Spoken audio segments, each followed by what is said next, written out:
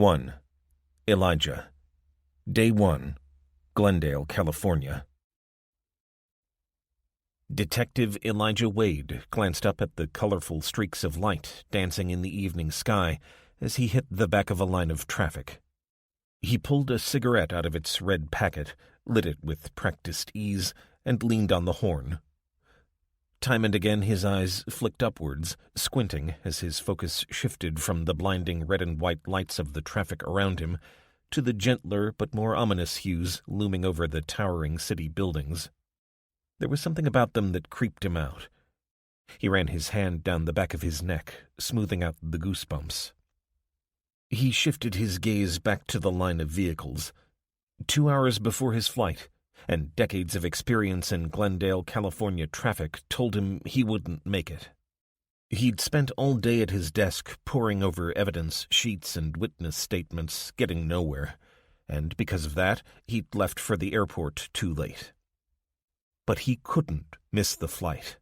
His 18-year-old daughter was having heart surgery in New York, and he was waiting for a call with news from her mother. He touched the star pendant that hung around his neck. She'd given it to him 10 years ago, and wouldn't know that he'd kept it on him every day since.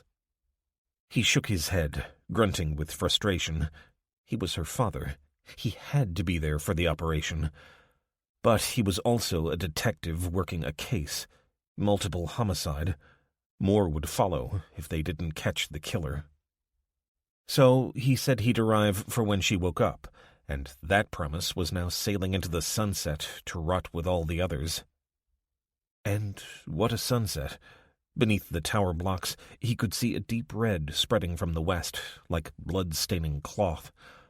Above it, the sky brooded orange, as if the heavens were on fire. His cell brought him back to Earth. "Wade." "Lige, we've got him." He recognized his partner's voice. "Who?" "The serial killer. The cleaner."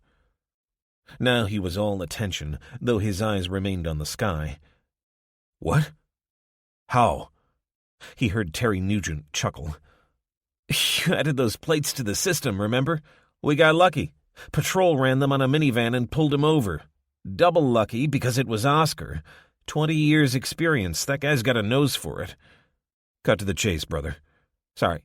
Oscar checked his driver's ID and it was fake. As he was getting the perp out of the car, his partner found a black bag with blood-stained clothes in it. And they found his real ID." Jeez.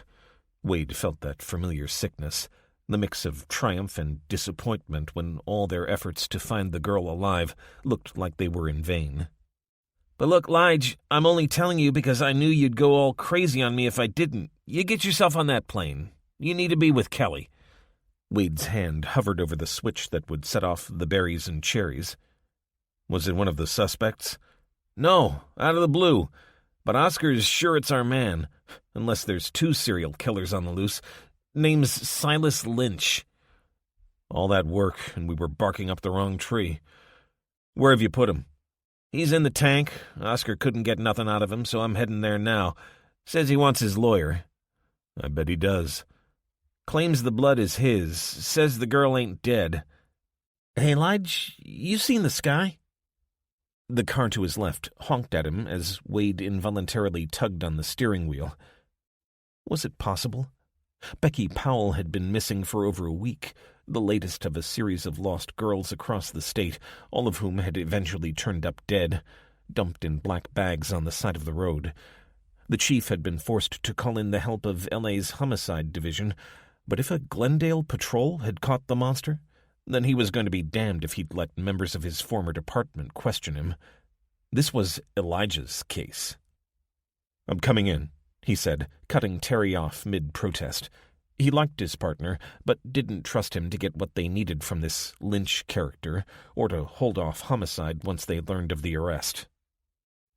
He flicked on his lights, tossed the half-finished smoke out the window, took a right, and swung the car around, heading downtown, and into the eye of the storm. Glancing at his cell when it rang again, his stomach lurched. "Lindsay, is Kelly okay?" "She's in recovery. The surgeon says the operation went well, but they won't know for sure for a couple of days." Thank God. Well, that was at least one weight off his shoulders. Is your flight on time? I can come meet you. She'll be kept under for a while. Wade paused, trying to come up with the right words as his eyes strayed to the star pendant that hung from his mirror. You're not coming, are you? Lindsay, we've just arrested a suspected serial killer. We think he's taken a local girl. She might be alive. Jesus, Elijah, your own daughter is fighting for her life. Your place is here. Don't let her down again. He couldn't find anything to say. Message received, you son of a bi... The line went dead. By the time he arrived at the department building, he had to push his way through a crowd of officers and bystanders, all looking up at the sky, ignoring the even more gaudy festive lights adorning the police station. He glanced up briefly. He'd seen the Aurora Australis once on a trip to southern Chile, but this beat that hands down. The familiar green pulsing bands were there, brighter than he'd ever seen, but they'd been joined by every color in the visible spectrum. It was as if God had spilled his paints across the heavens. And there was an eerie whistling sound in the still air. He paused for a moment, caught between wonder and an unquantifiable feeling of dread. He had a vision, as the people stood looking up, of moths around a flame. There was a tension about the crowd. He didn't like it at all. "Elijah!" He snapped out of it and turned to see Terry at the door. "Who's on the desk? Hey, you look like crap." "I'm okay, just beat. It's Joe's shift. Don't worry, I've told him to slow walk it." Good. That was code for taking as long as possible to inform their homicide partners. It ought to buy a couple of hours of interrogation time. Wade ran past the public area and swiped his ID. No luck. Cursing, he waved at a figure on the other side who opened it manually before half running toward the holding pen. "I want to see my lawyer." The pen was a tiny cell made up of whitewashed cinder block on 3 sides and bars on the 4th. It was where they kept the most dangerous suspects. A man stood, gripping the bars. "I said, I want my lawyer." The first thing Wade noticed was what a good-looking man Lynch was. The second thing was the dried blood under his fingernails. "And I want to wash my hands." There was a trace of the Mississippi about his accent. Wade heard Terry's hush-puppies on the concrete floor. Then another voice called out, "Detective Nugent." "Hey, Sarge," Terry responded, speaking into a doorway along the corridor. "We could do with your help, crowd control. Might be best if you put your uniform on. I can't raise anyone on this piece of junk, and I need someone with brains and composure out there. That's why I'm not sending Detective Wade." Nugent sighed, but acknowledged the sergeant, then glanced at Elijah before shrugging and heading off. Wade leaned back to shout along the corridor, "Joe, I'm going to interview Lynch. Will you sit in with me?" "No can do, detective, sorry. We got a 415 situation developing outside, and I need every boot on the ground." DeSantos's bald head poked around the doorframe. "What's going on out there?" The sergeant shrugged. "I'm getting reports of fistfights and general aggravation. Something about the sky. Didn't you see it when you came in?" "Looks like an Aurora. Spectacular, but I don't see why that would cause trouble." "I don't know. I'm calling in the cavalry, if I can get hold of them. The cell network is patchy." "Hey, what's that?" The sound of running boots echoed along the corridor, and Wade joined DeSantos as he jogged back to the door dividing the public and back office areas. "Sarge, we got trouble!" DeSantos glanced at Wade, nodded, and then pulled the door open. A dozen people had piled into the outer area, and others were trying to get inside, pushing and shoving as the room filled with groans. Some people fell to the floor. Wade saw the clothes of one of them smoking, and the smell of... what was it? It reminded him of warm summer days. Barbecue? He swallowed his disgust as DeSantos pulled a young patrol officer behind the desk. "What's going on, Riley?" "Radio not working. Me, Tubbs, and Chen tried to hold the door, but, Sarge, I don't feel great." Wade took Riley's shoulders and opened the door to the back office, pushing him through. "Get hold of CDU, okay?" He turned back to stand beside the sergeant. "Help may be a while coming, Joe." DeSantos nodded as a Latino man pushed his way to the front. "Hey, I'm burning up, man, and I can't see right. It's like I got those lights floating in front of my eyeballs. I need to go to ER, stat." "Stand back," DeSantos said. Then he raised his hand and yelled, "Quiet!" The people crowding into the station only noticed when Wade joined in. "Everyone out." He took his 1911 and pointed it at the ceiling. The room filled with cries of alarm and protest, but Wade simply pointed at the door. "Get out onto the sidewalk, and then we'll let you in one at a time. This isn't Beirut." A patrol officer pushed the door open and stood back as people surged out, muttering to each other. But rather than waiting out there, they dispersed onto the streets.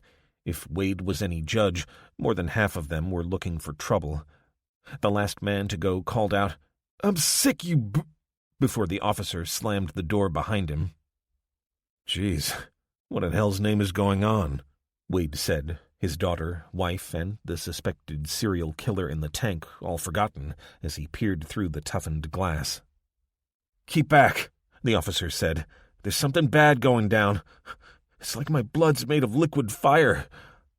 Wade blinked at the man. "Jenkins, isn't it? What happened out there?" The young patrol officer wiped his forehead, and Wade half imagined the skin would come off with his hand. It looked so gray and lifeless. "They started gathering as the sun went down. Those lights in the sky, they were amazing. And that sound, like someone chanting." For a moment, Jenkins's eyes glazed over, as if he'd been hypnotized. "Then what, officer?" "Oh, sorry. Some old woman started calling out, saying her eyes were burning. And then more and more of them. A couple, they held their hands up. They wanted God to lift them up to the sky. Man, it was surreal." Wade caught him as he slumped, dragging him across the floor to lean him against the wall. Then Terry Nugent staggered through the door, and Wade left the patrol officer to help his partner. "Geez, brother," he said, kicking the front door shut behind him and helping him to a chair. Wade kneeled beside his partner, but his eye was caught by the scene beyond as he looked through the glass of the station door at the sky. The colors had been bright before, but now they were livid, pulsing as if alive, and he imagined he could feel heat coming off them. "Come on, Terry. Let's get you out back." He helped Nugent to his feet, draping his partner's arms around his shoulder. He looked over at the sergeant. "Have you called an ambulance?" "Lines aren't working." Wade pulled the inner door open. "Then I don't have any more answers, Joe. We'll have to wait for the cavalry to arrive." "But what's going on? What's making them sick?" "I don't know, but it's got something to do with those lights in the sky. My guess? Radiation. But I'm going to take Terry inside, find somewhere for him to rest up. Then we'll get Jenkins." By the time Elijah was making his way back to the front desk, DeSantos was half dragging the young police officer toward the open door. "I don't understand how he got so sick so fast," the sergeant said. "I mean, if it was the lights, they've only been out for a couple of hours." Wade took Jenkins's other arm. "I don't know. Has he been on patrol today?" "Yeah, 6 hours street work." Grimacing, Wade helped the officer into a seat in the small office that served as kitchen and sick bay. He had a nasty feeling. A real nasty feeling. "Rich, can you hear me?" "Yeah." "When did you start feeling bad? Was it before the lights appeared in the sky?" The officer nodded. "Been creeping up on me all day. Figured I was coming down with something." "What are you thinking?" DeSantos asked as he and Wade got to their feet. "That whatever is causing the Aurora has been doing it for hours without anyone noticing because it was daytime." "Have you been out much today?" The sergeant shook his head. "Me neither. but Terry's been working the cleaner case, and he's got it bad. You think it's an attack? Nukes? Can't be ICBMs, or we'd know it. A dirty bomb? Maybe, but that wouldn't explain the lights. Look, Joe, try to get hold of anyone from headquarters, will you? I'm going to check on our prisoner.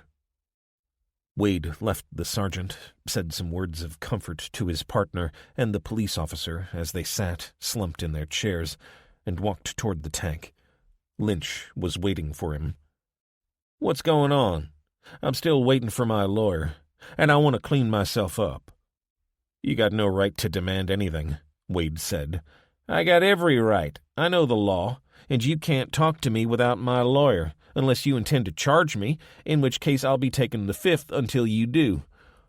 Wade stabbed a finger at him. "Now you listen to me, you piece of filth. I haven't got time to waste on scum like you right now, so just sit tight, and we'll get to you when we get to you. But if you want anything from me, you tell me right now where Becky Powell is." "Filth?" Lynch sneered. "Fine words coming from you, Detective Wade. Your hands are dirtier than mine by all accounts. And I never heard of Becky Powell." Wade swung away from the suspect. The man was too valuable to them for Wade to lose him to an accusation of police brutality. He marched along the corridor, boots echoing on the polished floor. Then, as he pulled on the door, a thought hit him between the eyes and sent a chill through his soul. How did Lynch know his name? And then the lights went out. 2. Elijah. Wade thrust his hand up to fend off the bright flashlight shining at him. "Joe? It's me. Come on, let's get out of here." "Hey, don't you leave me here on my own in the dark," Lynch called out. Wade made his way back to the sergeant's office and quickly found a flashlight on a rack beside the desk. He flicked it on and marched back to the pen, holding it up outside the cell bars. "You want some light? Tell me where Rebecca is, and you can have this one. It's fully charged, and we'll be back long before it runs out." Wade pointed the flashlight into Lynch's face and watched him closely. There it was, a brief look at the ceiling as the suspect thought through his options. Lynch was the killer, and he was considering whether to fess up or deny it and stay in the dark. "I'll sue your ass if you leave me here." Withdrawing the flashlight, Wade turned away. "Suit yourself." Now he knew they'd gotten their man. He also knew where to start looking. He and DeSantos made their way back to the main door, having stopped off at the break room to give Terry Nugent a flashlight. The other officer was unconscious. A weird silence wrapped around the dark public area as Wade emerged. Beyond the front entrance, he could glimpse the occasional handheld light moving, and it took him a moment to realize what was wrong with his picture. What happened to the cars? "Yeah, have they all gone?" "I don't think so," Wade said, moving up to the glass and looking into the darkness. "They're there, but their lights are off." "Jeez, you reckon it's an EMP?" DeSantos shrugged. "Sure starting to sound like a nuke, isn't it?" "Even the sky's gone dark," Wade said, pointing into the sky. "Except for the stars." A squawk from his hip, and Wade grabbed at his radio. "This is the chief to all units. A state of emergency has been declared. You are ordered to return to your department and equip yourselves against chemical agents. Render all possible aid to civilians, but otherwise, for now, hunker down. More to follow. Chief out." The two officers looked at each other. "State of emergency," DeSantos said, shaking his head. "Maybe we were right. Maybe it is an attack." Wade shrugged. "Can you get me Lynch's possessions, car keys, driver's license, and a mask?" "Sure. Why?" "I think Becky Powell is alive. I'm going to go find her." "Are you serious? Didn't you hear what the chief said? Geez, Elijah, aren't you in enough trouble?" Slapping the sergeant on the shoulders, Wade said, "No choice. We don't know what's going to happen next, and she'll have been tied up. She'll die if I don't go." "You want me to come?" "No. You need to look after Terry, Jenkins, and Lynch. I'll be as quick as I can, and I'll bring supplies. Sound good?" "Whatever you say, Elijah. You're the ranking officer. You give the orders." Joe DeSantos gave a grim chuckle and shook his head. "I've got a feeling that doesn't mean much at the moment. I'll go get Lynch's things." Wade smiled, trying to offer reassurance he didn't feel, then returned to the window and looked out. Some of the street lights had failed, but he could see that people were still out there, and beyond, he noticed that the usual flow of passing headlights had stopped, leaving just a few lights that looked from here as if they weren't moving. Was it an EMP? On the face of it, that made some sort of weird sense. There had to be a connection between the lights in the sky and the power outage. And what about the fights that had broken out? Was it just opportunism? He shook his head. He didn't have enough to go on to solve the mystery, so he focused on the one thing he could do. Give this young girl a chance. And with that thought, his mind switched to the New York hospital that was treating his daughter, Kelly. Had they lost power too? Jeez, what if she was on life support? But there was nothing he could do from here. He couldn't help Kelly right now, but he could go after Becky. So he would. Wade ran into the open, leaving the police department building behind him and clutching his Colt while he scanned the area, glad that the darkness hid his appearance as he made his way through familiar back streets. He'd learned a lot about Becky Powell while working on the case. She was no paragon of virtue, but she didn't deserve to be left forgotten in her abductor's apartment while the city responded to whatever was happening. The last streetlight had flickered out as he'd shut the door of the station, and he could hear the unmistakable sounds of fear and insurrection in the distance. Shattering glass, shouts, and far-off gunshots. But nothing mechanical, and no police sirens. It was as if someone had turned off civilization. Despite his focus on Becky, he could sense the cogs in his mind turning in the background. What was going on? Were they under attack? What was the chief going to do about it? The police couldn't hide in their department buildings if the city was coming apart, could they? Stop this. Focus, Elijah. Looking up for a moment, he saw that the Aurora had faded, or perhaps gone behind a bank of cloud. Somehow, he felt better for that. He considered the best route to take. According to his driver's license, Lynch lived in an apartment block near Fremont Park, Glendale. Under normal circumstances, Wade would head north along Brand Boulevard, but his instinct told him to use the quieter roads, so he ran past the city jail and then cut across to North Jackson Street, his weapon following the line of his flashlight as he jogged through the unfamiliar darkness. He'd never known the city like this, devoid of the sounds of vehicles moving, music playing, and above all, the hum of people talking and walking, except for the occasional sudden sounds of violence in the distance. He ran up the middle of the road, head moving from side to side, skirting around cars that it seemed had stopped in their tracks. People gathered around them, coalescing into groups, talking in hurried whispers, flashlights sweeping from one to the other, scuffles in the darkness. Most seemed to be waiting for the authorities to come to their aid. Some lay leaning against their tires, a few being actively tended, others left, ignored in the chaos. Many wore masks, the sort they kept in their glove boxes. Then, above the hubbub of frightened people and the slapping of his boots on the road, he heard something else, something that chilled his blood and made him stop. A woman stood beside a red Toyota, a cell phone held to her ear, looking up with her mouth open. Wade looked around. He thought at first that she was looking at the moon, which had just risen over the horizon, giving a washed-out but welcome light. Then he saw it, black against the dark sky, obscuring the stars as it went, its huge shape faintly lit from one side. A plane. A massive plane. Wade grabbed the woman by the hand.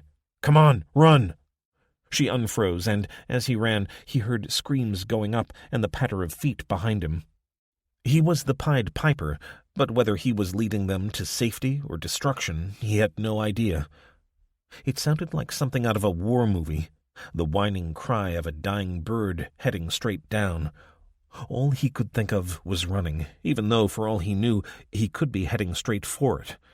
But he was sure as hell not going to die standing still. So he pulled the woman with him, even as she screamed, shouted, and stumbled, her shoes flying off. As they made it to the intersection with East Duran, the noise in the sky above them reached an ear-splitting peak. They had seconds left as, behind them, people shrieked, their footsteps swallowed up in the roar. In that instant, he spotted an underground garage with its door open, and with a final effort, he pulled the woman toward it, even as the air around them exploded like a blast furnace. He felt the heat searing the back of his legs as he pushed her inside and threw himself in after her. He wrapped his arms around the woman, gasping as the garage filled with scorching heat and overwhelming noise. Then, when he thought he couldn't bear it any longer, it was gone. He let her go and slowly turned around. The garage entrance was the picture frame around a view of hell. He gagged as an acrid stench burned the inside of his nose, roasting his lungs and making his eyes stream. He could barely take in enough air to remain on his feet, but he wasn't thinking of that as he gazed out on a burning world. They stood there, Wade and the nameless woman, saying nothing, as they took in the leaping flames and roiling black smoke. Nothing moved. Nothing survived. How long did they remain there, looking out on this vision of hell? It might have been 10 minutes, or perhaps an hour, as slowly the flames died down a little. But he finally became aware that his lungs were straining to bring in fresh oxygen through the arid air. "We've got to get out," he said. "We'll suffocate in here." She nodded and allowed him to guide her toward the front of the garage. Shielding his face with his arm, Wade tried to make sense of what he was seeing now they were out in the open. The night had been banished, to be replaced with bright orange flames, wreathed in pulsing tendrils of black smoke that reached for the dark sky. Among the flames were the tortured carcasses of cars, trucks, and other things he couldn't make out. He couldn't see the main fuselage, so the plane hadn't come down on top of them, and he guessed it must have landed back the way they'd come, vomiting ignited aviation fuel that consumed everything and everyone it touched, and it was sucking the oxygen out of their hiding place.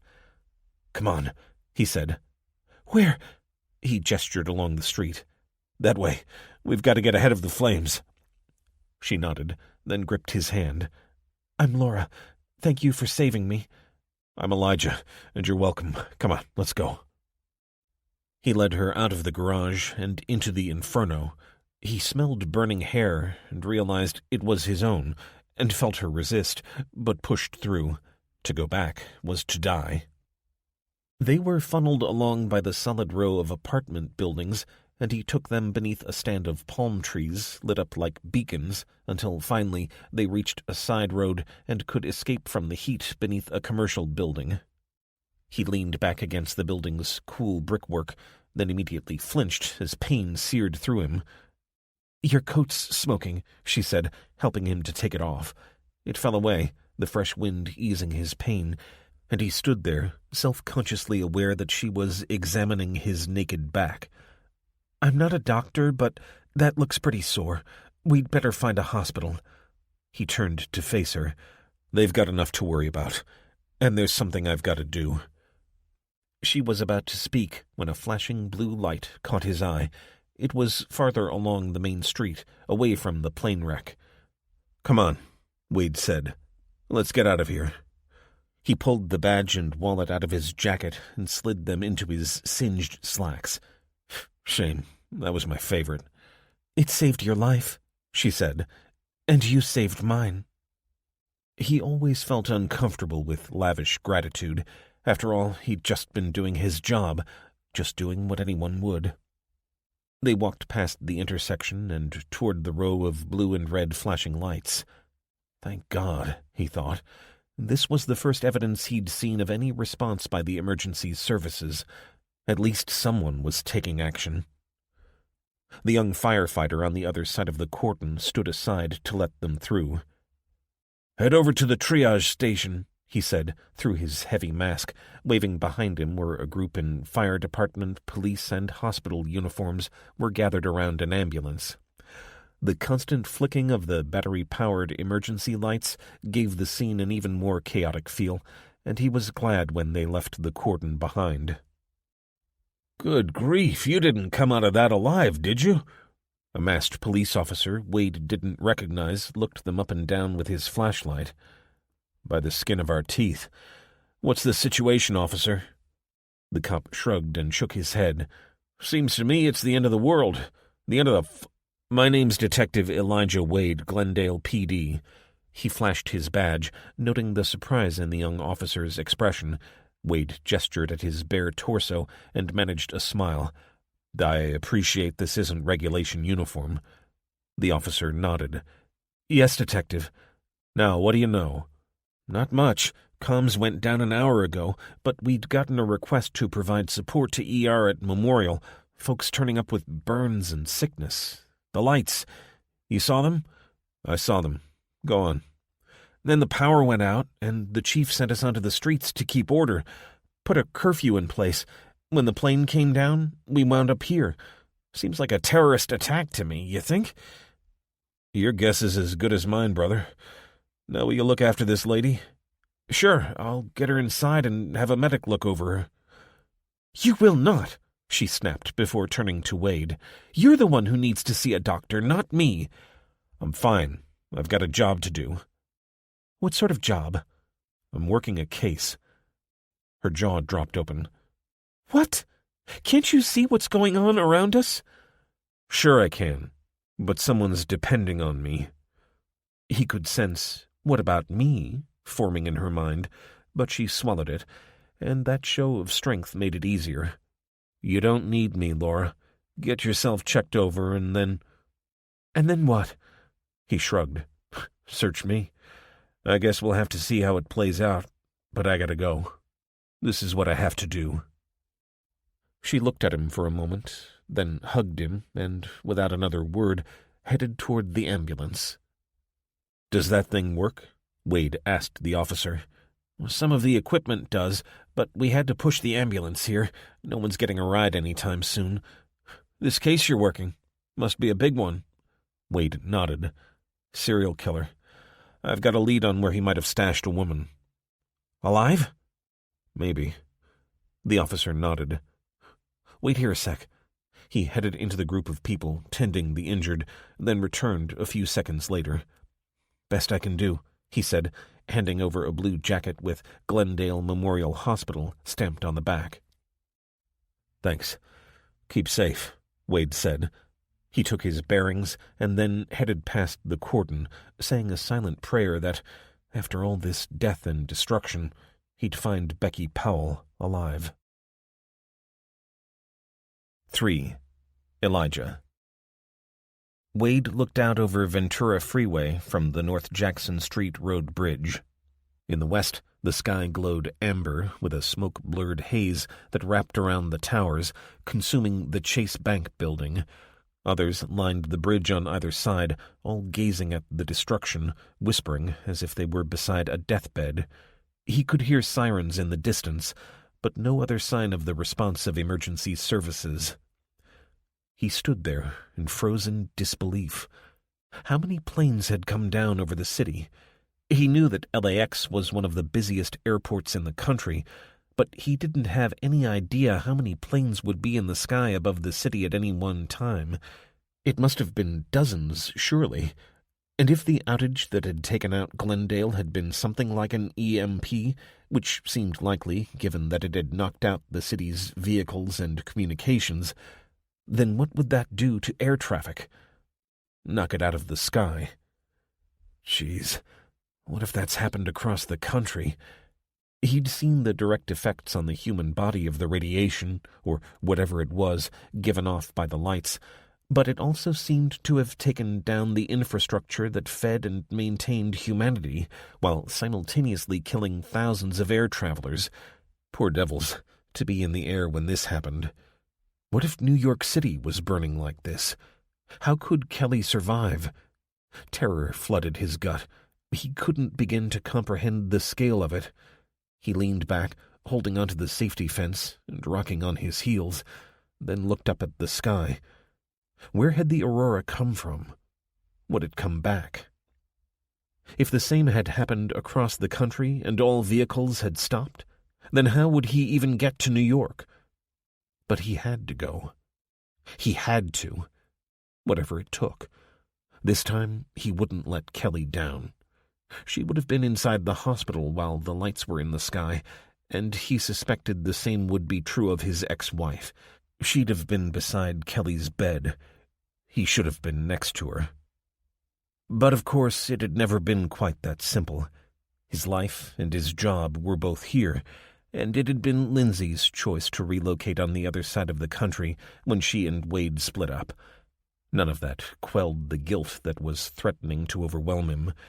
A father's job is to protect his children come what may, and he would go to her, or die in the attempt.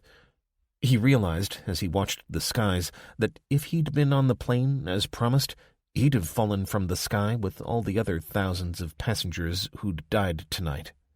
That broken promise had saved his life.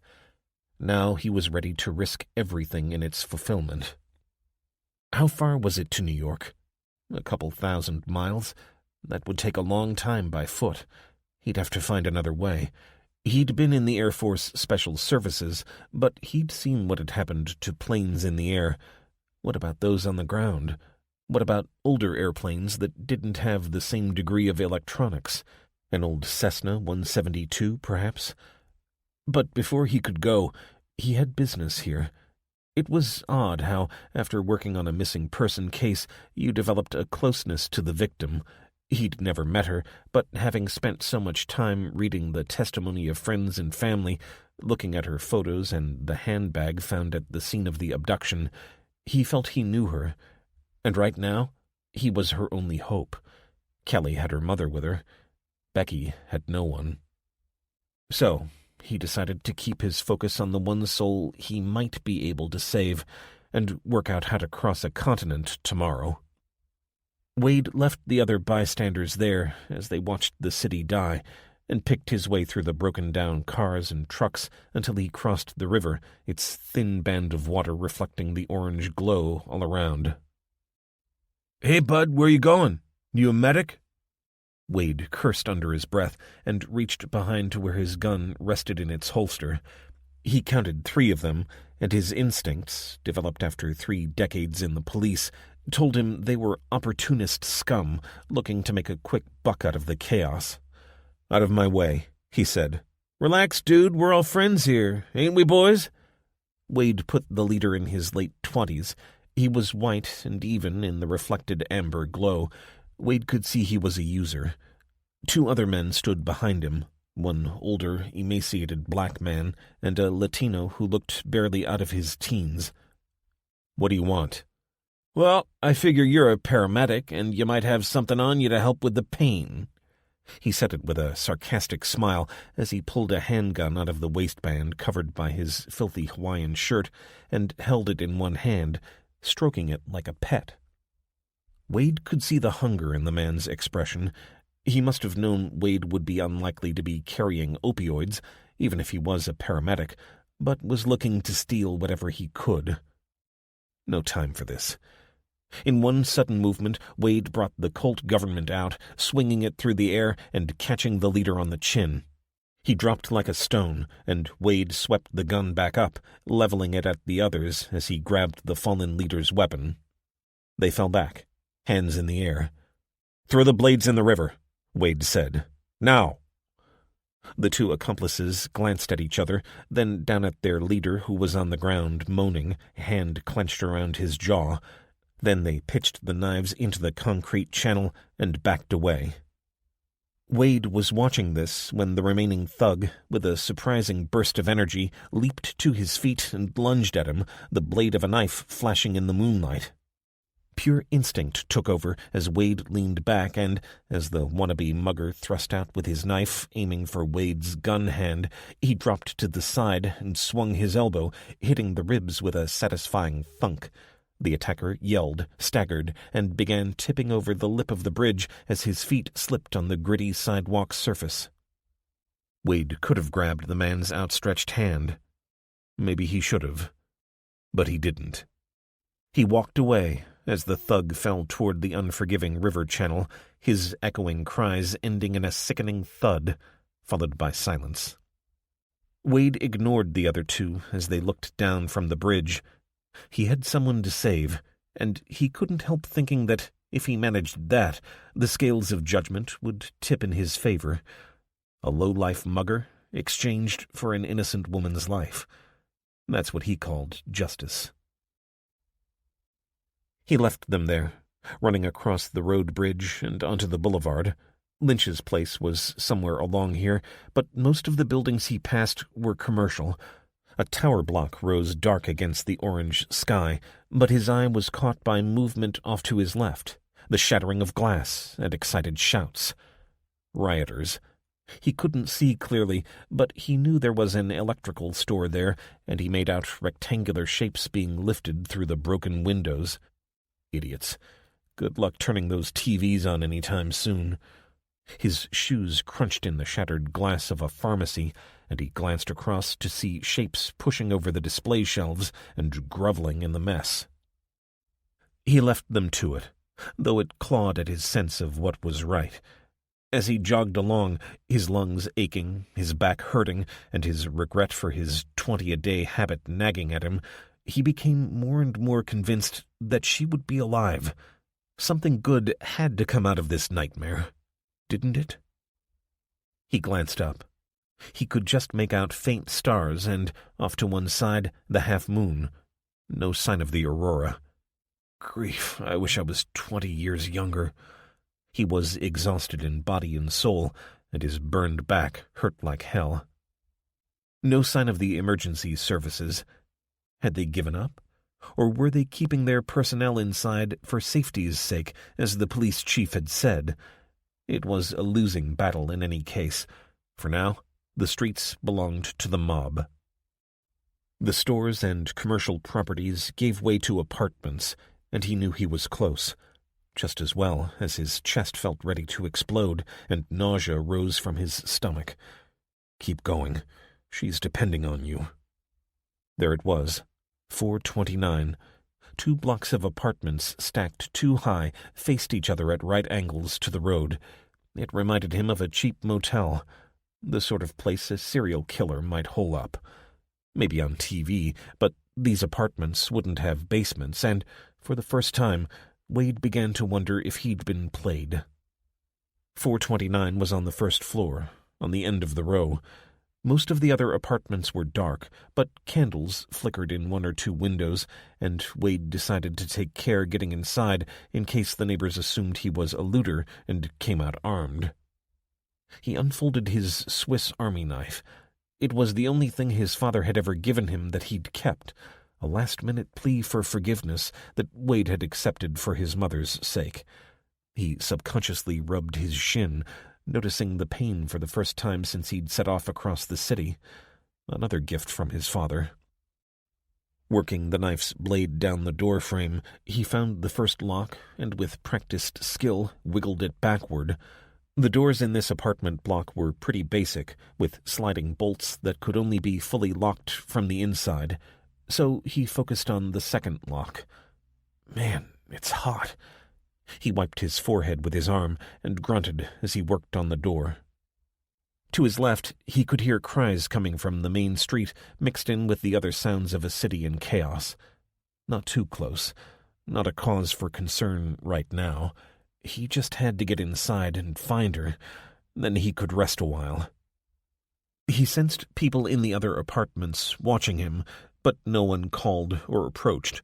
Maybe it was his blue jacket, which, in the flickering darkness, might have made him look like he was a police officer. More likely, no one wanted trouble. How many of them had gone out today and were now feeling ill? Come to think of it, how long outside would constitute deadly exposure? He'd been at his desk most of the day, but he'd gone out for lunch earlier and then driven across the city to try to get to the airport. Would he have been safe inside the car? Was he going to go the same way as Terry? Focus. With a final push, the lock gave in. Cheap garbage, typical of landlords who cared more about being able to repossess their apartments than keeping the bad guys out, or good guys in this case. He pushed the door open, holding his Colt and flashlight together and sweeping the dark interior of the main living room. He got halfway inside, then stood still and listened. No movement. The place gave every impression of being deserted, though it had a slightly unpleasant, all too human aroma. He made his way to an open-plan kitchen that smelled of bleach, then back into the living room, and at the opposite side to the kitchen, he found a small, offset corridor with 3 doors. The first led to a compact, meticulously clean bathroom, then a tiny box room dominated by an antique closet, and finally the main bedroom, which had a window looking out front. Wade checked under the bed, then went back through the house, looking in every corner. There was no attic or basement, and no sign of anyone. He cursed to himself. She wasn't here. All that effort as the city came apart around them, and he'd believed that lying. He must have been renting somewhere else to keep his victims. Elijah rubbed his temples, the nausea that had abated a little while he'd searched, returning with a vengeance. He couldn't face the journey back across the city just now, so he collapsed onto the sofa and leaned back, feeling his eyes starting to close. Then his subconscious gave him a kick. There was something wrong about this place. Something didn't make sense. He sat there, replaying the tour he'd taken of the apartment. Living room, kitchen, bathroom, box room, bedroom. The box room. It was too small. He jumped up and ran over to the corridor, pulling the door open. He went across to the closet and yanked the door. It had clothes inside. Women's clothes. He pulled them out, then, on a hunch, grabbed at the plywood back of the wardrobe. It gave way immediately, sliding to the left and revealing a hidden room. But this wasn't Narnia. A woman lay on a narrow bed in her underwear, her hands and feet bound together with zip ties and duct tape covering her mouth. The room stank of urine, and she looked at him with terror as he shined the flashlight at her. "It's okay. I'm Detective Elijah Wade. Silas Lynch is in police custody. I'm here to get you out." She shied away as he took the penknife and cut the tape around her arms and legs, her eyes not moving from him for a moment. He paused, then showed her his badge. "You've been through a nightmare, but it's okay now." Well, he thought, one of those two statements is true. Out of the frying pan? As soon as he'd untied her arms, she swung around on the bed, pulling herself back against the wall, then ripped the duct tape from her mouth. Why are you wearing a paramedic's jacket?" "It's a long story. Things have gone crazy out there. But at least you're safe." Still, she was looking beyond him, as if frightened that this was some sort of trick. Wade realized she needed space, so he stepped back, reversing out of the closet, and she emerged warily. "You are Rebecca, right?" "Yeah, Becky. Why aren't the lights on?" "That's another long story. The city's been hit by something." "Can I go?" "I'd rather you didn't. You've been through an ordeal, and I want to be sure you're okay." "Me? What about you? You look like crap." Wade rubbed his temples again. It felt as though his head was going to explode. In that moment, she was past him. "Come back!" he called, but she'd disappeared, escaping into the chaos outside. He went to follow her, but tripped over his foot and collapsed, the dark swallowing him before he hit the floor. 4. Grace. Day 1. southern Texas. No sign of him, Walter Boone said, shaking his gray-haired head as he came through the door and throwing his wide-brimmed hat onto its hook. Boomer, the German shepherd, followed him inside and headed for the living room. Grace shook her head. That good for nothing. Then she jabbed a finger at her husband, who was kicking off his boots. You checked Sanchez's? And round the back of the grocery store? Wearily, Walter grunted acknowledgement. Sure, I've been all around. This ain't the first time I've gone looking for him, Gracie. I know what I'm doing. He shut the front door and made his way past his wife to the refrigerator, pulling out a bottle of Jester King and expertly removing the cap. Rapture's coming. You mark my words. I've been telling you for 30 years. Foundation was right all along. Grace Boone didn't like being wrong about anything, especially if it meant her husband was right. Brought up in a rural community, she'd met Walter at a church event and had, through him, become involved in the Foundation, a little-known offshoot of the Jehovah's Witnesses. Their son Lyle called it a cult, and had moved to Walter's home state of Texas to prepare for the end times. She'd gone along with it because she wanted to move away from the influence of her parents, now both long dead, but a marriage that had begun with little enough passion was now as dry as the desert that encroached all around them. Frankly, she didn't care much one way or the other, but she wanted Lyle home to share it with them, and he'd spent the evening in the neighboring town drinking, fighting, and no doubt fornicating. How two God-fearing people could produce such a low-life waster was beyond her, but she loved him, and she wished he was here. She'd been watching the dancing lights as they'd become evident in the evening sky. Other folks had come out onto the road that ran past their cluster of gated compounds, but Grace remembered the lesson of Lot's wife and kept inside for fear of directly witnessing the wrath of God. Walter finished the bottle of beer and threw it in the recycling container before reaching for another. You take care. You know you can't take drink on your new medication, she said. Wiping his forehead with the back of his arm, Walter opened the second bottle and took a drink. Just this one. It's so darned hot. Grace felt her husband's brow. You got a fever coming? You feel okay? Walter gave a dismissive gesture and headed out of the kitchen. Come on, inventory time. Are you kidding? Now? Never been more serious in my life. Rapture's coming, and we need to be able to survive until our turn comes. If we wait till morning, it might be too late. Grace sighed.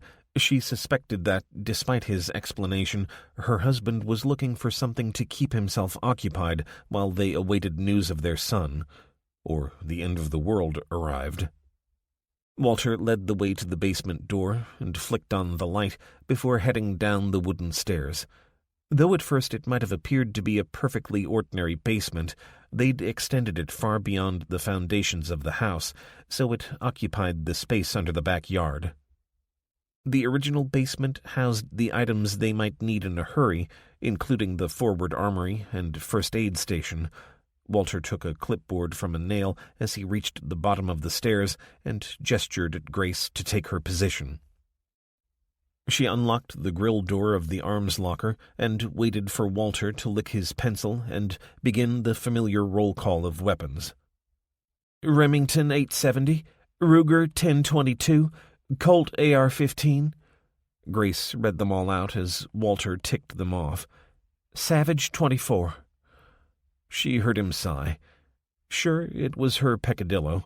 A rifle that could shoot one .22 round and one .410 shell seemed pointless to her husband, but as far as she was concerned, the smaller round would deal with a coyote or snake, and the bigger one would handle any human.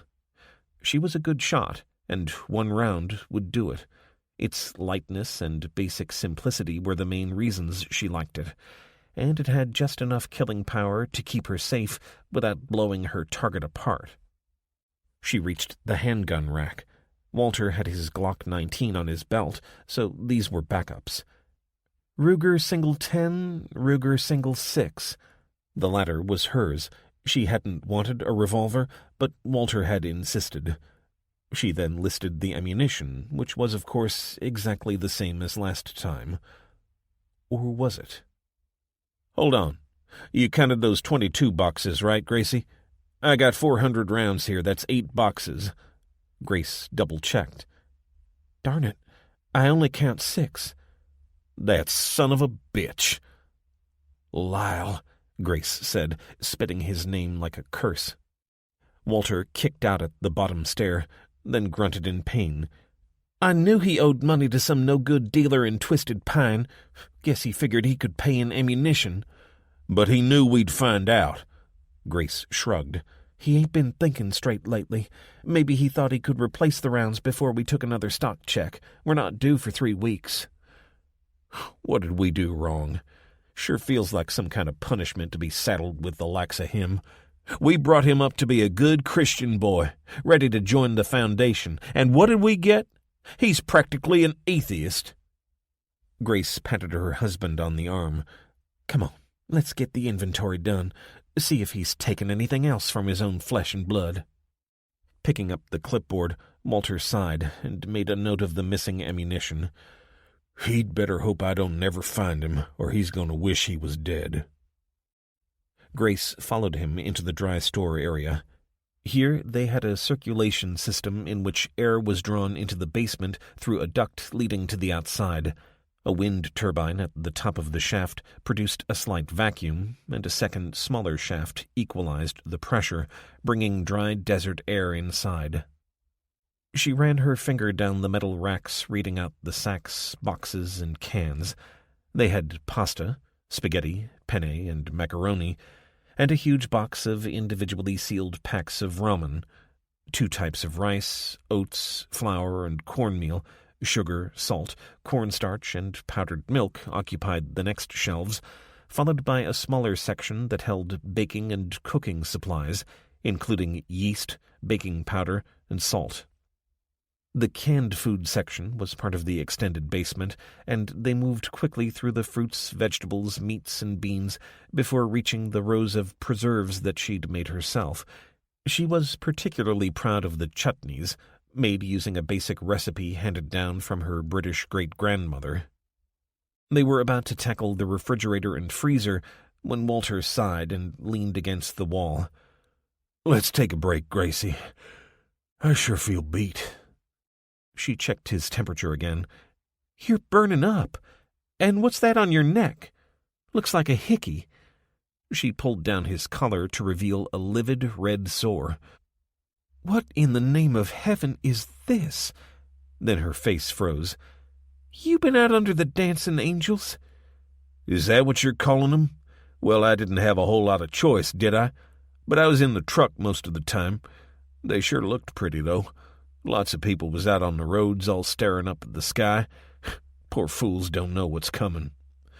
She took his arm and guided him back toward the stairs. Well, you need to get to bed. Whatever's ailing you ain't going to get no better until you have some rest. He struggled up the steps, even with her help, and she had a devil of a job to get him to his bedroom overlooking the back of the house. They hadn't shared a bed for 10 years, but she brought in the fold-up bed they kept for their occasional visitors and set it up on the bedroom floor. This had been the bed their niece, Abby, had used when she'd come to stay, before her father had put a stop to it. She wondered where the girl might be now, and prayed that at least some of what she'd taught her had sunk in. She was more worried by the fact that Walter didn't protest about her bed being in his room than she was about his fever or the sore. But then, when she helped him off with his shirt, she saw that his torso was covered in blotches, some of them bruise-like, others looking like ulcers. My God, Walt, did you get into a fight you didn't tell me about? Lyle didn't do this, did he? Walter grunted as he ran his hand over his forehead. What are you talking about? No, I told you I didn't see Lyle. Oh, but sweet Lord, I feel bad. Real bad. She left him there, watched over by the anxious Boomer, heading downstairs to fetch a wet cloth and some water. She took some Advil from the drugs chest and returned to find him half asleep and moaning quietly. Here, take a couple of these.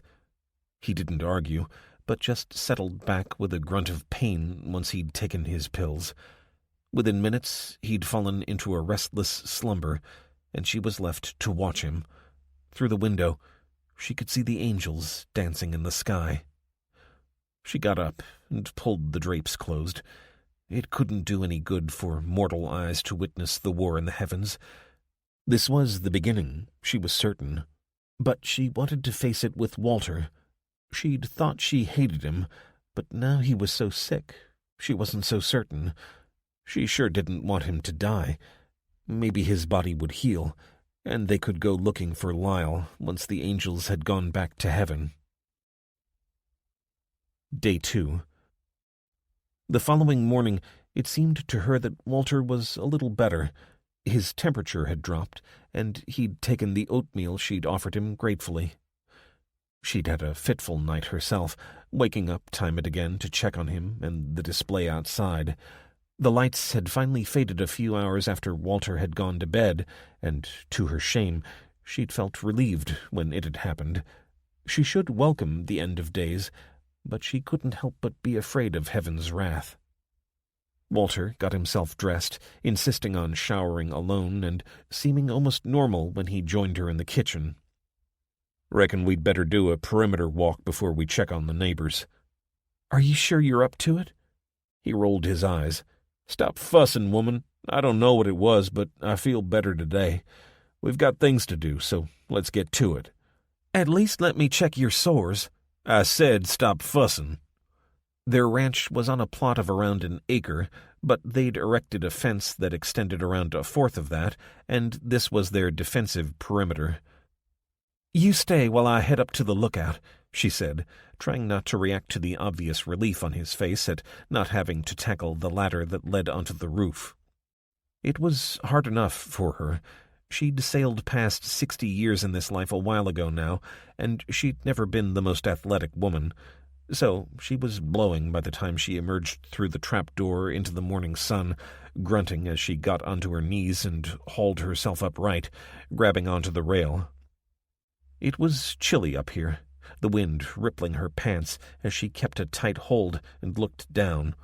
Their house was set 100 feet back from an asphalt road that connected them with the main highways of the state. Theirs was the first for half a mile or so, but a dozen other houses lined up along their side of the road, and opposite, each separated by a strip of land from the next one. The community extended for a full mile along the strip, as it was known locally, and it was a community, despite the distance between each house. Walter had been instrumental in laying a surplus military telephone cable along the road. He and the neighbors had dug a trench, and every neighbor who'd wanted one had bought a compatible military phone that was powered by batteries. It was primitive, and generally only used on special occasions, and only then for fun, but had come into its own when the power had gone out for a week a couple of years back. Once they'd walked the perimeter, she'd call up the nearest neighbors and make sure they were okay. As okay as you could be, given the circumstances. None of them belonged to the Foundation, but all were God-fearing Christians. She hoped they'd accompany her in the rapture. Even the Johnsons, who were Catholics, and were about to find out that all they'd believed was wrong. She swung away from the road, briefly glancing at the nearest houses, cursing at herself for not putting her glasses on, and then looked out. The fence formed a rectangle centered on their land that fronted the road, with a central gate. To the back, it encompassed the little market garden she was so proud of, fed by water drawn up from the well. They had shooting positions in the four corners of the house, giving them a clear line of sight to all parts of the enclosed area, unless any attackers got very close and disappeared under the eaves. From where she stood, the turbine was hidden behind the house, but she could hear it gently turning in the wind, generating the power that fed the underground lithium battery.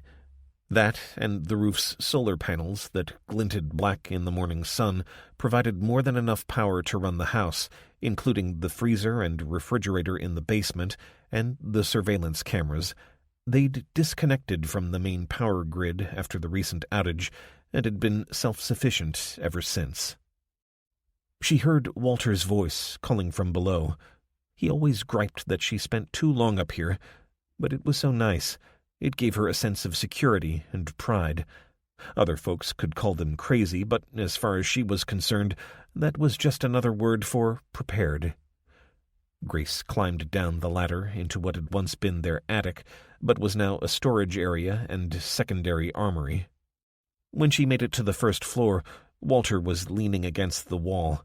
He looked drawn and exhausted, and Grace could see the sore extending up his neck. "Are you sure you're okay? Why don't I check the perimeter myself? I can call the neighbors when I get back." He shook his head. "I'll come with you. Did you eyeball the perimeter from the roof?" "Sure I did." "Then we can skip that." "What? Seriously?" He gestured through the living room door to the TV. "TV's not working. We got power, but it won't turn on." "What about the one in the basement?" "I ain't got the energy to go down there, but Brandon'll know what's going on. Maybe an EMP." Grace gripped his arm in surprise, but released her grip as he flinched in pain. "I'm sorry, Walt, but if it's an EMP, it ain't the Rapture." "You think the good Lord can't wipe out the electronics? Come on, let's go find Brandon, then I'll take some more Advil. Unless we got something stronger." The medical supplies were Grace's responsibility, and though Walter had very strong views about narcotics, she'd included some morphine in her inventory, figuring that if either of them broke a leg, they'd need more than ibuprofen to see them through it. The fact that he didn't complain when she suggested it told her all she needed to know about the pain he was in. When they finally emerged from the house, Walter was carrying his shotgun openly, while Grace had her Ruger in a concealed holster under her linen jacket. Boomer trotted warily beside them, head darting from side to side. Walter opened the gate and checked along the road for any sign of movement. Nothing. It was a quiet back road, but there was usually something moving. But then a strong enough EMP would knock out most modern vehicles. "It's so quiet," she said. Walter put his hand up. "It would be if you'd put a lid on it, woman." She was going to protest. She didn't take that kind of attitude from anyone, even her husband. But he merely pointed along the road. A figure, limping along, arm outstretched, as if pleading for help. "Who the hell is that?" Walter asked. She screwed up her eyes, but the figure was too far away. "My lord, have the tombs opened? Walter, have the dead come to life?" 5. Hannah. Day 1. Mauna Kea Observatory Cluster, Hawaii. Hannah knew something was wrong as soon as she came around, woken up by an excited babble from somewhere above her bedroom. Generally, the astronomers and staff of the Mercury Observatory went about their business quietly, but right now she needed sleep, and she wasn't getting it. Glancing at the old-fashioned mechanical clock on her bedstand, she cursed. Working the day shift sucked. Give me a break. She'd been in bed for no more than a couple of hours, and it would barely be dark outside. Why the excitement? It sounded like a party. But these were astronomers, so she immediately struck that possibility out. Maybe it was to do with the flare. She was equal parts angry at being woken and curious, so there was no point in trying to go back to sleep. She got up and swung her legs over the side of her bed, flicking her bedside lamp on and illuminating her Spartan room, one of a block made of shipping containers buried beneath the observatory proper. Pulling on a pair of loose pants and her official observatory fleece, she slipped on her clogs and headed into the dark corridor outside before climbing the steel stairs to the observatory's ground floor. "Cool, you're awake!" Hannah caught sight of her friend as she ran in from the main entrance. "Hey, Preeti, what's going on? It sounds like everyone's been on the shandy again." "I was just about to come down and wake you up," Preeti Hussain said. "You can't miss this." Preeti grabbed Hannah's hand and dragged her toward the entrance as it swung open to reveal a young man who staggered inside, his hand across his forehead. "Lester, you look like—" Hannah began, but Preeti was pulling her past the forlorn figure and out under the night sky. It looked like just about everyone was out here, even Director LaRoche, and they were all looking up. "Oh, my God," Hannah gasped as she gazed upward. The normal, perfect black of the sky above Mauna Kea, Hawaii, with its gently shining ribbon of milky cream, had been completely overwhelmed by a shimmering kaleidoscope of color. She'd seen the Aurora Borealis on a trip to Lapland, but this made that look like the moment in The Wizard of Oz when the picture goes from monochrome to color. "Spectacular," she gasped. Her mouth wide with amazement, she did an inventory and found every hue imaginable, though blues and purples outnumbered reds and oranges. And there was a strange sound, like an ethereal song, that vied with the wind. "Isn't it incredible?" Preeti said in a breathless whisper. "Once in a lifetime." "What's the theory?" Hannah asked. Her friend's words had snapped her out of the trance, and her scientific mind was now whirring. Keeping her eyes cast upward, Preeti gestured at the crowd. "Bixby says it's a cloud of interstellar gas. Who's taking measurements? What? Oh, I don't know. It's all being recorded. We can check later. Let's just look for once, with our own eyes." Hannah looked at her friend. Preeti by name and pretty by nature, she was a formidable astrophysicist. She'd met her when Preeti had come from Pakistan to study at Oxford. This wasn't like her. It was as if she'd been enchanted. "I'm going to take a look." Preeti sagged. "Seriously? You English are all the same, all work and no play." "You obviously haven't met many Brits," she responded, "but I'm going to check anyway. Be back soon." Stalking off, Hannah left her friend there, staring up at the wonder above. If heaven existed, and Hannah had seen no evidence to suggest it did, she guessed its skies would look like this. Lester Schmidt was slumped on a plastic chair in the entranceway. "What's up, Les? Have you come down with something?" The young man lifted his head as she crouched beside him. "I'm burning up. Feels like COVID again." "Can't be. We're all vaccinated, and no one's been in or out for over a week." One of the advantages of working at the remotest observatory of a group set atop a volcano on an island in the middle of the Pacific was that infectious diseases didn't have much chance to get a foothold. But Hannah instinctively backed away on her heels, resisting the temptation to feel the man's forehead. "Do you want me to get you into bed?" "Thought you'd never ask," he responded with a cheeky smile. Hannah blushed and got to her feet. "You can't be feeling too bad. Look, I'm going to the control room, but if you're still here when I get back, I'll give you a hand." She heard him grunt with amusement again as she marched away, but didn't turn back. She was 34, carrying a little extra around her tummy and, in her opinion at least, only vaguely attractive when seen in certain lights and from particular angles.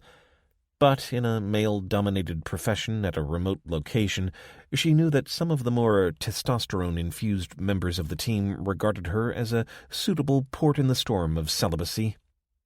He was probably watching her as she ran up the stairs. Feeling herself getting hotter, she cursed herself for wearing sloppy pants that did nothing to keep her backside under any kind of order. Gravity was inexorable, as was her father's Ghanaian ancestry. With relief, she pulled at the glass door to the control room and glanced around in case her embarrassment was too obvious. The lights were customarily low in here, but there was no one to see her anyway. They were all down below, taking in this unique event. As she crossed to the instrument panel, she wondered if she was missing out. After all, it was one thing to watch a recording of the Aurora, quite another to see it with your own eyes. But something was bugging her. It was probably nothing, but science was about having a cool, rational head and not losing yourself in the moment. She sighed. Her nickname at school had been Mrs. Robot, and she'd always resisted getting carried away emotionally, feeling a little jealous of those who could let themselves entirely go, experiencing life in its full glory, while she analyzed all the joy out of it. "Good God," she said, jerking herself out of her malaise. The field emission array recorded the strength of the electromagnetic radiation that made it through the atmosphere. This meant everything from ultraviolet to radio waves, and the readings were off the chart, especially at the shorter end of the spectrum. The people gazing up at the Aurora were going to suffer from a hell of a case of sunburn if they didn't put on some Factor 50. She was about to go find Director LaRoche and warn him that everyone should protect themselves when a thought struck her, so she crossed over to one of the computers and dialed up the feed from XRSat. It detected short wavelengths, gamma radiation, and X-rays that were usually absorbed by the Earth's atmosphere and therefore undetectable from the ground, even as high up as they were here. Her mouth dropped open as the raw data came in. The values were so high she had to scroll back until she found normal numbers so she could be sure she understood the scale they were using. Then, quite abruptly, they stopped. The satellite's signal had vanished. Feeling herself going numb, she sent all the data to the printer, and then, as the most recent measurements before the blackout appeared, she snatched up the paper and ran out of the control room. She barely noticed Lester Schmidt as he sat, slumped in a corner, his face white and his eyes closed. She tore past him, pulled open the front door, and sought Director LaRoche. The crowd had thinned a little, even though the light show was becoming, if anything, even more spectacular. There was something odd about the way people were moving. She saw Preeti leaning against a wall, a glass of wine in her hand, staring into nothing as if she were lost in thought. And there was an ethereal sound of singing in the air. "Director LaRoche!" Hannah called. The director, a large man in his early 60s, turned around slowly. "What is it, Doctor?" She handed him the data summary sheet, then watched as he moved his glasses down his nose before finally taking them off entirely and squinting at the figures inches from his face. "Ce n'est pas possible. There must be some mistake." Hannah jabbed a finger at the printout. "It's the raw data. I haven't touched anything. I don't know where the X-rays are coming from, but they're causing the Aurora, and we're standing here taking a hell of a dose." He shook his head, but his eyes remained wide. "It cannot be. The Earth's atmosphere absorbs wavelengths as short as these." "We've never seen readings like these," Hannah insisted. "Without a Geiger counter, we have no way of knowing whether they're reaching ground level. But what if they are?" Then she remembered Lester Schmidt and the odd way people were moving. "Director, we've got to get inside. See if we can fix up one of the ultraviolet rigs to give us a rough reading. People are getting sick already."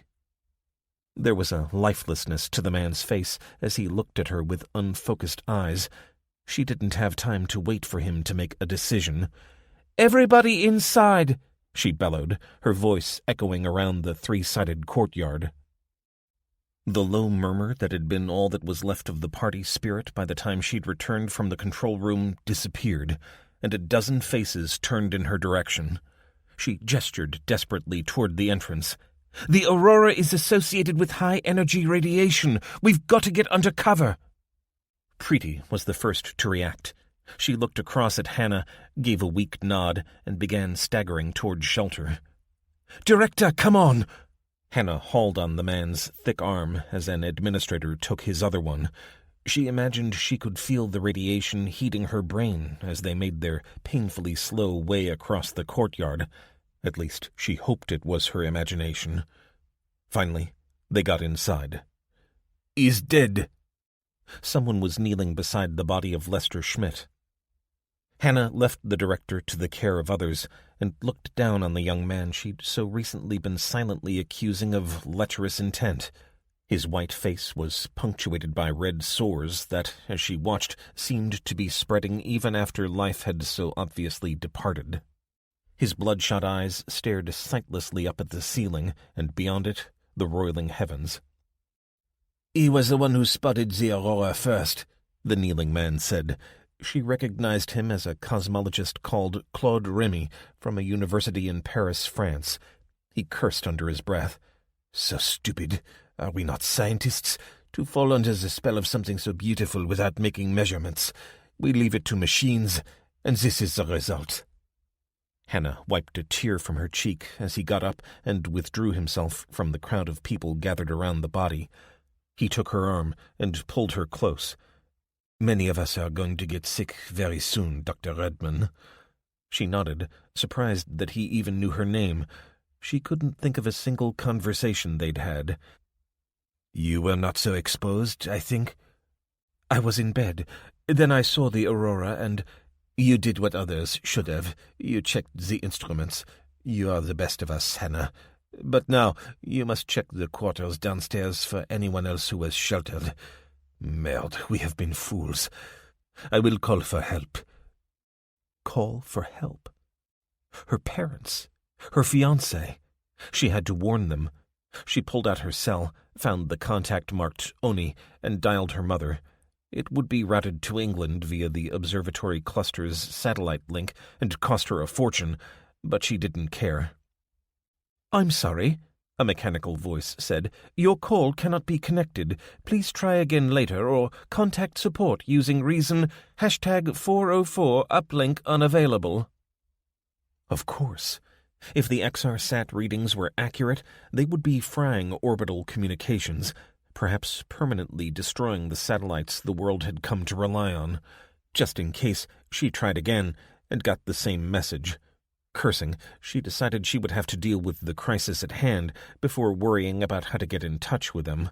She put her cell back in her pocket and went to go, but bumped into Preeti, who was hugging a tall scientist. "How are you?" Hannah asked, feeling as though she was interrupting a private moment. Preeti shook her head silently, then whispered, "We're going to die." The man she was hugging heaved, and Hannah thought he was crying, but then a stream of bloody vomit erupted from him, hitting the wall behind Preeti. She pushed him away, and he fell to the floor, his head landing with a thud. "Oh, my God!" she sobbed, kneeling beside the stricken figure and pulling him onto his back. Hannah looked over her shoulder. She knew the man by sight, but not his name, as he'd only recently arrived. And now she never would know him. If he wasn't dead by now, he would be soon enough. She put her hands on her friend's shoulder. "I'm sorry, but we've got to help those we can still save. We don't have time to grieve yet." "It's too late. We've all been exposed, all except you. Look, we don't know what the lethal dosage is," Hannah said. "Professor Remy is calling for help, so we only have to hold on for a while. I'm going to see if anyone slept through this madness." She wasn't sure if Preeti had heard her, but there was no time to waste, so she left her there and headed back down the metal staircase to the sleeping quarters. There were 10 bedrooms down here, just shipping containers with minimal furniture. She'd seen more comfortable prison cells. But if she was right, and radiation had somehow made its way through the atmosphere, then these metal boxes might act as Faraday cages, protecting those sleeping within. And the fact that they had the observatory above them and were dug into the ground meant they were the safest place to be. The first 3 rooms contained sick party-goers, each lying on their beds. She knew them all. The shipping containers were for the junior staff, and they'd formed something of a community, but she got little response other than moaning and sobs. She crossed her fingers when she opened the 4th door. This was Shane Walsh's room, and he was on the same rotation as she was. She didn't know him that well, but he seemed like a typical Aussie, inhabiting the mantle of Crocodile Dundee while claiming Paul Hogan was just a stereotype. But she'd take any able-bodied help right now. Had he also been woken by the noise and gone outside? It was dark inside, the light coming in from the corridor revealing a bed which looked like an island in a sea of discarded clothes. A body lay on its side on the mattress, facing away from her, the bedclothes gathered around its shoulders. "Shane?" she said, half whispering out of habit. No movement, no sound, except for the moaning coming from the rooms on either side and the metallic thunk of footsteps above them. She held her breath and picked her way to where he lay. She shook his shoulder. "Shane?" Instantly he was all arms and legs, pulling himself up and looking around. "Jesus, what the hell?" Earplugs landed on the pillow as he brought his eyes into focus and recognized her. "Hannah?" "Yeah, it's me." "What's going on? Fire drill?" "No drill, Shane. We were talking about extinction events the other day. Remember?" He nodded, puzzled. "Sure. Ordovician, Permian, Cretaceous. The last one took out the dinosaurs. Hold on. We're going to be hit by an asteroid?" "No. This could be worse. Much worse." 6. Hannah. Hannah and Shane were climbing the stairs when the lights died. From above and below, they heard cries of dismay, but together they felt their way to the ground floor of the observatory. She'd spent hundreds of hours up here at night, so she knew it intimately. Shaped like a cylinder, offices and laboratories clustered around a central pillar with stainless steel stairways linking the 3 above-ground floors. But though she'd been up here at night, there had always been low-level red lights to guide her way, and the blinking of computer screens and instrument panels that were now entirely dead, as were some of the shapes lying silently in a darkness punctuated by moans of pain and despair. "Backup generators along here," Shane said, grabbing her by the hand and leading her to one side of the cylinder. He'd taken her summary of what had happened in typically phlegmatic fashion, though she suspected he was simply not processing it for now. She wished she had a switch like that. Her mind was whirring around whether it was constructive or not. She put her other arm out and looked through the corners of her eyes to try to discern anything familiar in the reflected light coming in from outside. They made it to the far side, and once her eyes had adjusted, she could make out faint, rippling colors playing across the white wall. So, the Aurora was still alive. She wondered how many of the people who'd looked up at it could say the same. "Have you got your smartphone?" Shane asked. Hannah cursed at herself. Get a grip on yourself. She'd had it in her pocket all along. Cells were of limited use up here, but hers had a flashlight.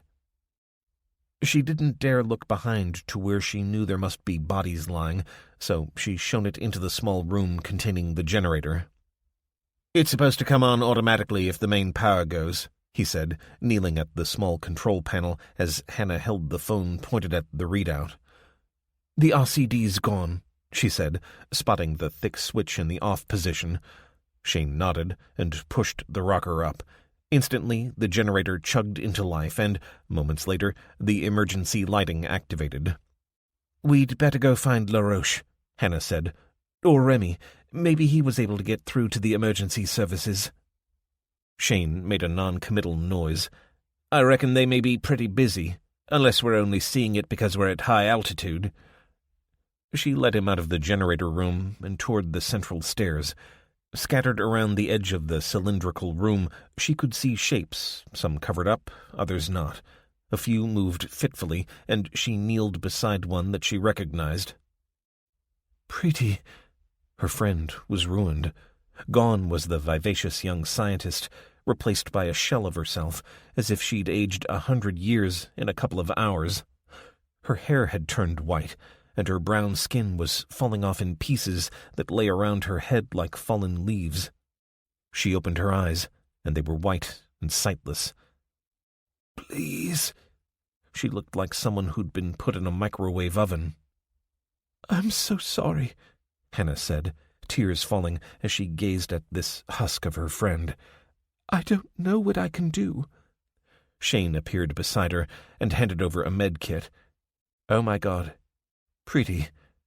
She said one word. "Pain." Hannah opened the med kit. "This is just first aid. Sit with her, will you? I'm going to find the strong stuff." She left Shane there, his eyes moving from the ruin of their friend to the skies he could see through the double-thickness glass that ran around the top of the cylinder. Were they receiving a heavy dose even inside? So far, aside from a headache and a slight fever, Hannah hadn't felt anything unusual, so she was pretty sure the main exposure came from being outside, but without any means of measuring it, she couldn't be sure how big a dose she'd taken. She climbed to the second floor and the small medical bay that served them all. The place was a mess, but whoever had been in here had focused on pills, and she was looking for something intravenous. She found what she needed, scooped up a pack of iodine tablets that had been half hidden under the examination table, and went back downstairs. Hannah Redman had wanted to be a medical doctor, but had switched track a year into her course when she realized how unsuited she was to the profession. She'd volunteered at a local animal rescue and had seen what happened to very sick animals who had no chance of survival. They did the difficult but kind thing. She returned to find Preeti weeping weakly. "I don't know what to do," Shane said, his face wet. "She cries out when I touch her. Geez, Hannah, what do we do?" Hannah took the vial of morphine and inserted the hypodermic syringe. "What are you doing?" Shane asked, though he knew the answer well enough. Looking down at Preeti, she said, "Do you want to go to sleep, Preeti? You'll never be in pain again." Preeti let out a huge sob of relief, then nodded and, with a great effort, managed to lift her hand, the only visible part of her that wasn't covered in sores.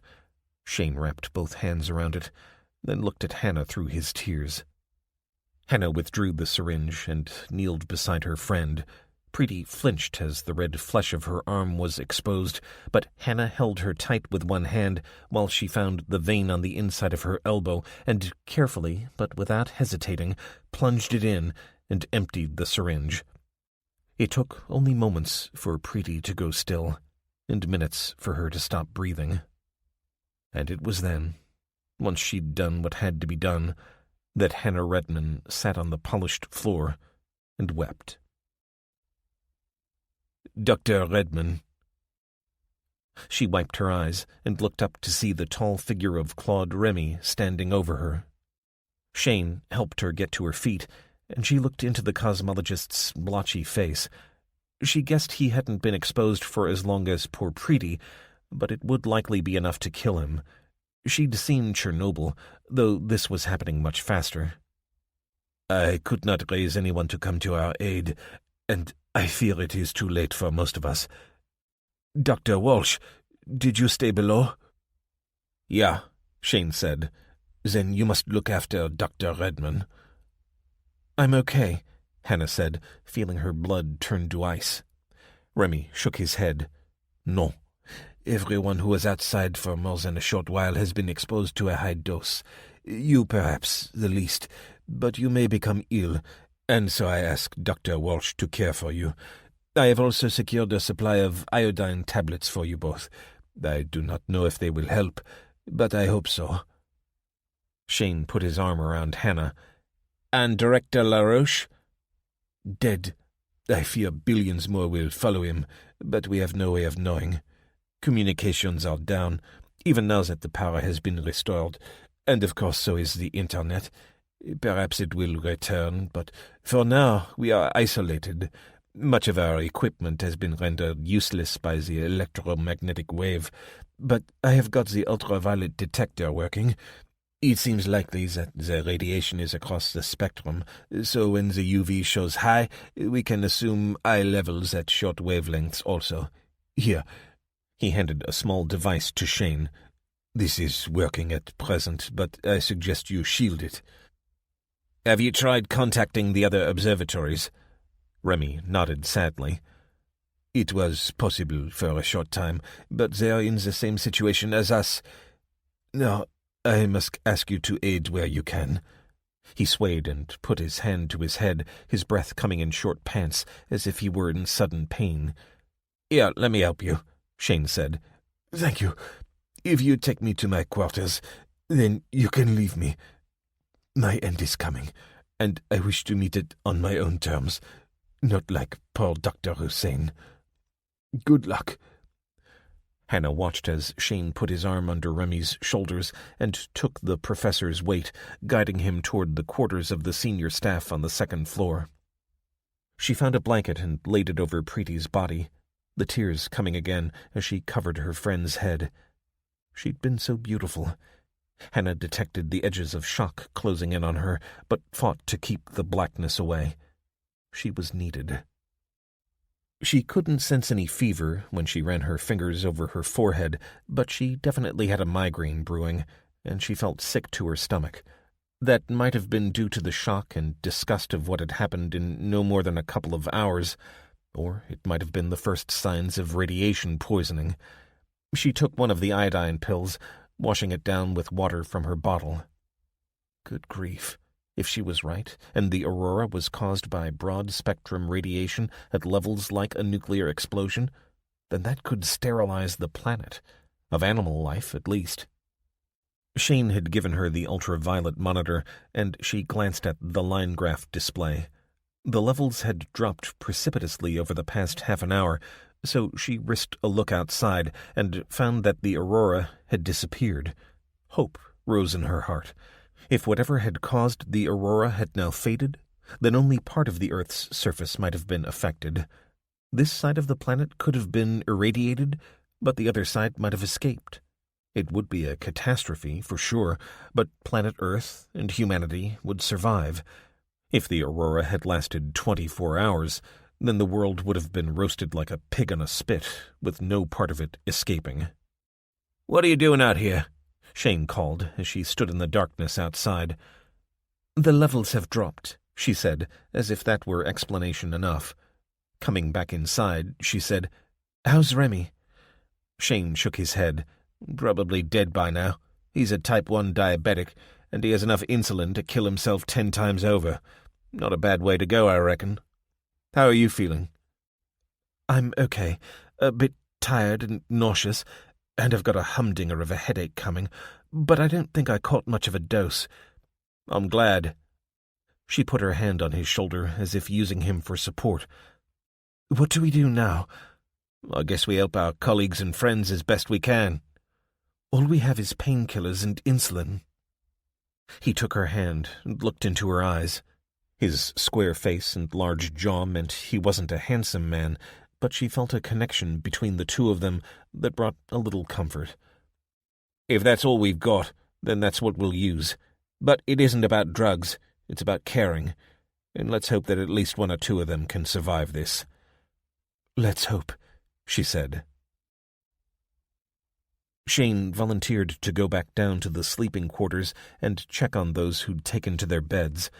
Hannah had tried to insist she go, but in truth she was feeling progressively worse and wasn't sure how much help she would be to the sick down there.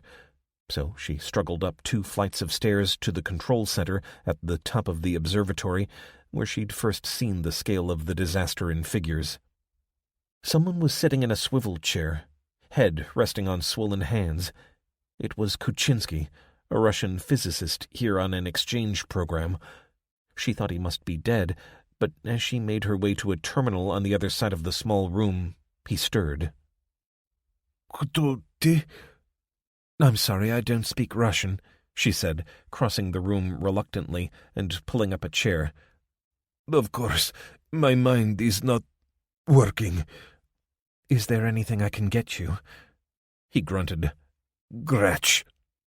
Then, as he saw she didn't understand, he pointed a finger at his head and mimed pulling the trigger.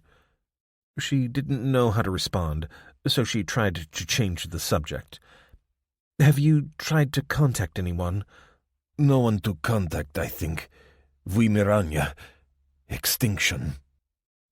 She wasn't ready to face that thought, though she knew that whatever had happened was certainly catastrophic. "Do you have a theory?" "Not enough data. I think maybe interstellar debris. The solar system passes through it. Sun makes it go boom like Molotov cocktail. Maybe supernova remnant. Does not matter." She rubbed her chin, trying to clear the fog in her mind so she could consider his hypothesis, and then felt his hand on her arm. "Please, help me. Get my pistol. I will do rest. So much pain. She looked at his tortured face. What could she say? She'd helped dear Preeti on her way, God forgive her. Didn't this man deserve the same mercy? It wasn't as if she was going to pull the trigger herself. Where is it? In my quarters. He fumbled in his pocket and handed over a key. Please, be quick. She left him there, lying face down on the desk, twitching, and from time to time letting out a low moan. Visiting scientists were put up in the senior staff block, a series of half a dozen pods built into the walls of the observatory with views looking out over the volcanic landscape, or at least so she'd been told. She'd never been invited inside one of them. She climbed the stairs to the top level and found Kuczynski's room, turning the key to unlock it. It was remarkably tidy inside. The sleeping quarters under the observatory ranged from scruffy to, as in Shane's case, filthy. The bed had been made, and on the nightstand beside it she saw a photo of a smiling woman holding a young child at her hip. She checked in the drawer to find a Cyrillic Bible and, at the back, a handgun. It looked to her to be pretty old but well-maintained, and she wondered what Kuczynski's background was. Perhaps it had belonged to his father. Well, she would never know now. Hannah turned to go, but she couldn't take her eyes off the photo of the smiling woman. His wife, presumably. She was on the other side of the world, so perhaps she'd escaped the lights. Hannah hoped so. She felt as though she would have liked this woman. She went over to the wide window that looked out into the darkness of Mauna Kea's summit. She turned off the lights and waited for her eyes to adjust, hoping to catch at least some signs of life out there. Then she looked up and realized that clouds had formed above them because, quite abruptly, they parted, and beyond them she saw a rainbow aurora pulsing in the sky. She ran out of the room, calling out to Shane, but as she reached the top of the downward stairs, the storm in her mind that had been threatening for the past couple of hours finally broke. The rainbow swum across her vision as she twisted around, her legs went out from under her, and she fell into space. 7. Abby and Ray. Day 1. California. Abby watched her half-sister open the gate, then drove the car inside and parked it in front of the cabin. She'd been here every Christmas for the past 20 years, but for the last decade she'd arrived on her own ahead of the rest of the family so she could enjoy having the place to herself for a few days. Not this year, though. This year, her dad had insisted she make a detour to fetch Ray, and nothing she said could dissuade him. She must have sounded like a spoiled brat as she whined about this being the only chance she had to be alone, but it cut no ice. Behind her, she could hear Ray running from the gate. "Slow down," she called, waving a warning at the girl. The last thing she needed was to have to deal with another attack. Ray, who was clearly under instructions to be on her best behavior, walked the rest of the way. "I love it here," she said, arriving to stand beside Abby. "Me too." "Don't say it like that." "Like what?" She looked down at her sister, who, at 15, was far too sharp for her liking. "Me too? You didn't want to pick me up." There was no point denying it. "No, I didn't. But you're here now." "I'll be as quiet as a mouse." "Sure you will." "There it is again." Abby walked up the wooden steps and pulled the key out of her pocket.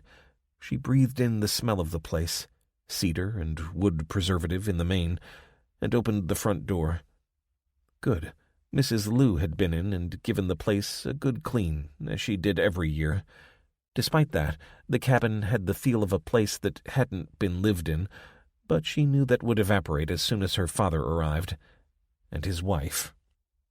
She put that thought to the back of her mind and flicked on the light switch, taking in the familiar scene. The cabin was all on one level, and consisted of a large, open living room with a brick-built hearth and a kitchen to one side. A door in the left wall led to the master bedroom, and straight ahead, beyond the fireplace, was the door to 2 more rooms where she and Ray slept. "It feels good to be back, doesn't it?" Ray said, skipping past Abby and flinging her backpack on the couch. "It does." And she meant it. She wanted to be alone here, but the place made her happy, even in her half-sister's presence. "Don't forget not to call her that. Dad hates it because Monica wants to pretend we're all one happy family." No, she was to call Ray sister. After 15 years, she'd probably earned that right, but Abby couldn't help but resent the impact that woman had had on her family.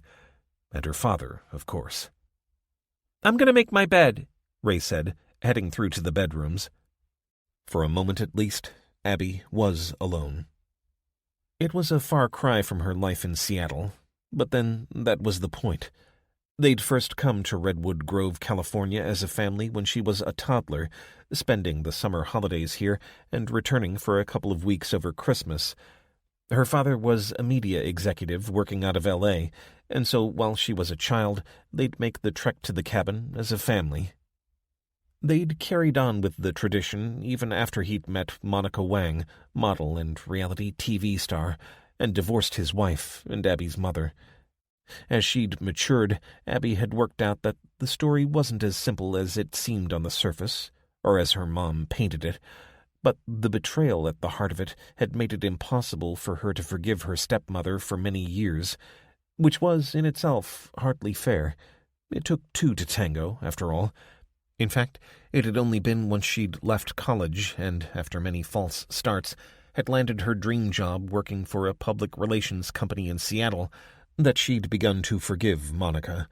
She'd spent time looking after enough members of the entertainment industry, models, music stars, actors, that she realized now how toxic that world was and how easy it could be to stray from the straight and narrow path. Ray had come along only a few months after her parents had formally separated, Monica's pregnancy the final slap in the face for herself and her mom.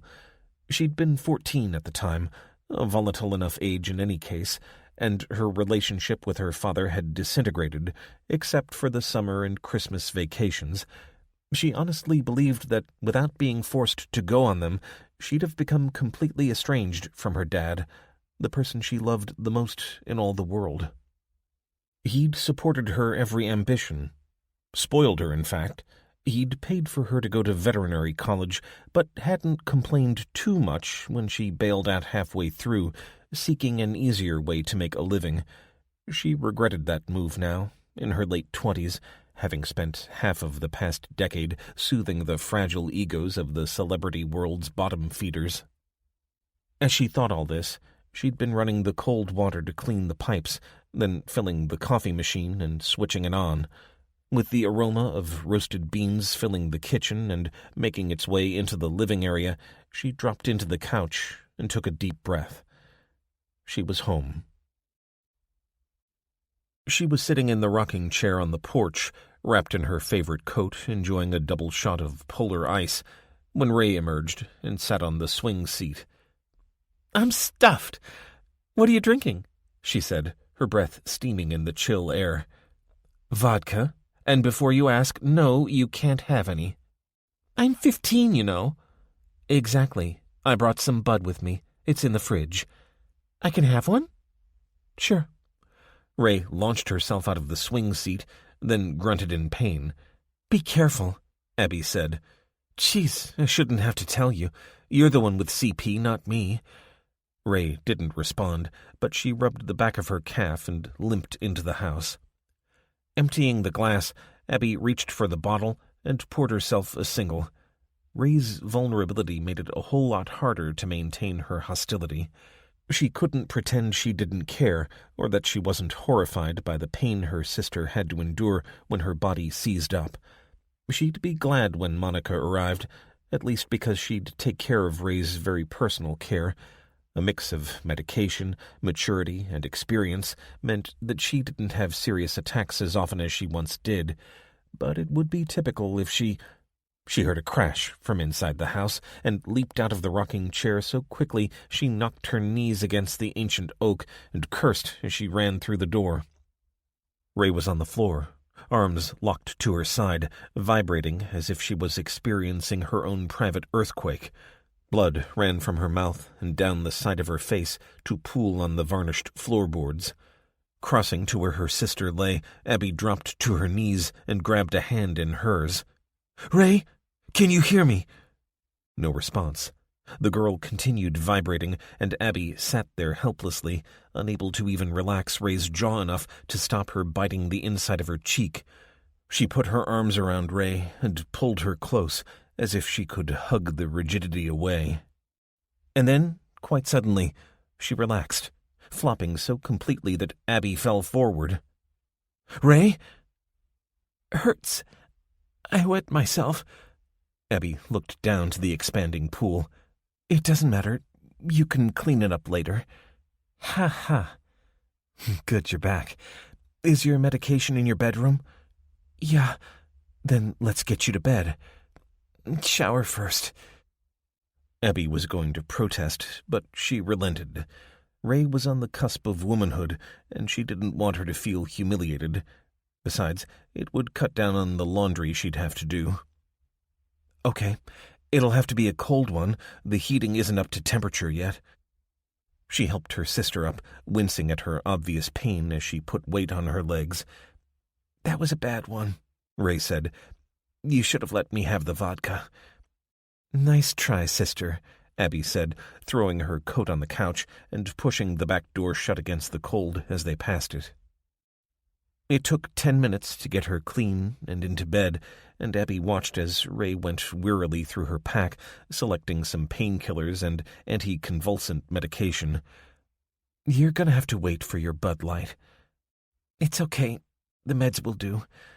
"You've got enough for the holidays?" "Yeah, I'm always prepared," she said, swallowing the last pill. Abby took the glass of water from her. "Yeah? Will you sit with me for a while? Until I'm asleep?" "Sure. I'll just go get my drink." She got up and made her way out to the porch to pick up the vodka. Before she went back inside, her cell went off in her pocket. She read the contact information before she put it to her ear. "Hey, Dad. Yeah, we're here safe." "Oh, thank God." The fear in his voice was obvious. "What is it? Are you inside the cabin, both of you?" "Yeah, Ray had a seizure, but she's recovering now." "Listen to me, Abby. Don't go outside. Do you hear me? Stay in the cabin." Abby froze at the back door. "What's going on, Dad?" "Just promise me you'll do as I say." Okay. "Good. We'll be there as soon as we—" "Dad? Daddy?" She took the phone from her ear and checked the display as she marched back inside. It was dead, but it had been fully charged. What a time for this to happen.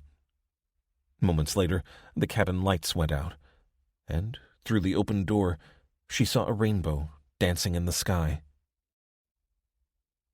"Ray! Ray!" She'd darted out to get her bottle of vodka and then run back in, feeling her way through the cabin to her sister's bedroom. As her eyes adjusted to the sudden darkness, she could make out a faint, gentle pulsing of color on the walls and in the mirror above the hearth, and the air outside seemed to be whistling. "What?" Good grief, the medication had taken effect quickly. She cursed under her breath. Ray was usually as sharp as a tack, and besides that, the only other person here to talk to. But Ray needed to sleep, so Abby was left to her own devices for now. She got up and moved to the living room. Power cuts weren't that unusual out here. They were at the far end of the distribution network, and the last miles were generally on wooden poles. Chances were a tree had fallen and cut the line, though that didn't explain why her father's signal had disappeared just before, unless the cell masts were on their side of the outage, but that would mean it was widespread. And what about her father's order to stay inside? He sounded desperate, and, thinking back now, she was sure he'd been in a car at the time. Had he been heading this way? He wasn't due for another 5 days, but she was beginning to feel unsure about everything. The first thing to do, she decided, was to get some light. She found the closet in the kitchen with the box marked "Power Cuts." She couldn't see the box, but she knew what it felt like, and knew what she'd written in Sharpie on the outside all those years ago. The cardboard had softened over the years, and she put her hand under it to stop the contents falling out, then put it on the counter and felt around for a couple of candles and a box of matches. Within seconds, she had lit a candle and placed it inside a lantern, banishing the flickering rainbow, though she knew it was still out there. What could it be? Ray would have a theory, she felt sure. Ray. She had a cell. Abby ran into her sister's room and found her phone on the bedside table. The display came on, and, feeling a little guilty, Abby pressed Ray's finger to the sensor to unlock it. She swiped until she found their father's contact and pressed the green icon, her heart beating as she marched back to the kitchen. Nothing. She checked the display. No network. "Damn it!" she hissed. She stood there for a moment, forcing herself to calm down. There was a generator in the shed that fed the cabin through an underground cable, but that would involve going outside, and she'd promised not to do that. Could this be connected to the lights in the sky? With a stab, a thought struck her. Could it be a nuclear attack? Physics hadn't been her strong suit, but she imagined that if a hydrogen bomb went off, it would have some impact on the sky, wouldn't it? Or perhaps she was jumping to conclusions. She'd spent so long around histrionic minor celebrities, she'd become infected with their view of a world full of drama, generally centered around them, if they were lucky. Her father had told her to stay indoors, but what was there about being indoors that would protect them? Was it connected to the lights, or perhaps it was some kind of insurrection? Or, just possibly, could it be the rapture? Most of her family wore their religion lightly, but she had an aunt who'd married into a fundamentalist group of some kind. She'd often spoken of the rapture when she could get her to one side. She had a place down in Texas, more than 1,000 miles as the crow flies, and Abby had been banned from staying with her if her parents weren't also there, back before the divorce. She hadn't seen Aunt Grace for close on a couple of decades. But if the colorful lights dancing in the sky weren't a portent of doom, she couldn't imagine what would be. She risked a look out of the window, squinting sideways through the treetops to the sky beyond to see the mesmeric pulsing, then withdrew herself as if simply looking at them might be enough to cause her harm. She went back into the sitting room and slumped into the long couch, her gaze falling on the twin facing it. So many Christmases here with her closest family and, more often than not, other friends and family along for the ride. She had a bad feeling that she'd seen the last of these celebrations. She sat in the dark, listening to the rustling of the trees outside and the distant wailing of sirens.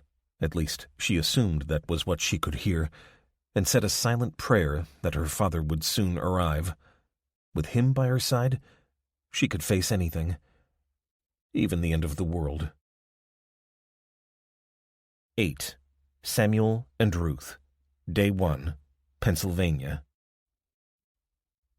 The man ran his hand along the furry flank of the cow and patted it. He didn't look up when the woman came in and kneeled beside him. "Have you seen the sky?" Samuel Gerber nodded. "Yes, but Judith here needs me. The calf is twisted." "Can you help her?" "I must. Will you hold her?" "Of course." Samuel smiled at his wife. He knew how lucky he was, though his parents disagreed.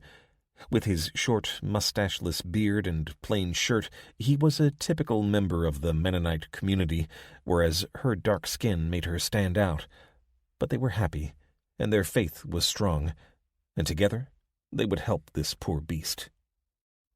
The cow bellowed as Samuel examined her by touch, his eyes roving around the inside of the barn.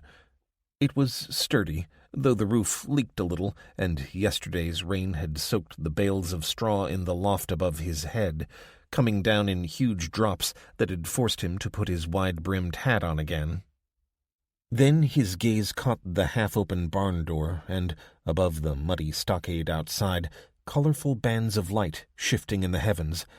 He thought he could hear the voices of angels mingled with the rain. Ruth followed his eyes. "Do you recall Luke chapter 21, verse 11? 'Fearful sights and great signs shall there be from heaven,'" he said. "Don't you think this qualifies?" He shrugged. "There's nothing I can do about it. It is either the Great Tribulation or it's not. But either way, this cow needs me. I cannot believe a loving God would wish me to leave her to suffer, whatever is to come. Ah, I have the calf's head. Hold her, won't you?" She moved to the animal's other end and wrapped one arm around its neck, stroking its face with the other. Suddenly, the cow bellowed, lifting its head. It took all Ruth's weight to keep it down. "Hold her! I nearly have it." She hadn't been brought up on a farm, but she'd spent long enough in the community not to be squeamish, so she held on tight as the cow moaned, and from the end where Samuel was working, she heard a sound like a wet towel being flung repeatedly against a wall. And then, finally, the high-pitched, frightened wailing of the calf. "Let her go," Samuel said, and Ruth gently released the mother so she could turn and, as the two humans stood back, greet her newborn. "Thank God," Ruth said, putting her arm around her husband's waist. "Now, why don't you clean yourself up?" Samuel shook his head. "They aren't out of danger yet. Judith lost a lot of blood, and the calf might have suffered oxygen starvation. I'll stay out here with them." "Then I'll stay with you. I'll fetch some blankets and food for us, and some hot water bottles. It's going to be cold tonight." He smiled as he watched her squeeze between the barn doors and run into the night. Beyond her, he could see the lights pulsing in the sky. He couldn't help but be a little frightened by the awe-inspiring spectacle, even as seen through the narrow gap. It would be prideful to imagine that he deserved to survive the tribulation and the judgment that would follow, but he was concerned for his wife. She was a good woman, but had not had a conventional early childhood. Her father had abandoned the faith, and she had been born to an African-American mother who died when she was young. The father returned to the community only for long enough to hand her over to his parents. She'd been brought up by her grandparents as a good Mennonite, but her skin color had always marked her out from the others. He sighed as he washed his hands clean. He had faith that the Lord would see her for what she was. He didn't believe that their childlessness after 5 years of marriage was a judgment. How could it be? He'd dried his arm on a towel and was rebuttoning his cuff when she returned bearing blankets and a basket. "Why are you looking at me like that?" she asked, smiling. "I am giving thanks to the Heavenly Father that He brought us together." He climbed out of the pen and took her in his arms as she set her burden down. "The lights are wonderful. Won't you come outside and look? And they're singing." In truth, he found them a little creepy, and that made him feel guilty. "I've seen enough through the door. We don't know what they mean, so perhaps we should be careful. Besides, it's cold, and I would like to spend tonight wrapped in a blanket, in the arms of my beautiful wife. Did you bring the sauerkraut?" She giggled and extracted the jar of pickled cabbage as they settled down to watch the animals. "Hello? Is anyone there?" The voice woke Ruth first, and she gently touched Samuel's face to bring him around. "There's someone at the house." After rinsing his face in cold water, Samuel checked on the cow and her calf, both of whom seemed to be content and well, and peered out of the barn. "It's Mrs. Proctor." "Oh, really? Marcy's nice." "For English." He followed Ruth out of the barn, glancing across at the other barn where the remaining cattle had sheltered for the night. He felt guilty for not letting them out, but he'd do it once they'd seen what their visitor wanted. Quite suddenly, Ruth began running toward the house. "What's going on?" Sam called after her. "She's hurt." Ruth's eyesight must have been much better than his, but he imagined the figure, who was moving around the house and looking in the windows, might be limping. By the time he caught up with him, Ruth was examining Marcy Proctor's face. "How did you do this? I think it must have been the lights in the sky, last night. Or did you go to bed early and miss it?" "We were tending a nursing cow," Samuel said. "Hello, Mrs. Proctor." Marcy smiled weakly and put out her hand. "Hi, Sam." He suspected she did things like that deliberately to mock him and, by extension, his community, but he took her hand and nodded. "Marcy's not well, Samuel," Ruth said, looking at him with obvious concern. "Oh, I'm fine. It's Archer I'm worried about." That was her husband. He worked in insurance out of an office in Pittsburgh. "What's wrong with him?" "He's real sick. Came back last night covered in sores. Spent hours in the bathroom, and now I can't get him out of bed.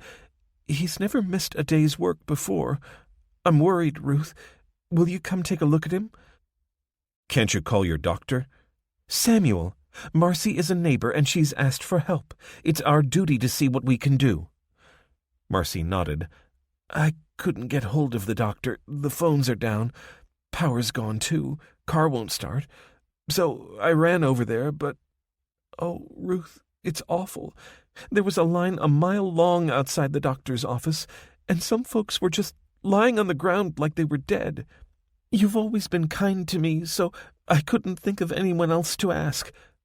Where are the children?" "I've left them at the house." Ruth turned to Sam. "Will you drive us over there in the buggy?" Sam wanted to refuse. It was inappropriate that Ruth might see this man in his bed, but it would be even worse to have this conversation in front of an English woman. The idea of her going over there without him was completely out of the question, so he was left with no choice. "I will. Please wait around the front of the house, and I'll fetch the buggy." He left them and harnessed up their horse. "You're warm," he mumbled, but then dismissed the thought. He'd been cold all night, and the horse was only hot compared to him. He climbed up into the buggy and nudged it onto the road. His community wasn't as strict as the old-order Amish, so he wasn't breaking any particular rule, especially as he was helping someone in need, but he didn't feel comfortable. Marcy climbed into the back with Ruth, and he tickled the horse with a whip, then directed it along the road until they hit the edge of town. "It's that one," Marcy said, leaning forward. Neither Sam nor Ruth had been to her home, but it looked like most English ranch houses. There was a group of 5 along this part of the road, and Marcy's was the second. There was no sign of life in the first. "Mommy!" A young girl emerged from the front door and ran down the path to the gate in the white picket fence. Marcy jumped out and embraced her daughter. "How's Daddy?" "He doesn't answer me when I talk to him. I think he's asleep, but he sure looks sore." Sam shook his head as he climbed down and stood beside Ruth. "This is Caitlin," Marcy said.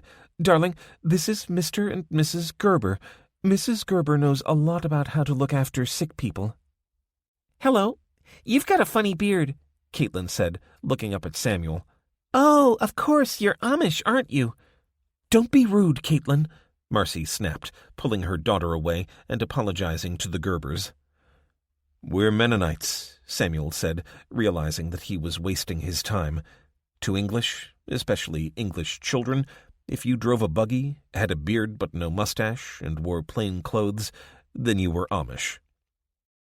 They followed the woman into the house. It wasn't like theirs at all, where they had sparse, functional furniture with area rugs over floorboards. Every inch of the Proctor's house seemed to be full of possessions. Samuel wasn't entirely naive. He knew this was typical of English houses, but he didn't know how they tolerated it. It seemed to press in on him from all sides. A boy ran out and collided with Marcy. He looked around the same age as Caitlin and looked at the visitors suspiciously. "Who are they, Mommy?" These are our neighbors, the Gerbers, Logan. Now let me take a look at Daddy. Why don't you make Mr. Gerber a cup of coffee?" "No, thank you," Samuel said, forcing a smile. "Wouldn't you rather wait in the kitchen?" Sam shook his head. "I'm sorry, but I can't allow my wife to be in the company of another man without a guardian." For a moment it seemed that Marcy would argue, but pain flickered in her face. She rubbed her temples, and then opened an internal door. "I'll go in first," she said. Sam and Ruth stood outside the bedroom, each taking in the strange environment, exchanging disbelieving glances, until Ruth finally felt compelled to speak. "It is not for us to judge." "Indeed," Samuel whispered, "but it is difficult to understand how anyone can live like this." "I expect they would say the same about our house." He smiled at her wisdom. The door opened, and Marcy appeared. "He's unconscious. Will you look at him?" With a glance at Samuel, Ruth smiled and moved inside. Samuel remained at the door, but he could see enough of the room to know that the man in the bed was no threat to his wife. He began a silent prayer for God to ease Mr. Proctor's passing, as, though he was no medical expert, he could sense the shadow of death here. When, after 10 minutes or so, Ruth emerged again, she ushered Sam and Marcy outside the house. "I'm sorry, Marcy, but your husband needs the hospital, urgently. There's nothing I can do for him." "But I can't call an ambulance, and my car doesn't work, even if I could get him in it." "Marcy?" They turned to see a woman walking unsteadily toward them. "Emma! Oh, my God! You've got it, too?" Marcy ran to the woman and helped her into a plastic chair on the porch.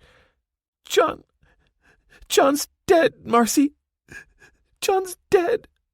She began sobbing into her inflamed hands. "It's those damn lights in the sky, I swear. They gave me the creeps, and I told him not to look for long, but everyone was out in their yards. It was like a party. He was as sick as a dog, but I thought it could be the drink. When I went into his room this morning, I knew straight away that he was gone." "You poor woman," Ruth said, "and you look sick yourself." The woman looked at her out of bloodshot eyes. "I am, and I just don't know what to do. I can't leave John there. He needs to be taken care of. I went to see the Garcias, but they're sick too, and my phone isn't working, so I can't tell my son what's happened."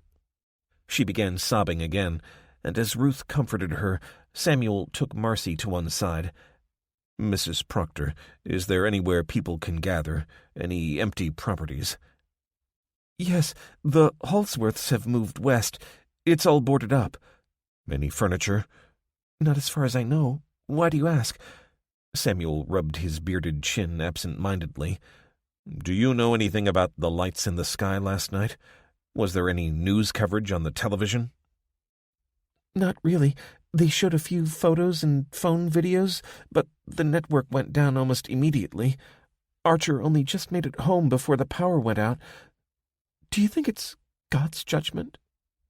Looking along the road at the house she'd indicated, Samuel sighed. "I can't say for certain what's happened. Ruth and I were tending a cow who was giving birth, but I could see the lights through the barn door. Scripture talks of the great tribulation before our Lord returns, but I am not learned enough to say if this is that. Satan is the master of deceit." As he listened to the sound of his own voice, he felt a growing sense of what he must do. It would be prideful to assume it was the Holy Spirit, but he was glad of some direction. He had a feeling that things in the world would never be the same again, and what he did now would be judged when the time came. "There isn't much we can hope to achieve, Mrs. Proctor, but we will do what we can. We will help your family and those who come to you for aid. But to do that, we will need help. I will seek it from our neighbors." Ruth, who'd gotten to her feet, touched his arm. "You're right, of course, Samuel. What should we do while we wait for you?" "Open up that house and get the sick inside, those who can be moved, that is. Salvage any camp beds. If we are to tend them, they must be gathered together." You're leaving me here? I don't have any choice. I'm going to ride over to the miller's place and see if they'll help. She took his hand and squeezed it. He wanted to kiss her, but that wouldn't be seemly in public. Will you give my greetings to Sarah? She asked. I will, and I'll be back as soon as I can. Sarah and her daughters will help tend the sick. Will you bring Amos and his son? Yes, and I'll bring spades. Sadly, I believe we will have much digging to do today. The Millers had a farm on the edge of town. Larger than Samuel's, it had been in their family for generations and was currently run by Amos Miller and his son David. "Come on, boy," Samuel called, flicking the reins. Rush was a chestnut gelding who'd been faithfully transporting the Gerbers to and from meetings for 5 years now, but Samuel was worried about him. When he'd returned to the buggy, he'd found that the horse was running a temperature. Normally, he'd have left the horse in his stable, but these weren't normal times, so he'd driven him as fast as he dared. The Miller farm was no more than a quarter-mile away when, quite suddenly, Rush snorted, his head rearing up, and he collapsed sideways, landing on the left-hand trace and pinning it. Reflexively, Samuel jumped from the buggy as it flipped sideways, then twisted in the air, coming down on its side with the sound of splintering wood. Samuel landed on his backside in the grass by the side of the road, then leaped up and ran across to where the stricken horse lay. He knew Rush was dead before he reached him. Blood ran from his nostrils, and Samuel could see sores developing around its mouth and eyes. He held the horse's head and wept for his friend, looking back and forth along the road, desperately hoping for any sign of help. The only help would come when he made it to the Miller's farm, so he wiped his tears away and retrieved his hat from where it had landed in the grass. Then, without looking back, he ran along the road, hoping to find friendly faces. There it was. A light rain was falling as he jogged, his mind whirling as he pressed the hat to his head. Poor Rosh. The stable had a sort of courtyard which the beast used to get a breath of air. Did he look up at the night sky and wonder what the lights were? Even as they were killing him. If it was God's doing, why would he kill a faithful animal? But it wasn't for him to question the wisdom of the Father. All he could do now was to help as he could in what he increasingly believed was the prelude to the tribulation. People needed his help, and English were also God's children, so he would do what he could. Then he rounded the corner and headed onto the lane leading to the farm. To his right, he could see the farmhouse emerging from behind the line of trees that lent privacy to the family from passers-by on the road. He knew, before he reached the house, that something was terribly wrong. Something lay on the ground in front of the house, beside a picnic bench that he'd often sat on in happier times. Something, or someone, more than one. The family. Amos Miller lay with his arms around his wife, as if looking up at heaven, but his eyes weren't moving. Beside them lay their son and 2 daughters, all dressed in their best Sunday clothes. Small suitcases lay at their feet, as if they'd been ready for a journey before being struck down. By what? Surely they hadn't lain there, looking into the heavens, even as those very lights killed them. Like moths to the flame. "Oh, Amos," Samuel said, kneeling beside his friend and closing his eyes. "Did you wait to be taken up to be beside our Lord? Maybe you succeeded. Who am I to tell?" And as he went from one family member to the other, he wondered how many tragedies like this there had been. Perhaps the faith of the Millers had been rewarded, but he hoped that Sarah Miller had used her knowledge of herbs to ease their pain. He stood and said a short prayer over them, then dragged tarps out of the barn and laid them over the bodies. Would the lights return tonight? Or were they up there now, hidden by the daylight? Was he dying even as he stood here and prayed? He couldn't know. It was in the hands of God. All he could do for now was to remain faithful to his promise to return to his wife and help as he could. He went to the stable and found a black mare, taking it round to where their cart stood. Then he piled every digging tool he could find into the back and drove down the hill, past the temporary mound hiding the bodies. He made an oath to return to give them a proper burial, and then, as he left the farm, he wondered how many promises he would make today, and how many he would be able to keep. 9. Elijah. Day 2. Glendale, California. It felt as though he were underwater, the pressure building up as he struggled, in vain, to draw air into his lungs. "You're okay." He didn't recognize the voice, and flailed out as consciousness seeped back, and along with it came the pain. Elijah Wade opened his eyes. He couldn't see.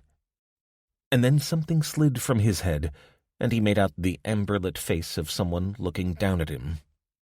"Becky?" "Yeah, it's me." And suddenly full awareness flooded back. He sat up, instantly regretting it as his head felt as though it were being squeezed by a giant hand. "My piece." "It's here." He felt the reassuring weight of his Colt. "You ran off." "I came back. I heard you collapse." "How long?" "I don't know. Since last night. This is the first time you've made any sense since then. Who's Kelly?" Wade adjusted himself so he was upright, taking it slowly to keep the migraine under control. "My daughter." "Yeah, I figured. You want some drugs?" "You know I'm a cop." She chuckled. "I mean painkillers. That sicko's got a closet full." Wade felt his head, then his fingers touched something uneven and sore on his neck. "Came up yesterday. My grandma used to have them on her legs." Hauling himself to his feet, Wade waited for his head to stabilize, then staggered into the bathroom, followed by Becky, who held up a candle so he could see himself. The only other light came from the cracks between the drapes, closed against the nightmare outside. He cursed under his breath. It was as if he were looking through a mirror in time and seeing himself 2 decades in the future. Even in the yellow light of the candle, he looked pale and half dead. He leaned back to look at his neck. A weeping sore sat there like a particularly malignant hickey. He didn't dare explore it with his fingers. "What is this?" "I don't know, but you're not the only one I've seen with marks like that." "You've been outside?" She nodded. "Stayed here all night with you, then went out when it quieted down." They moved back into the living room. The drapes were closed against the night, but there was no sound from outside. "What did you see?" Shaking her head, she sat on a wooden chair, deliberately avoiding the armchair. "Dead people, just lying there. And I could see fires farther away. Someone called out to me, but I ran back here." Wade sighed, taking the Advil with a mug of water. "Well, I appreciate you looking after me." "You saved my life. If you hadn't have come, I'd still be hogtied in that room, waiting for him to come back. He told me he'd killed other girls before me, and he'll kill more after." "He won't. He's locked up at the station." "Detective?" "Call me Elijah." "Elijah, what's happened to the world?" He could feel the migraine coming again. "I don't know. Maybe an attack. Nukes, perhaps. I guess the power's still out." He pulled the cell out of his pocket, but it was dead. "Yeah, I guess I was lucky to be locked up in a room with loads of candles," she said, sarcastically. "Look, Elijah, what are we going to do?" He saw the pleading in her face. She was only here because she had nowhere else to go, only with him because she had no one else to be with. "I don't know, Becky. I really don't. Right now, I've got to rest. If it is a nuclear attack of some sort, then I guess I took a dose of radiation. Nothing I can do right now. I need to..." It was darker in the serial killer's living room when he awoke for the second time. He couldn't see any cracks of light, and only a single candle flickering on the low table. "Becky?" She emerged from the armchair, uncurling like a cat. "You okay?" He put his hand onto his temple. Better. "At least you're not getting any worse. I've been thinking about ghosts." What? "I mean, how many has he killed here?" Wade pulled himself upright, his mind working well enough that he could, at last, think about anything beyond his immediate condition. This young woman had been sitting there, in Silas Lynch's chair, while her rescuer lay helpless. Good grief, he could only imagine how her thoughts had wandered. "He didn't kill here. Our profile said he had a fetish for hygiene, and all the victims were found in remote locations. He took them out of the home, so it remained clean. Though I don't know how he managed that without the neighbors noticing." "So, no one died here?" Not as far as I know." She shook her head while rubbing distractedly at her scalp. "Then why do I hear them? His victims." What? He was alert now, looking around as if he could identify the source of these noises. "Moaning. Couldn't tell where it was coming from, but I've been sat here so long I thought maybe it was my imagination. Then I thought it could be a ghost." "I don't hear anything." "No, it comes and goes. Do you want anything to eat or drink?" The thought of eating made him suddenly nauseous, and his head swam as he lay back down. Some water, please." He took the water and, in the end, accepted a cookie. He knew he couldn't stay here, but, for now, he didn't have the strength to leave. "Thank you for staying with me," he said. "You said that already." He gestured vaguely with his hand. "But you must have been scared, hearing those sounds. You didn't run out on me." She fell back into the armchair. "Like I said, I owe you. And I figure, once you're better, you're a good person to keep close, being a cop." "I've got my own business, Becky." "Your daughter?" "Yeah. But right now, I'm going nowhere." And, as he eased himself up onto his elbows, he heard it. There it is. Becky leaped up. "I'm not going crazy." "It's coming from the apartment above," Wade said. He had a bad feeling about this. "Do you think he owns the one upstairs, too? Maybe there's somebody up there. Come on." Wade didn't need the encouragement because he suspected she was right. He got to his feet, then swayed, steadied by Becky's hand grabbing his. Jeez, he hated feeling so weak. He needed to rest up, but the moan he heard spoke of desperation, and if he ignored it, he could be too late. Besides, if he didn't go, he knew Becky would, and she'd been through enough already. Picking up his 1911, he slipped on his shoes and made his way to the door. Boy, his legs felt weak. "Have you got a weapon?" Becky nodded and lifted her arm to reveal a kitchen knife. "Good. Just don't use it unless you absolutely have to, okay?" "Scared I'm going to stab you in the back?" He couldn't resist smiling at that. A little.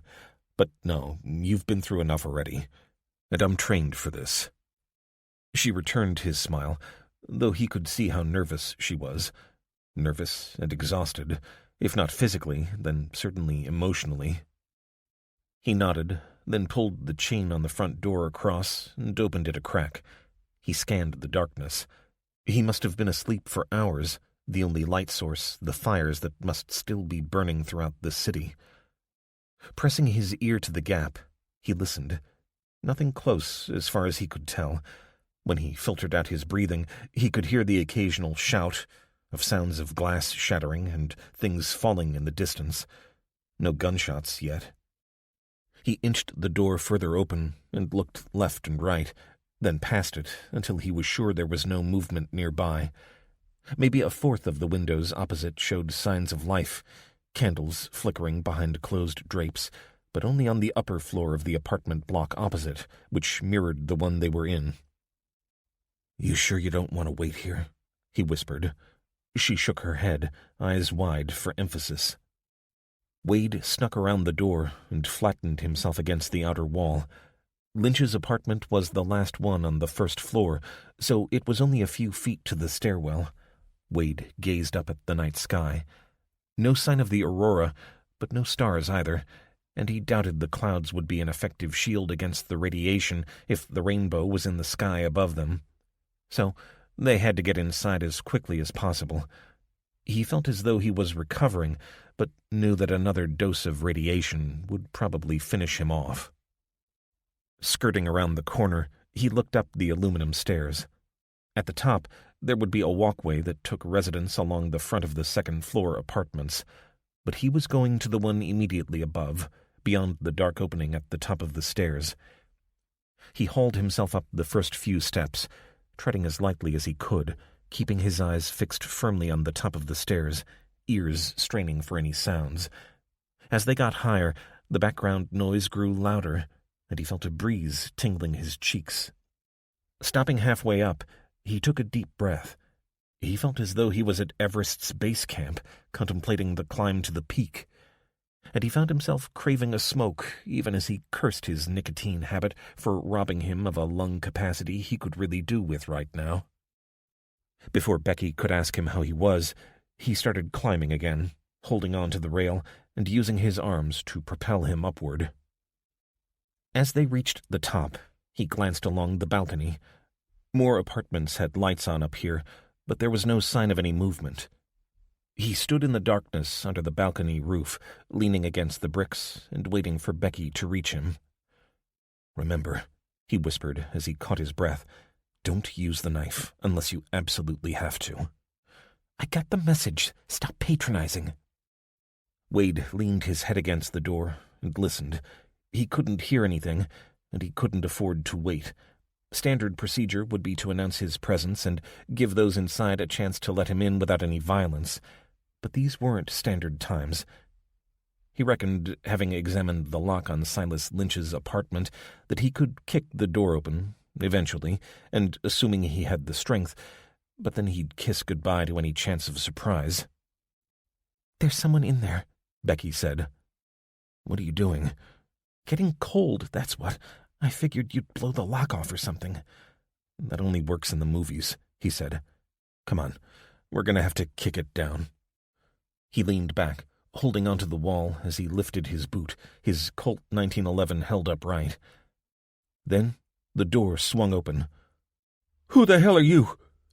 A young man stood there, waving a small revolver in his hand, his finger on the trigger as he saw Wade's much larger weapon. It was shoot or be shot. But Becky lunged forward, grabbed the young man's gun, and wrenched it out of his hands. "Hey, what the fu—" "Stand still," Wade snapped. "She just saved your life. Now step back and let us in." "He's only a kid, Elijah." "A kid with a gun." Wade had seen too many people, cops and civilians, killed by miners. Now he could be seen clearly. The young man was obviously younger than he'd appeared. A yellow T-shirt failed to cover his huge belly, and he stood there, hands in the air, as crumbs tumbled out of sight. 10 years older, and he'd be a textbook loner killer. Maybe he'd just started young. Kids grow up so quickly these days, Wade thought, his mind inevitably turning to his daughter, even as the boy retreated backward into the room. "He's police," Becky said, glancing at Elijah with obvious concern. "Who have you got in here?" Wade kept his gun raised and skirted around Becky until he was inside, his weapon scanning this carbon copy layout. "What you talking about?" "We heard moaning from this apartment," Elijah said, "and it didn't sound like it was you." He made his way toward the door to the second bedroom. In Lynch's apartment, this had been the one with the wardrobe and fake wall where he'd kept his victims. "Please don't go in there," the boy said, hands outstretched. "You don't understand." He made a move toward Becky, but she simply stepped back and raised the knife threateningly. "Keep back, you son of a— Please, don't. You'll only make it worse." That was enough for Wade. He grabbed the youth in one hand, pushing him toward the door with his gun pressed into the ribs. "Open the damn door." The boy was weeping softly as his trembling hands turned the handle and the door swung open. "Oh, my God!" "Becky, wait!" But it was too late. She was inside, and Wade couldn't move without letting his prisoner go. There, on the bed, lay a young woman. She was large-framed and lay on her side, her long hair slicked to her head and almost completely obscuring her face. Her hands and legs were tied together, and a belt wrapped around the base of the metal-framed bed, giving her no chance to escape. She had a leather gag in her mouth that accounted for the strange moans they'd heard from the apartment downstairs. "Please, leave her." "You scum! How long has she been here?" Wade said, watching as Becky began to untie the girl, who seemed entirely unresponsive. 2 years. "What? You've kept her tied up for 2 years?" You don't understand. You mustn't let her go." "Like hell I don't," Becky said, removing the gag and stroking the hair from the girl's face. Wade looked from the girl to the boy and back again. The resemblance was unmistakable. The girl moaned, and her eyes flicked open, looking at the strangers with obvious terror. "Cody, what's—" "We're here to get you out," Becky said. "You're safe now." And then Wade saw it. Beside the bed, empty bottles of meds. Topamax, Tegretol, Zonagran. He cursed under his breath and let the youth go. "She's epileptic," he said, "and she's his sister." Becky looked up from the bed and looked from one to the other and then to Wade. "Oh, my God. What the hell were you thinking?" she said, looking up at the boy. No meds." She went to get up, and the boy moved toward her, only for her to wave him away. "I'm okay. Just need to calm down." "You've kept her restrained in here for 2 years?" Wade said, turning to the young man. He shrugged. "We didn't have a choice. It was make rent or buy meds." Wade almost asked him why he didn't have medical insurance, then remembered where he was. Anyone who could afford insurance wouldn't be living somewhere like this. "I work in a grocery store, and I couldn't leave Shelley on her own in case she had a seizure." "So you tied her up?" "I told him to," the girl said. "He's a good brother, and he got meds when he could, though he never told me how. But they've run out. Even Cody can't keep me safe if I have a bad one. And then those lights came, and people are going crazy, and I can't go out anyways." Wade shook his head. "You can't restrain someone for hours like this." "You think I like it? She's my sister, man. Well, what can I do if she swallows her tongue or hurts herself when she has a seizure?" "You okay, Elijah? You look awful pale," Becky said, looking up at him. He swayed a little, then went into the living room and dropped onto the couch, his skin crawling as something crunched under him. Becky appeared beside him. He felt weak, and even his mind seemed to be moving in slow-mo. "Give me a minute. I'll be all right." Then he looked up at the boy, who was standing in the doorway to the bedroom, drew in a deep breath, and marshaled his strength. "Come on, Cody. We better go shopping." 10. Hannah. Day 2. Mauna Kea Observatory Cluster, Hawaii. Hannah was woken by a sense of pressure and movement. She snorted and tried to move, but her head hurt like hell, and she collapsed into the soft bed. "It's me, Shane. I'm just checking for any sores. Sorry, but you weren't awake to ask your permission." She yawned, then dug a finger into her temple. Where am I?" "You're in Kuczynski's quarters. You collapsed on the stairs, and this was the nearest place I could put you. I think you're going to be okay, for now at least. Nobody else has woken up once they fell asleep." She felt full awareness making an unwelcome return. "Pretty," she gasped. "Yeah. Look, you did the right thing, got it? I reckon it was delayed shock that made you collapse as much as the radiation." Hannah pulled herself into a sitting position. "Kuczynski?" "Dead. Took himself outside, which was good of him." She looked at the photo on the bedside table. A man and his family, smiling. "How long was I out for?" 12 hours or so. It's tomorrow now."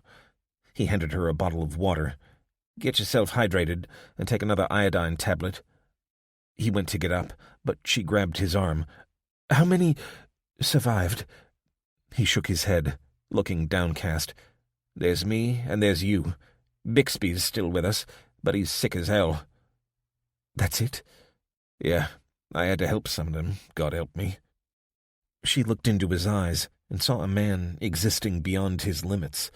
She even felt a little fear as she held his trembling arm. "I'll get up and help. You need some rest." "No, you've got to get better. Leave it to me." "Shane." "I said I'll handle it." With that, he swung away, striding out of the room and pulling it shut behind him. She lay there for a few minutes, the vice squeezing her temples, showing no signs of easing. She could stay in bed, Kuczynski's bed, and recover for a while, or she could get her butt out and help Shane. However little she could do in practice, he needed to know she wasn't a lightweight. But she felt like one, that was for sure. She'd lived a pampered existence compared with the vast majority of people on the planet, and her complaints of having to rough it in the container bedrooms below rang hollow in her mind now. Hannah heaved her legs over the side of the bed. She ran her hands over her bare knees, checking for any sores, but her deep coffee-colored skin was unblemished. That at least was a good sign, but as she got to her feet, she swayed, thrusting out a hand to steady herself. She had to remember that she was on an upper floor. If she wanted to come back to this room, she'd have to be strong enough to climb the stairs. She found the cell on the bedside cabinet, but wasn't at all surprised that it was dead. Whatever the nature or cause of the radiation that had decimated the observatory, it had also functioned as an electromagnetic pulse, frying all unshielded electronics. She thought about the container bedrooms. They had been built into the rocks and were sheltered by the observatory above them, so some of the instruments and devices down there ought to work. But that was for tomorrow. Right now, she had to get herself dressed and lend a hand. She found Shane on the ground level, kneeling beside someone lying on the floor. He'd spread a coat over the person's body, but was almost as still as the person he was watching over. His head snapped around as he heard her approach, and she saw utter exhaustion in his red-rimmed eyes. "I told you to stay in bed," he snapped, though without much energy. "Yeah, well, I've never been very good at doing what I'm told." "Oh, it's Bixby." She only knew it was him by his distinctive Van Dyke beard, emerging incongruously from a mass of red, inflamed flesh. Mercifully, most of his skin was covered by the coat, but his hand lay on his chest, trembling. "I've given him morphine, almost enough to kill him. Came down here to finish the job, but I can't do it, Han." She put her hand on his shoulder. "Go get some sleep. I'll look after him." "The others need burying," Shane said, casting his eyes lazily over the unmoving forms on the polished floor and couches of the reception area. "Not right now. We'll handle it later. Get some sleep." He looked as though he was going to argue, but then shut his mouth, glanced at the unconscious Bixby, and got clumsily to his feet. "Where are you going?" Hannah asked as he made his way toward the stairs to the upper floors. He continued walking, but shook his head. "Don't want to go down there." She understood. Gravity had dictated that most of the sick people had gone down to the container bedrooms, and even if his room was unoccupied, Shane obviously didn't want to sleep surrounded by the dead. She watched him struggle up the stairs until he disappeared into one of the bedrooms on the upper level. Then something touched her hand. She swallowed the shriek as she snatched her arm back, then looked down. "I know. Horrific, I'm sure." "Dr. Bixby." She took his hand again, mastering her fear and disgust. "Elliot, formalities are meaningless, are they not?" She nodded, but found nothing to say. "Shane tells me you were the one who checked the observations." "Too late." "Not your fault. Not your shift. These people died because of me." "No." "I am a scientist, but I let the pretty lights distract me." She squeezed his hand. "Try to relax. Do you want some more morphine?" "Soon, but I wish to discuss a theory with you." What? It is what we do, isn't it? But She looked down at the ruined face and the tiny smile on the cracked, sore lips. He needed this. sure, of course. He took a deep breath as they sat on the floor in otherwise complete silence. You must establish the source, Dr. Hannah. Hannah, it is not man-made, too powerful. Perhaps aliens, you never know. Maybe their first act on encountering us is to sterilize the planet. He chuckled, then rocked with convulsions, before subsiding again in obvious pain. No, please, listen. Let us assume it is natural. But in that case, why didn't we detect it long ago? That is what you must discover. The bomb does not go off until you light the fuse. She sat back on her haunches, looking out through the open door to the courtyard where most of her colleagues received a lethal dose. The solar wind? That would explain why the lights resemble an aurora. Perhaps it is vital that you understand. She sighed. I can't believe I'm asking this as a scientist, but why exactly? Perhaps it can be predicted. Her jaw dropped. Until now, she'd assumed that this had been a single catastrophic event. What if it were repeated? She didn't doubt that millions, possibly billions, had been irradiated on the previous night. Maybe at lower altitudes the effects might not have been so near instantaneous, but she couldn't believe that a few thousand feet of air would make that much difference. Right now, a large portion of humanity was either dead or dying. The longer the lights persisted as the Earth turned, the greater the catastrophe. But how much worse would it be for humankind to survive, as a species, only for a second event to deliver the coup de grace? And unless mankind was going to become like H.G. Wells's Morlocks and live entirely underground, they would need a way of predicting when it was unsafe to go outside. Good, the man at her feet said, his voice coming in shorter and shorter gasps. Your scientific curiosity has returned. There's much you must do, simply to survive the coming days, Hannah. But you must also remain what you are, a scientist. The future of our species, the future of all species, depends upon it. I suggest you begin by consulting the register of supernovae. You may need to go back some centuries. Now, if you will leave me the morphine, I think I would like to sleep. Let me, she said, opening the bottle. He gripped her wrist between trembling fingers. No, you are already burdened enough. I can do this for myself. Good luck, Hannah. She wrapped her hand around his, then gave him the open bottle and a bottle of water. The crazy thing was that she didn't know where she should go, so she wandered aimlessly until she simply had to escape the feeling of being surrounded by the dead. In the end, she climbed the stairs to Kuczynski's room, legs cramping as she reached the top, and fell on the bed beside Shane. He wasn't there when she woke up, and she had no memory of being disturbed. As far as she could tell, she'd gone to sleep and then instantly awoken, except that the sun had disappeared, and her headache had lessened a little. The emergency generator was on, so she was able to find her way down the stairs safely enough. There was no sign of Dr. Bixby, but as far as she could tell, none of the bodies had moved. She couldn't find Shane down here, but then she felt a cold breeze on her face and noticed that the outer doors were open. A sudden burst of adrenaline banished the last vestiges of sleep as she hurried down the final steps and ran to the door, standing on the threshold and looking up. The sky was dark. Perfect conditions for astronomical observations, which was why the cluster of observatories was here after all, but no astronomers, except one. Shane! He was standing a little way from the main dome, feet in the volcanic soil, gazing up. He kept his eyes to the heavens as he sensed her approach. I buried Bixby, found him dead when I came round. You gave him the morphine?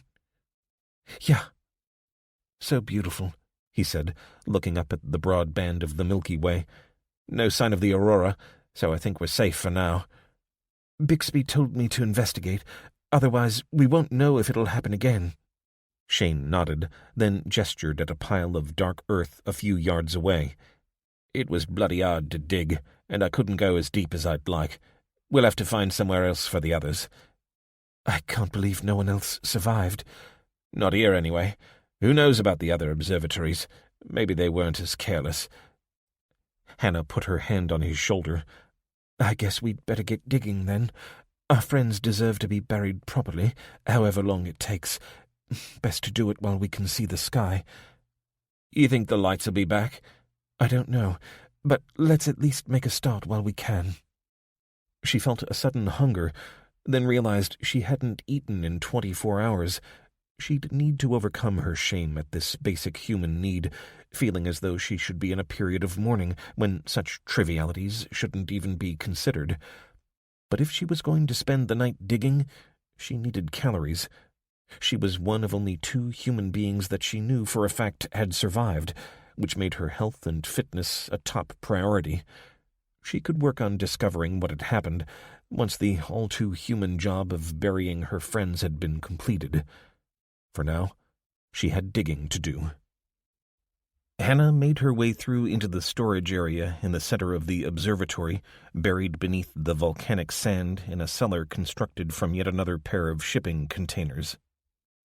The emergency lights worked down here, and, to her relief, she found no dead bodies waiting for her.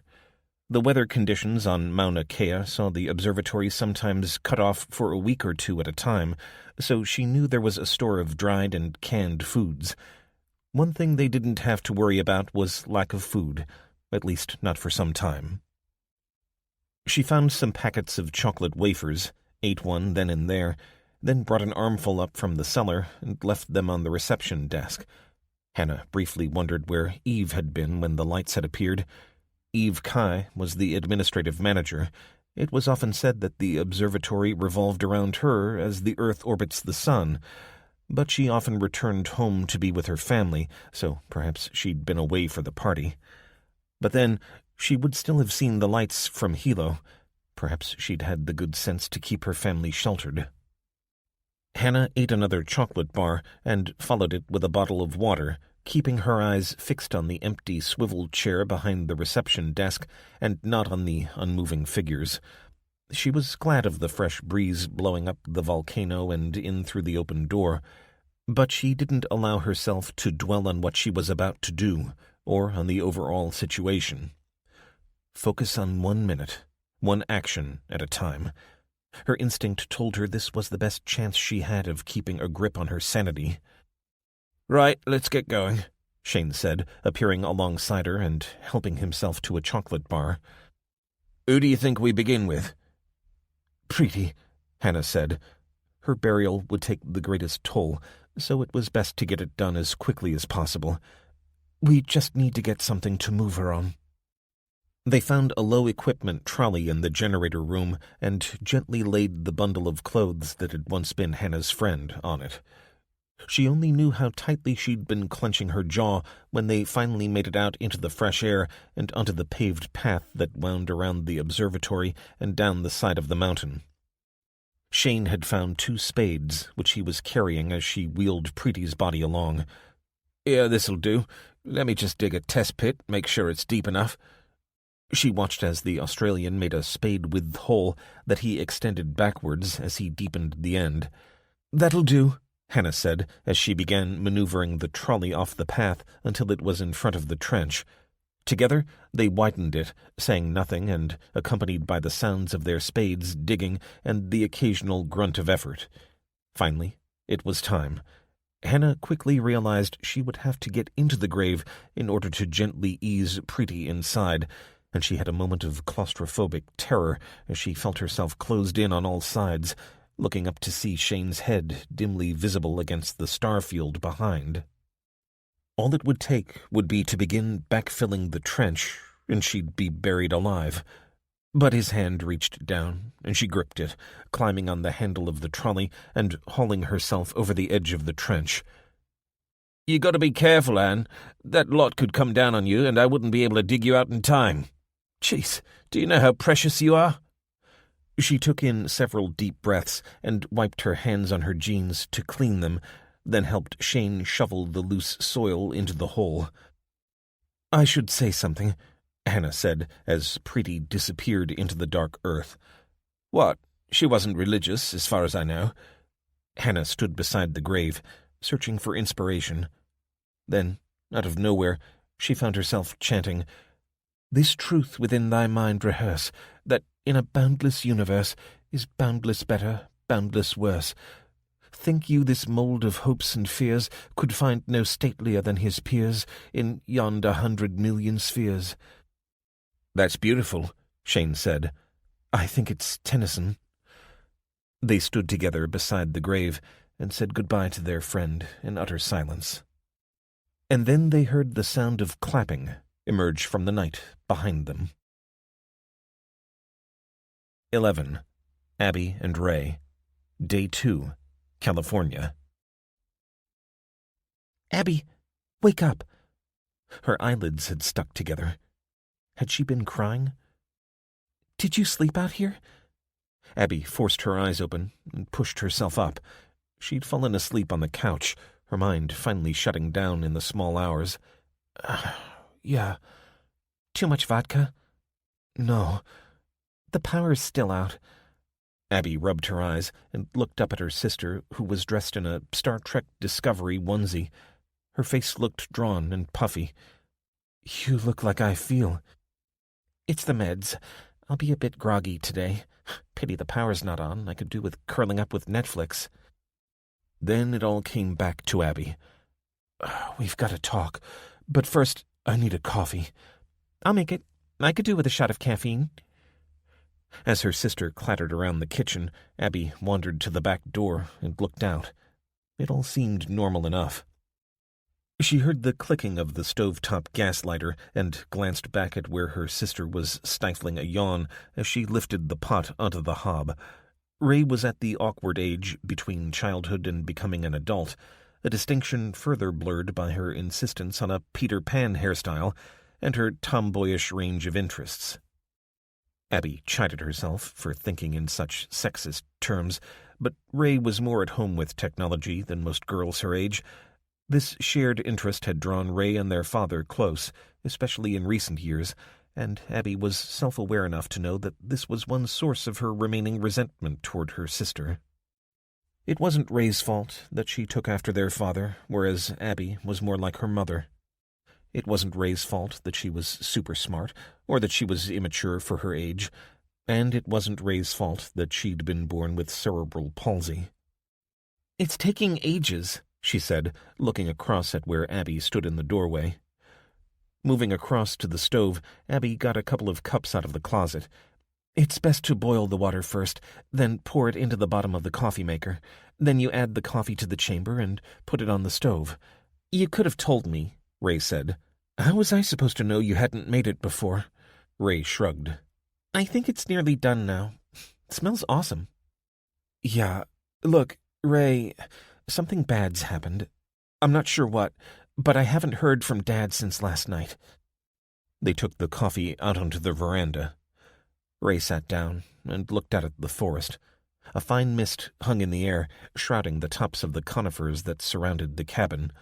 The morning was perfectly still, and the only sound was the dripping of water from the roof. "Last night, when you'd gone to sleep, there was an aurora." "Really? Awesome!" "I have a bad feeling that it was connected to the power going out and our cells not working." Ray cupped her mug in both hands and sipped at the coffee. "Auroras are caused by charged particles from the sun interacting with the upper atmosphere.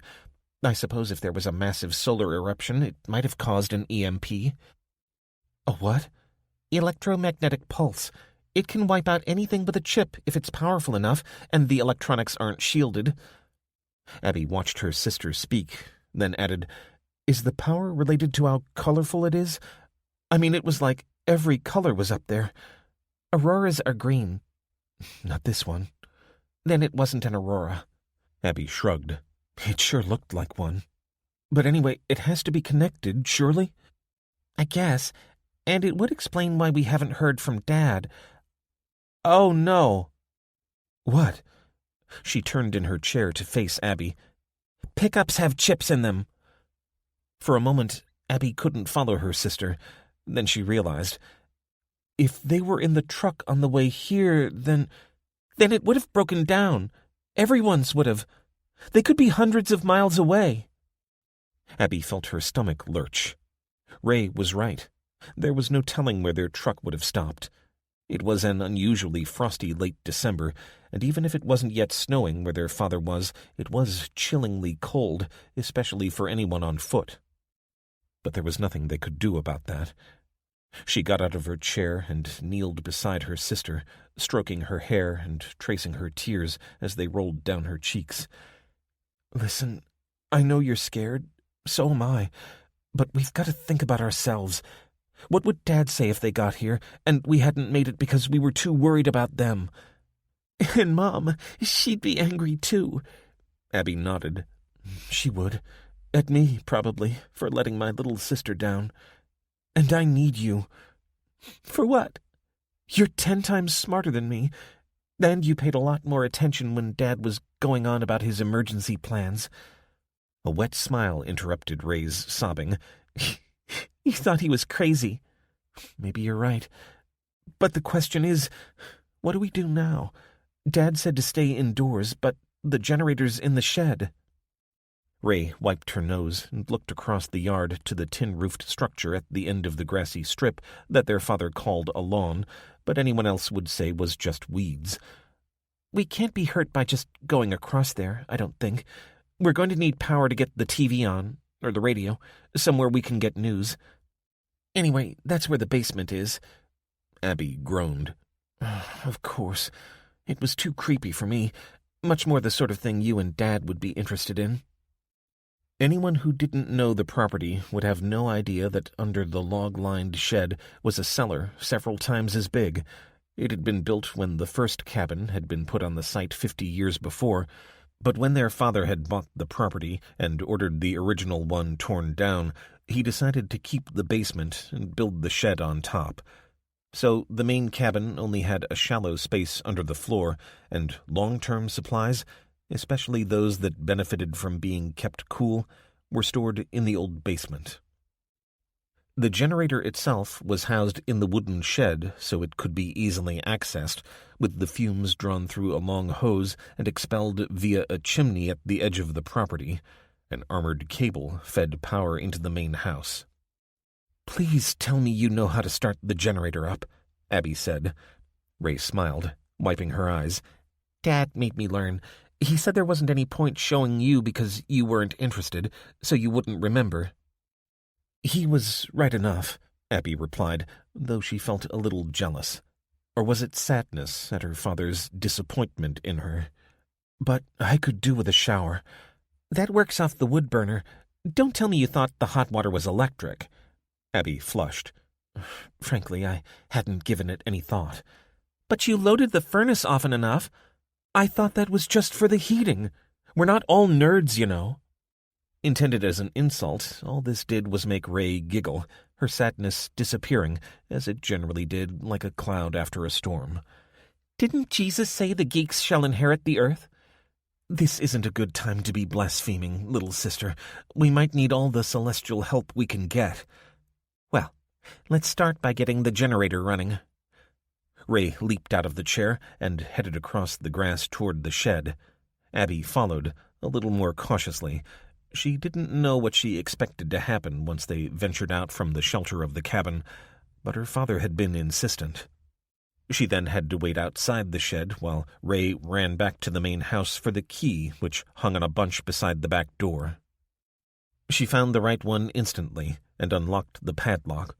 The shed smelled a little of damp wood, and Ray flicked the light switch to reveal the generator beneath its tarp.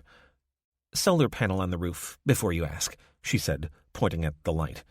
"I wasn't going to ask," lied Abby. "What about the panels on the cabin roof?" "They feed a 12-volt circuit in the house. Good for some lighting and charging up cells, but nothing that needs a lot of current. If we want the TV, We need the generator. And the fridge, of course. And the main lights, so you don't fall over your towel in the bathroom when you've had your shower."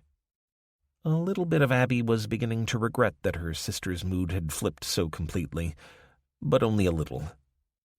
Together, they pulled the tarp away, filling the air with dust, and Ray took a ring binder from beneath it and opened it to the first page. "There's a special checklist for starting it up the first time." Abby watched as her sister went through the list one thing at a time, beginning with a visual inspection. "Does it have gas in it?" "Yeah. Dad makes sure the tank is full before we leave on the last day. It's got a stabilizer in it so it doesn't oxidize too much, but he thinks it's better to have gas in there than emptying it. He runs the generator with the fuel shutoff valve to make sure the carburetor is drained." Abby smiled. "Thanks for the full explanation." "You're welcome." Sarcasm was lost on her sister. When she was finally ready, she gave 3 pulls on the cord, and the generator spluttered into life before, after a few seconds, settling down to a regular rhythm. "A little water in the gas," she said. "Nicely done, little sis." Ray flashed a smile, then rolled up the rug that occupied the middle of the wooden floor. Beneath was a trap door that she unlocked before pushing it back to expose the stairway heading into the basement. She switched on the lights. "Are you coming?" Abby looked over the edge, shivering in the cool air currents wafting up. "Remember that bit in The Lord of the Rings when Pippin looks down the well in Moria?" Ray chuckled. "Don't worry, there's no Balrog down here. There's probably a few spiders, but they're not Shelob's descendants. I promise. If we hear the sound of a hammer, we'll run for it and head for Lothlorien." Taking her sister's hand, Abby gingerly made her way through the trap-door and down the first steps, which creaked authentically as she went. When she reached the bottom, she looked up nervously at the rectangle of light, wishing she was up there, seized by an irrational fear that someone might appear and swing the trap-door shut, burying them alive. "Have you ever been down here?" Ray asked. "Dad made me come down once when I was a kid, but I screamed the place down and he never asked me again. And I don't remember it looking like this at all." Ray made her way around a wide wooden bench and ran her hands over the surface. "It's changed a lot over the years, or so he said. I've only been here a few times. He liked to get away from us all, so he didn't invite me very often, and Mom didn't like me being down here." Circling on her heels, Abby took in the rectangular room. It was many times bigger than the shed above, and had been laid out zonally. "That's the supplies area," Ray said, coming to stand beside her half-sister and indicating several rows of shelves, some freestanding and others screwed to the brick-lined walls. Abby gestured at a metal cage. "Weapons? I had no idea." "Me neither." They wandered over and looked inside. "A couple of handguns, a shotgun, and I guess that's a hunting rifle. Not enough to start a war with, but still." Abby shook her head. Her father was the most genial, passive of men, and had never shown the slightest interest in weapons of any sort. "This is so weird. I mean, I understand about the generator. Power cuts happen often enough out here, but this is like some sort of survival shelter." Ray nodded. "Yeah, I know what you mean. But I guess he was being prepared in case we got cut off by snow or whatever. Anyway, we don't have to use any of the guns, do we?" "No. The supplies might be useful, though." "Here's the inventory," Ray said, taking a clipboard off a nail driven into the stair banister. "We can take that back with us, if you want, but we'd better keep it up to date or he'll kill us when he arrives." "Let's get out of here, then." "Sure, but first I want to take a look in Dad's office." She headed past the stairs and opened a door beneath them that Abby hadn't noticed before. Inside was a desk with bits of electronics scattered across it, all organized into piles. Ray reached over and dragged a rugged plastic box toward her. "I wonder if he finished this." "What is it?" "Well, it could just be an empty plastic box, but I'm hoping—" Holding her breath, she opened the lid. Then she squealed. "He did it!" The first thing Abby noticed was the copper lining the inside of the case. A small screen that looked like a tablet was embedded in the top, and the bottom housed a keyboard layout set within a fixed plastic tray that had push buttons set within it. It's a cyber deck! A what? It's like a computer for the end of the world. It's low power and runs off batteries, and this copper foil is aligning to protect against EMPs. Not that they'd penetrate down here, but it means it can go anywhere. Abby ran her fingers over the keyboard. But won't the internet go down if the power's out? Sure. If the EMP is strong enough, it'd fry most internet servers. But if Dad finished the software, then this box has all of human knowledge on it, so we wouldn't need the internet. Come on, let's get it inside. Abby wasn't going to argue about getting out of the basement. She'd been comforted to see they had some food and other supplies to see them through whatever was going on, but she was less excited by the discovery of this cyber deck thing. It was perfectly possible this had just been a project that tickled her father intellectually, but what if he'd built this thing because he'd seen this emergency coming? If that were the case, what else might he know about it? And would she ever get to ask him? 12. Abby and Ray. The TV was dead. No static, no lights, nothing. Abby moved around the cabin as she and Ray worked on an inventory of supplies. They knew what was in the basement, as their father had kept that list up to date, but the cabin was almost empty because their family's habit was for each to bring specific supplies for the holidays. Abby had a trunk full of alcohol, but most of the food was brought by her father and stepmother. She'd intended to drive into the local town and stock up with junk food ahead of their arrival, the original plan having been for her to have a few days alone. Then her father had asked her to pick Ray up, and now, for all they knew, they were going to be alone for a while. And it was so quiet.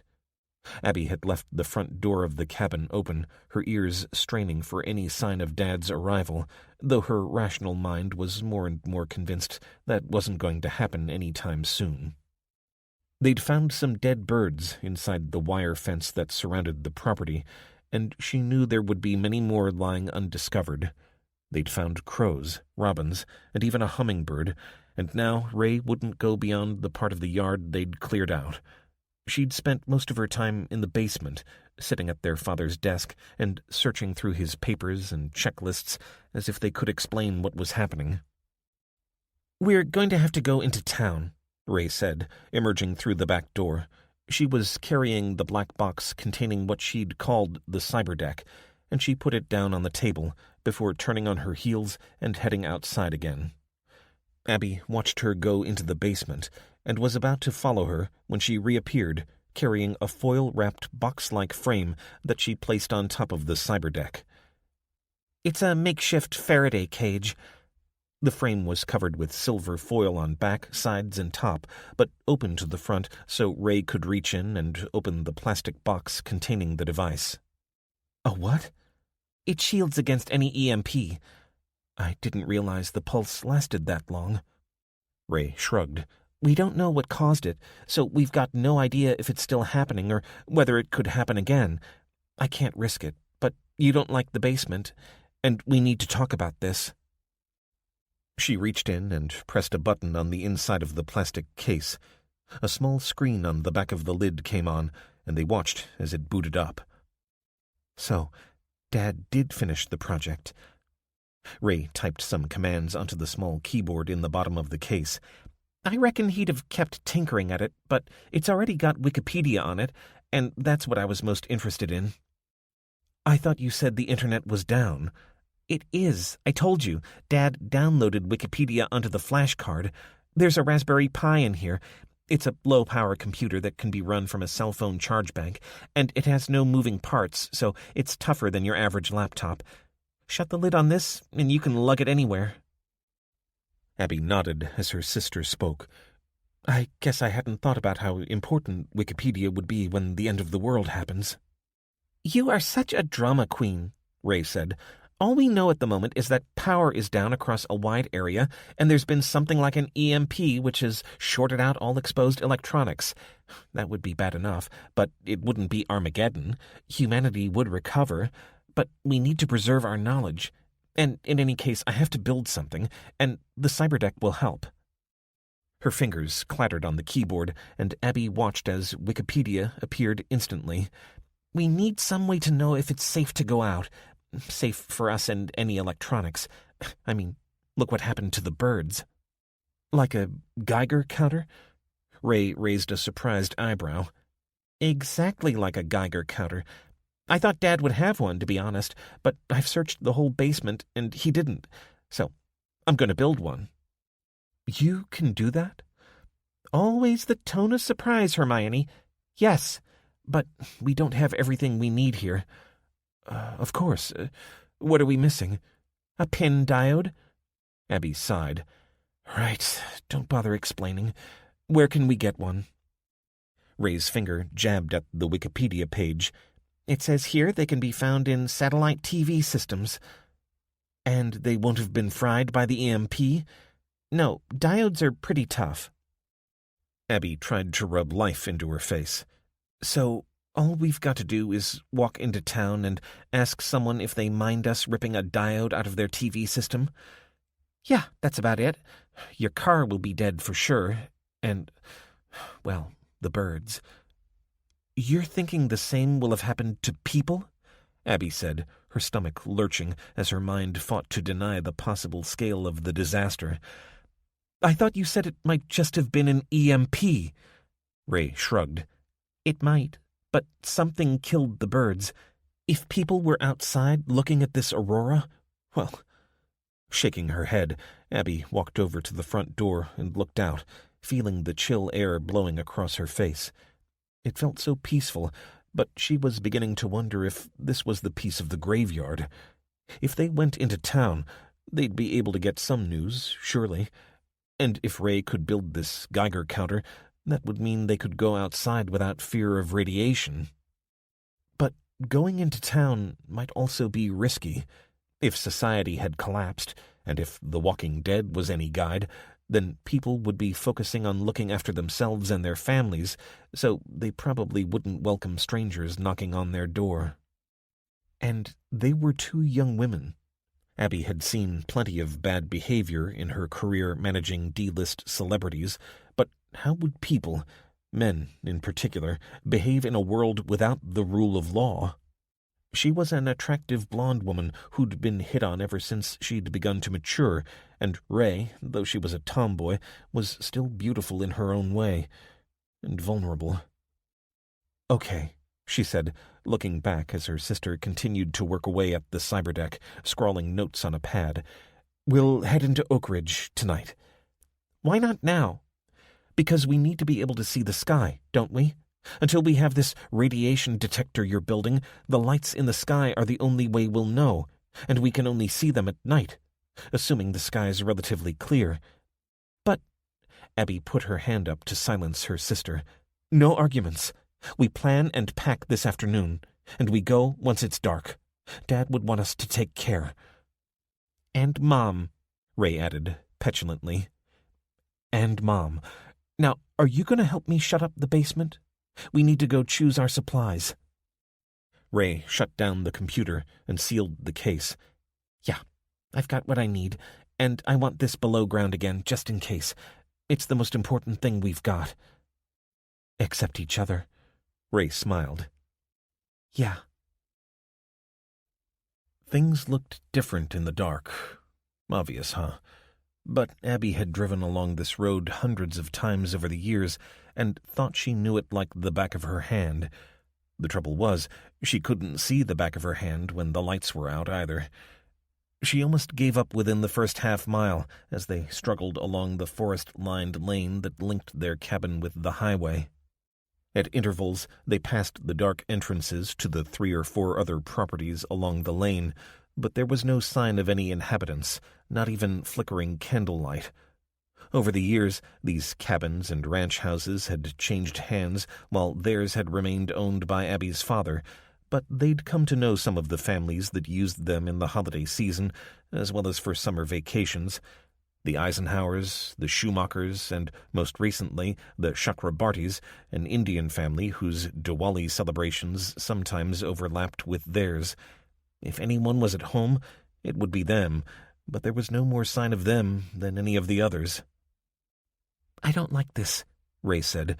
She was winding up her hand-cranked flashlight to keep it going, its pitiful luminescence pulsing with the movement. "I feel like we wouldn't be able to find our way back, even though I know it's just back there." Abby patted her on the shoulder. "I know what you mean, but we've got to do it. Once we get out from under the cover of the trees, we'll get a better view of the sky and use that to orient ourselves." There was no sign of the pulsing lights in the thin strip above them, and Abby was hoping they'd seen the last of them, in which case this expedition to town might as well have waited until the morning. But they needed to be sure, and in any case they should at least be able to talk to whichever poor devils they woke up and get some news, assuming they didn't get their heads blown off first. Abby felt the breeze pick up and strained to look ahead. "Here's the highway. It should get a bit easier from here." Looking into the sky, Ray said, "It's a pity it's not clearer. I can only see patches of sky. No sign of the Aurora, though, so that's good." Abby followed her gaze. Aside from unfriendly locals, her greatest fear was that the rainbow lights would reappear in the sky just as they reached the town, leaving them to scuttle into a bolt hole like animals.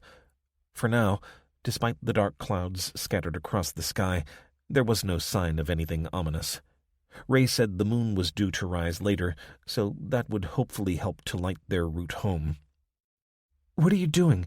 she asked as Ray dragged a fallen branch out of the black undergrowth and placed it on the curve of the intersection.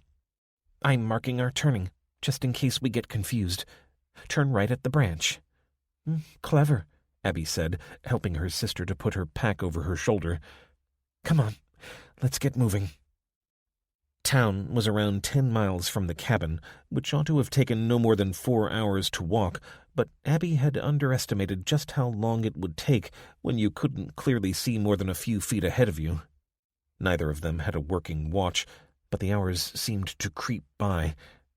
In the end, it took the appearance of faint shadows on the road ahead for them to get a time fix. "It's after 1 a.m., Ray said. "That's when the moon was due to rise. My feet ache," she added. "You're kidding me. We must have been walking for 6 hours. So, where's the town?" Abby looked along the road, but without much hope. They'd passed several inert trucks and cars, including a 16-wheeler, but they hadn't approached them, and they'd seen no movement or any other signs of life in all that time. It was as if they were the only people left on the planet. "I can see something," Ray said, suddenly. "A light!" She grabbed her sister's hand and directed it. "There! Can you see it?" Abby cursed the vanity that had caused her to refuse a prescription for glasses. And then she saw it. "Yeah, looks like a fire. Could be candlelight. We must be near the town. Let's follow the highway, then cut across when we're level with it." "Oh, no." "What?" "Look up." Just as they'd found hope in the firelight near at hand, that hope was turned to terror as above them a pulsing, colorful aurora emerged from between the clouds. "We've got to get inside," Abby said. "Come on." She began running along the highway, her hand trailing, pulling Ray along. She could tell that her sister was looking upwards. "We don't have time for that. Run!" The thudding of their sneakers on the highway accompanied them along the road. "It's so beautiful," Ray was saying, spitting out the words between panted breaths. In her panic, Abby yanked on her sister's arm, causing her to stumble and, with a yell, fall to the ground. As Abby kneeled beside her, she looked up, and the vault of the heavens was aflame. She wondered if, merely by staring at the sky, she was witnessing God's wrath, and whether, if so, she would survive it. "Run!" Abby said, and led Ray off the highway toward a dark shape in the nearest field. She didn't know what it was, and whether it would protect them, but there was no other target, and she knew for a certainty that if they stayed out under the stars, they would be dead by morning. Then, as they got within 100 feet of what was now revealed as a barn, the door swung open, spilling light onto the ground and revealing shapes with weapons aimed at them. "Stay there! Don't move, or I shoot!" It was a man's voice, harsh and full of panic. Abby and Ray stopped, holding on to each other as they panted. "Put your hands up! I won't tell you again!" "Owen, they're just 2 kids," a woman's voice said from within the barn. "And who are they with? That's what I need to know." "No one. We're alone. We want to get inside. Please help," Abby said. The speaker, whose silhouette had resolved into an older man in blue overalls and baseball cap with a thick checked coat, looked out into the darkness as if expecting others to appear. "Let them in, Owen, you lummox. Ain't enough died already?" After a moment, the shotgun lowered a little. "Get inside." Abby guided her sister past the man and into the barn's interior. A woman strode to meet them, arms extended.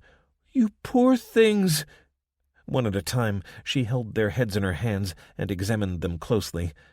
"No sign of the sickness." "You sure you got no one with you?" the man called Owen said. "No, it's just us. We're in a cabin along the road." Owen grunted, and as the woman continued to check them over, the barn door creaked shut. "I'm Rosemary Bartlett, but folks call me Rose. This is our farm. Come and sit down." She led them to the center of the barn, where straw bales had been arranged in a rectangle around a central brazier which held a kettle. A young man sat there, a hunting rifle leaning against his thigh. He was enough like Owen for Abby to be sure he was related, and he shared the older man's grudging welcome. "This here's Gray," Rose said, gesturing at the younger man. "He was on watch when the rainbow started again. We hot-tailed ourselves in here. Says it's the safest place, and he's been to college and all." Ray said, "The barn's all metal?" "Yeah," Gray said. "Like a Faraday cage," Abby added, ignoring the look of rage from Ray. Gray's eyes widened, and he looked at Abby properly for the first time. "I'm Abby, and this is my sister, Ray. Actually, she was the one who told me about Faraday cages." "That only protects against the EMP," Ray said, "not all radiation." "Haylofts full of grain," Gray said, as Rose poured hot water into the coffee pot. "I figure we're better here than in the house." Ray nodded. "Yeah. You haven't got a Geiger counter, have you?" "No. All we got are these." He held up a star-shaped piece of plastic. "Fluorescent." "Photoluminescent," Ray said, before crying out as Abby elbowed her in the ribs. "Sure, you're right," Gray said, apparently unflustered. "Anyway, these go bright when the radiation levels are high. Not exactly a precision instrument, but better than nothing." Owen finally left the door and came to sit with them. "Saved our asses," he said. "Rosie always said it was worth paying for the boys' college education. Turned out she was right." "The Frys weren't so lucky," Rose said, shaking her head. "Buried the last of them this afternoon," Owen added. Abby shook her head. "But it was only 48 hours ago. More will die tonight. Most folks aren't as smart as Gray here." As she spoke, the roof began to reverberate to the sound of falling rain. "Have you been into town?" Owen shook his head. "I tried. Took the truck, but no joy. The road was blocked, and I didn't like what I saw ahead. Smoke, and I could hear shooting. No sign of the cops." "Your truck works?" Ray said. "Our car's dead." "Then I guess yours is a bit more modern than my old Land Cruiser, eh?" Owen said with a wry smile. "But anyways, I got back here, and we're going to keep ourselves to ourselves until this all blows over." "I told you, Pa," Gray said. "This isn't going to blow over any time soon." Rose patted him on the shoulder affectionately. "Then we'll take one day at a time. You girls are welcome to stay here if you want." Abby saw the surprise on Owen's face, but she shook her head anyway. "We're okay, thanks. We came into town to get some supplies, and I need a pin diode. I think I can build a kind of Geiger counter." "What's a pin diode? Do you know, Gray?" Gray shook his head, and Abby thought she detected a trace of annoyance in his expression. He was used to being the source of all knowledge, it seemed. "Whatever it is, there won't be any here or in Oak Ridge," he said. "You can find them in satellite dish systems," Ray said. Owen looked at her curiously. "Are you serious? You're just a little kid." "She's the smartest person I've ever met," Abby said. "If she says she can do it, she can do it." The older man rubbed his bearded chin for a moment, then glanced at his wife. "The Frys had a dish. Don't reckon they'll miss it." "Good," Abby said. "If it's okay with you, we'll wait here until the lights disappear, and then you could show us where to find it." "We'll do that all right, but on one condition. You build us one of them detectors. Seems to me if we had one of them, we'd be able to go out when we needed without worrying if we were being fried." Abby glanced at Ray, who nodded. "I should be able to cobble together two." "Good. We'll go to the Frys tomorrow and help you get what you need. I guess you need to go back to your place to build this detector?" "Yes, all my equipment is there, but it should only take a day or two. Then we'll be back with one for you." "Oh, you don't need to worry none about that. Gray will go with you. Lend you a hand." Ray was forming the protest in her mouth when the barn entrance rocked to the sound of beating fists. Owen leaped to his feet, grabbing his gun, and beckoned Gray to follow him as he strode to the other side of the door. "Who's there?" he called over the steady percussion of rain on the iron roof. The door began to open. "You stop right there! You ain't gonna get no more warnings!" The door swung outward, and there, framed against the darkness, water running down his body, arms spread wide, swayed a man who, though he was drenched to the skin, looked as though he'd just emerged from hell itself. "Randall!" Rose gasped as the man fell on his face, his body seeming to steam as he lay in the straw. 13. Grace. Day 2. Southern Texas.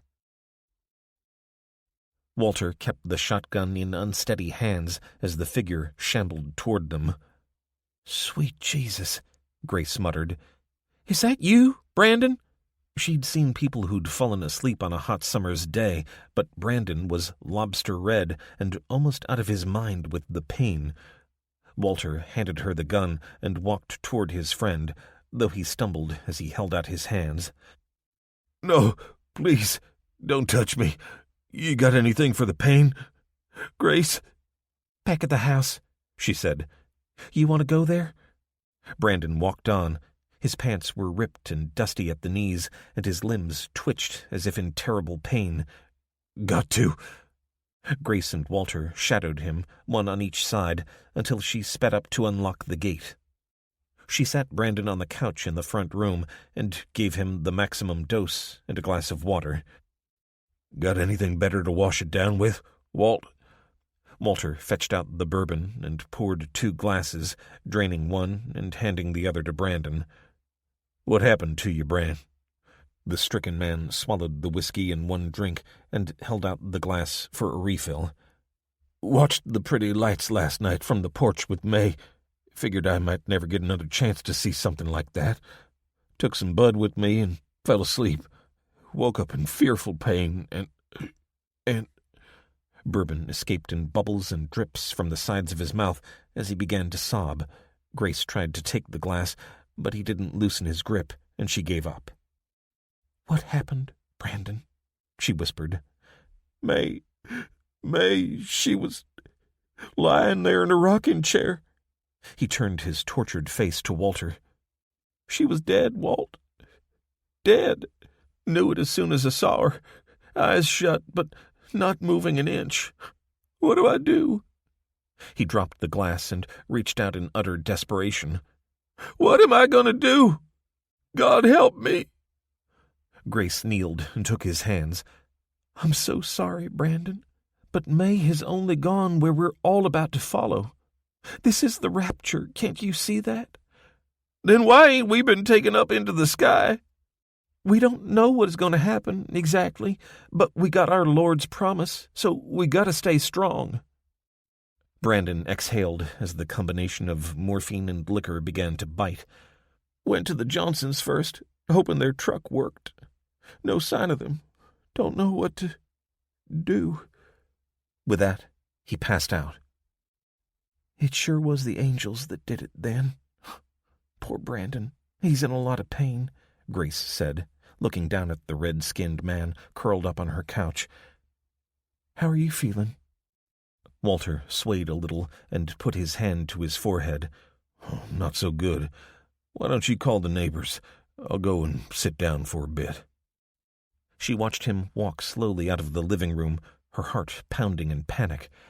Would what had happened to Brandon also happen to Walter? He hadn't been out all night, that was for sure. She wondered how much exposure to heaven's wrath would be fatal. Generally, very little, she imagined. Grace picked up her handwritten contact book, which was by the black military surplus phone TA-312. They had the switchboard in their house. It was the least efficient way to go about things, given that they were on the end of the row of connected houses, but Walt insisted. So she chose a circuit and turned the crank a couple of times, listening with the heavy old-fashioned handset to her ear. Nothing. Everyone had been told to keep the clicker turned up, so Rita and Bob had either ignored him, or they couldn't hear the phone. They might be outside, of course, or they might... After cranking the clicker 3 more times, she gave up and tried the next number. Again, nothing. She was beginning to think the darned thing didn't work when, on the 3rd call, someone picked up. "Hello? Rita, is that you? Grace here." "Hello? Is anyone there?" Grace groaned. "Release the button, Rita." "Oh, I forgot," the crackly voice said. "Over." "Thank heavens. This is Grace. How y'all doing down there? Over." "Grace, it's so good to hear from you. Things are okay here." "Oh, over." "Did you go outside last night?" "Over." "Frank's on duty in Twisted Pine. Came back and told me about the lights in the sky. Figured he'd been drinking, so I looked for myself. I thought they must have come from heaven, but I was frightened, so I stay indoors. Frank had to go back. Over." Grace sighed with relief. "That sure is good to hear. I got Brandon here, and he's pretty sick. Walter's not too great neither. But listen to me. I got nothing from the McFattens or the Gormans. I'm going to try the Levines and the Goldsteins. Then, if the sky's clear tonight, I'm going to check on them all. We've prepared for this, and I know a lot of you folks thought Walt and I were crackpots. Well, now we don't look so darn foolish, do we? So I'll call you later and start walking, and I'll meet up with you. Sound like a plan? Over." "You think this really is the end times, Grace?" "Over." "Sure seems that way to me. For now, all we can do is look after ourselves. So keep yourself safe, and we'll see you tonight. Over and out." She put the handset down, checking, as Walter had instructed, that it was properly seated, and the call was therefore cut off. Well, at least one of their neighbors had survived. She wasn't counting poor Brandon, because he wouldn't see the night out if she were any judge. "Hey, Walt," she called, striding through the house, then catching sight of him on the other side of the inner compound fence. "I got a hold of Rita. She's okay. What are you doing?" She stood, hands on hips, as a cool zephyr peppered her lips with dust. Walter was waist-deep in a hole. He stopped, put the shovel to one side, and wiped his forehead. "Brand's not going to last long. I reckon when he wakes up he's going to wish he was asleep again. Look, Gracie, we can't spare the morphine, and he ain't going to survive anyway." "You're going to kill him? On the Day of Judgment?" Walter shook his head. "Seems like a mercy to me. Wouldn't let a dog suffer like that, much less a fine man like Brandon. It's what a friend would do, you understand? If you really care about someone, you got to do what's right, even if it's hard, and even if it ain't exactly scriptural." She opened her mouth wide, then shut it again. Walter was not generally a subtle man, but she couldn't help decoding what he was saying. She swung around and headed back toward the house. "No way, Walter Boone. No way." The rest of the day passed slowly. Brandon remained on the couch, tossing and turning as consciousness came and went. Grace was dreading the moment he woke up properly. She could only imagine the pain he would be in. It was as if he was in hell already, and it chilled her soul. She said a silent prayer for him, for Walter and her, and for Lyle, their good-for-nothing son. When the end came, she wanted him to be here. Blood was thicker than water. Walter spent most of the day hunched over the short-wave radio, searching for any broadcasts that might give them a sense of what was going on. None of the commercial radio stations were operating, and the emergency alert system was nothing but static. Grace could tell that this was what freaked out Walter the most. Even if the world had gone to hell in a handbasket, the emergency transmitter should still be working. "Why don't you come and rest?" she said, poking her head around the door to the room that housed their communications equipment after several hours had passed. She expected him to argue, but he just ran his forearm over his brow and got slowly to his feet. He stumbled, slamming his hands down on the desk to steady himself. "Leave me be, woman," he snarled, his breath coming in short pants. He straightened himself as she recoiled, then, as he passed her heading for the door, his hand reached out and, for a moment, she felt his fingers wrap around hers. And that, of all the things she'd seen so far, froze her heart.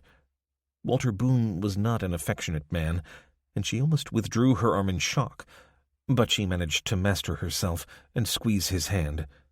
He half looked at her, nodded, and left the room. Neither of them wanted to sit in the front room with the delirious Brandon, so they took their accustomed chairs on the porch, looking toward the road beyond the wire fencing. "Didn't you hear nothing on the radio?" "What? Oh, yeah. A few others, like us. Don't know anything. Lights in the sky yesterday, cars busted, and folks getting sick and dropping dead all over today. Gracie, you ain't fixin' on going anywhere tonight, are you?" "Sure I am. I told you. I said we'd go check on the neighbors, then meet Rita and Frank." "Do it tomorrow. I don't think I'm going to be able to walk far, not until I've rested up a little." She put her hand on his arm, noticing how he shuddered as she touched his skin. "But if the neighbors need help, they ain't going to be able to wait.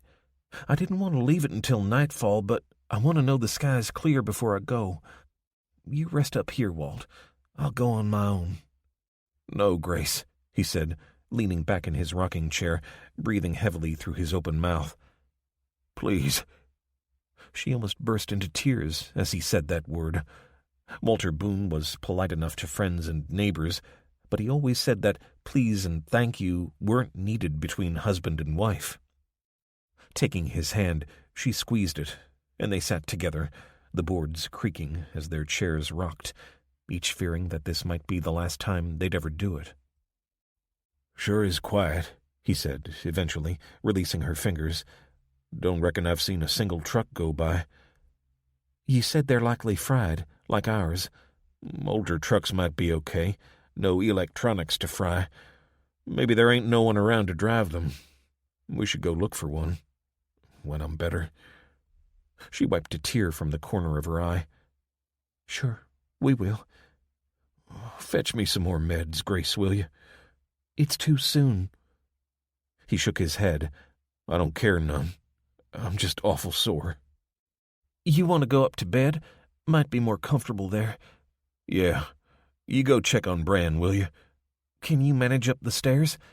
He grunted as he got to his feet. "Sure I can. Done it 1,000 times." But she noticed he just stood there, gripping the back of the chair until she'd left the room. She wanted to help, but she knew he needed to do this himself. One more victory over gravity. When she reached the front room, she found Brandon staring up at her, eyes wide and teeth clenched. Stop the pain, Grace, please." She looked at the pack of meds on the closet behind him. Walt had been right. They didn't have near enough pain medication. They'd assumed they might need it for the occasional injury, not swallowing pills every couple of hours. She kneeled in front of him, her head level with his. "What do you want me to do, Bran? Take it away. Now." "I'm so sorry," she said, not daring to touch him, though she desperately wanted to. I can't make you better. I don't think no one can. If I give you morphine, it'll only help for a little while. Give me a gun." She nodded. "Can you walk?" He nodded. "A little way." Step by step, she led him out of the bedroom before leaving him to make his slow way through to the kitchen while she went to the basement and took the Ruger from the cabinet. By the time she caught up with him, he was outside, shivering as he looked into the trench Walter had dug earlier. Tears ran down his face as she stood beside him. "I guess I understand." "You don't have to do anything, Brandon. If you want, I'll nurse you." She knew this was all kinds of wrong when it came to the practicalities, not least of having to look after 2 sick men at the same time. But it was the right thing to do. One soul to another. "Can you take the pain away?" "I don't think so. Not with meds." "I ain't gonna get better, am I? I'm falling apart." He lifted his hand, bringing it close to his eyes and rotating the wrist to reveal a vivid ulcer.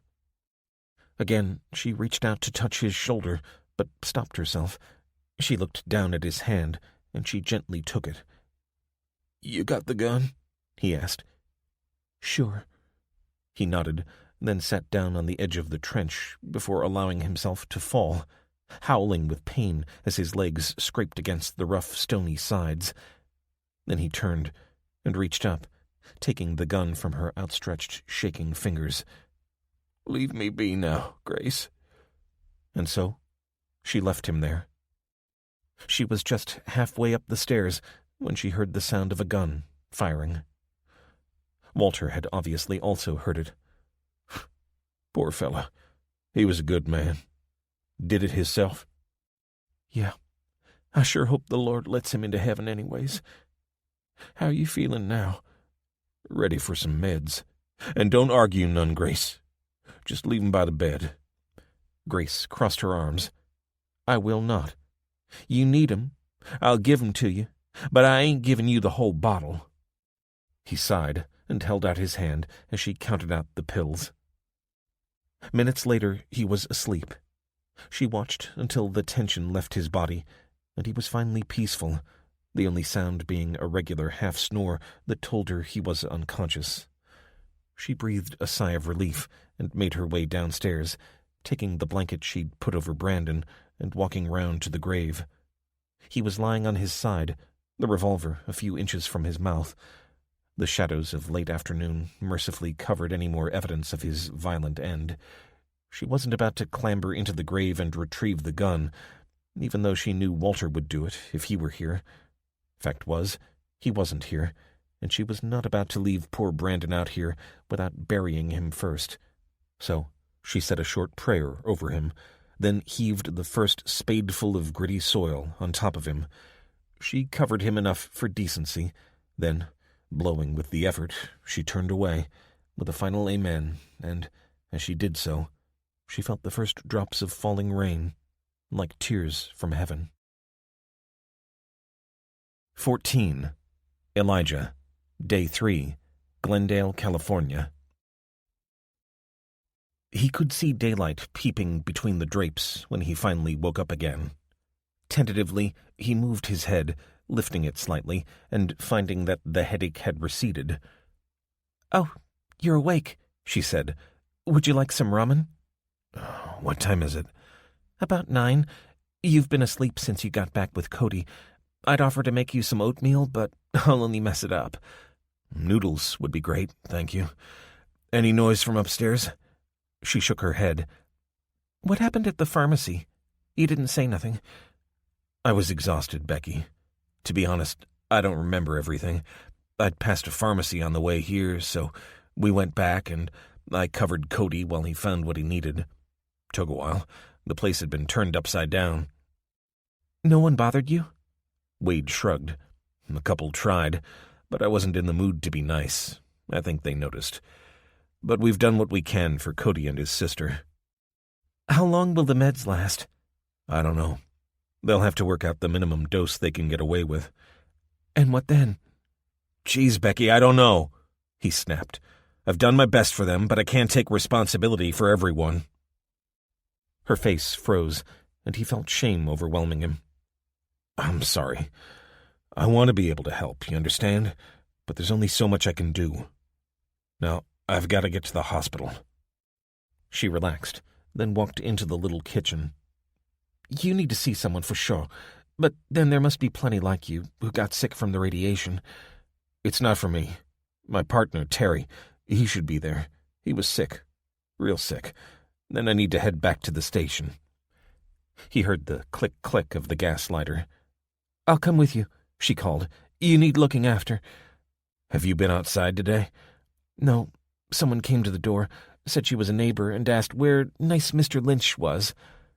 What did you tell her? I said he'd asked me to look after the place.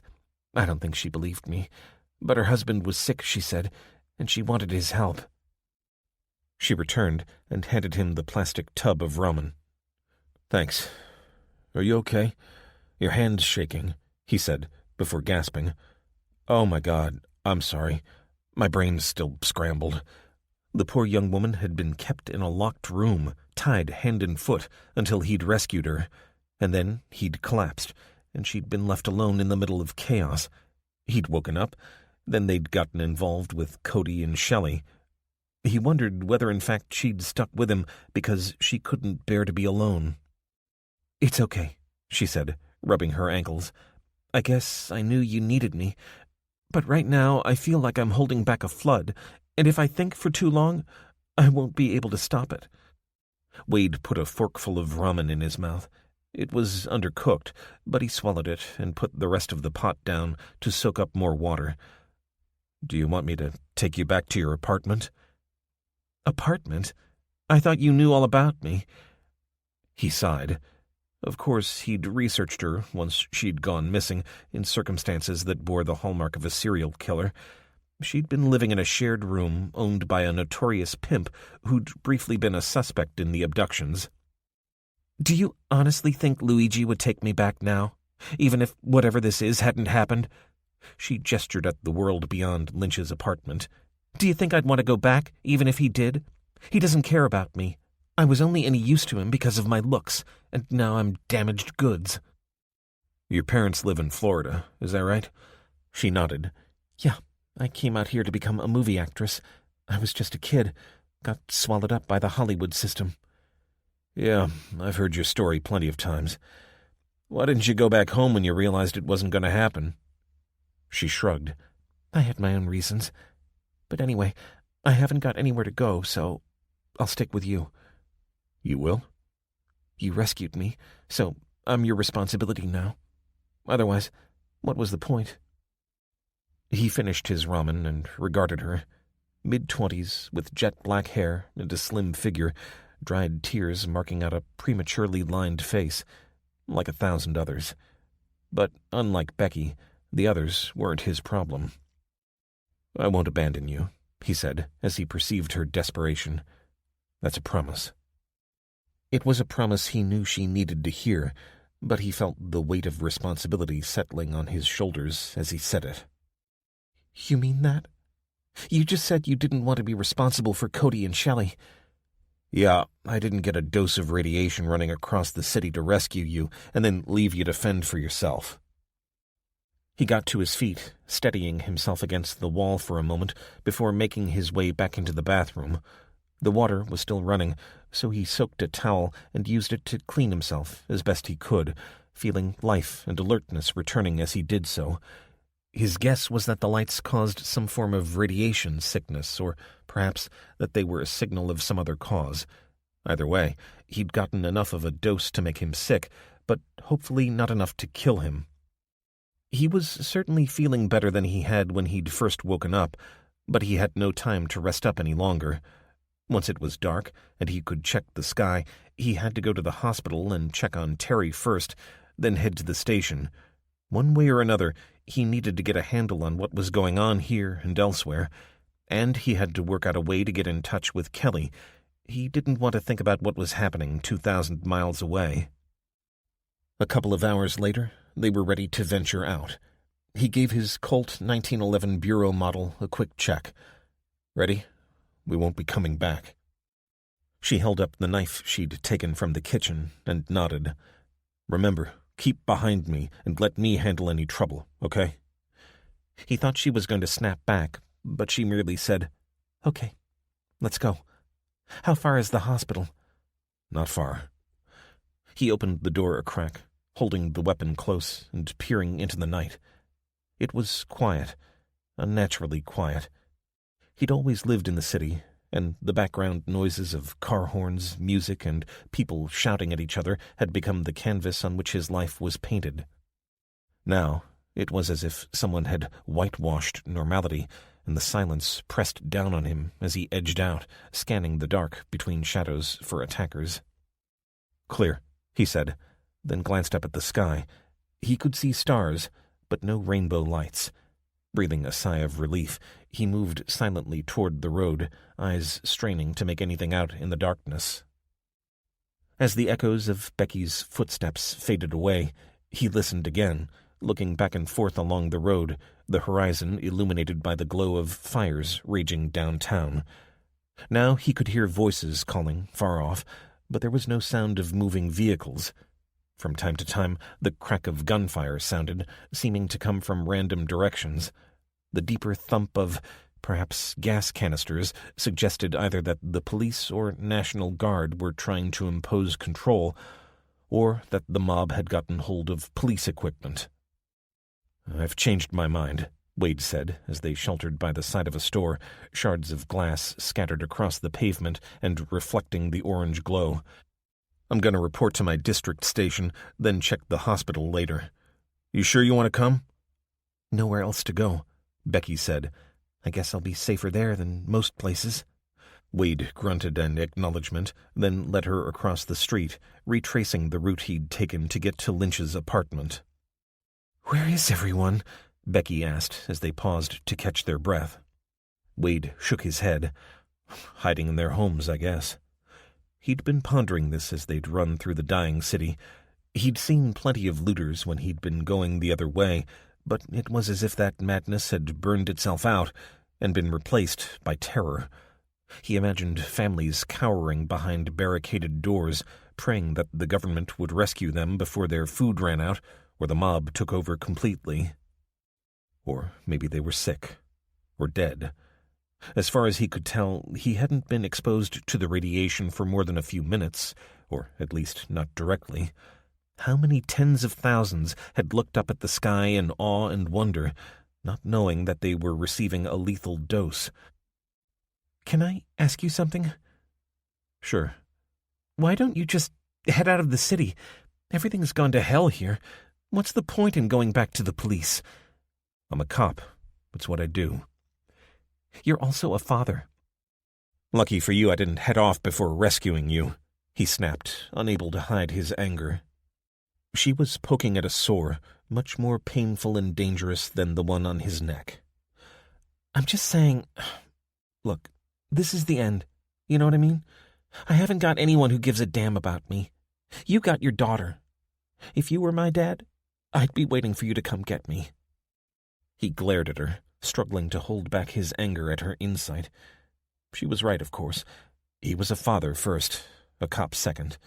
But Kelly was thousands of miles away across a country on fire, whereas his police family was right here, within reach. "Look," he said, forcing himself to be calm, "I can't just run away. I've got friends here, friends and colleagues, and I need to do what I can to help them before I go." It felt ridiculous to even consider attempting a journey across the continent. Was he going to walk the entire way?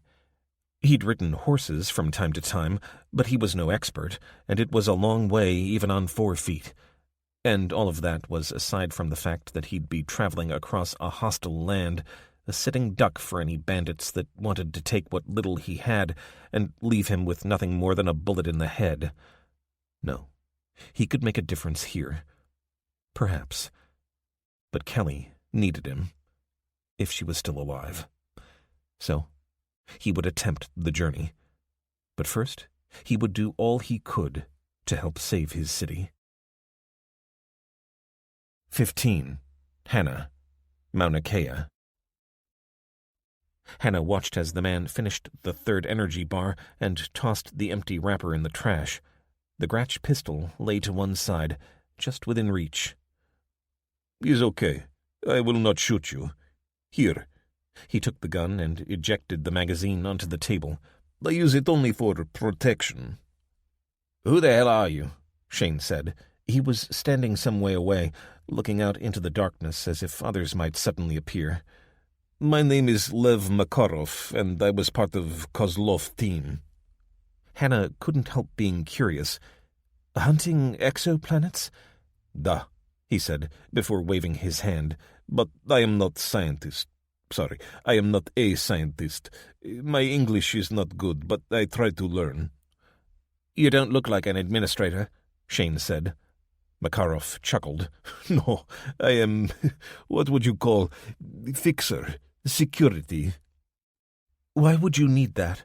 Hannah asked as he finished the last energy bar. "This is Hawaii." "Hawaii, United States of America. Many nosy Parkers. We mind our business. All gone now." He made a noise like an explosion, his hands spreading wide. In the dim emergency lights, Hannah could see Shane gesturing outside. "Kozlov's a couple of miles that way, isn't it?" "Da." "How many survived?" Makarov pointed at himself. "Many died here, I see. All dead at DSST. I walked to find someone alive." The Deep Sky Survey Telescope was the nearest observatory to theirs, and lay between them and Kozlov, which was in a cluster of smaller facilities near the summit. "Why did you come?" Shane asked, not bothering to hide his Aussie bluntness. Shrugging, Makarov said, "It is better to be with living than dead, no? Perhaps I can be useful." "How?" "Digging graves. I help." "And what do you want in return?" The Russian got to his feet. "Just to stick around for now. You will see, I can help. Here, have gun. But if we go out, one of us must be armed." "Why?" "The world has gone to hell. We must look out for demons." Shane strode over to Hannah and tugged her arm, leading her over to the door. "Sure," Lev called. "Decide if you want my help. If not, I go. But no monkey business." Shane leaned in. "What do you think?" "I think we need help digging the graves." "Then what?" "Geez, Shane, I don't have any long-term plans. Maybe a holiday on the Canary Islands," she said, before taking a deep breath. "He can help us bury our friends. When he's done that, we owe him somewhere to sleep. Tomorrow we can decide what happens next." "Do you trust him?" "I barely trust you." His face screwed up, and she wished she hadn't said it. "I'm sorry. I'm edgy, that's all." "Look, it's okay," he said.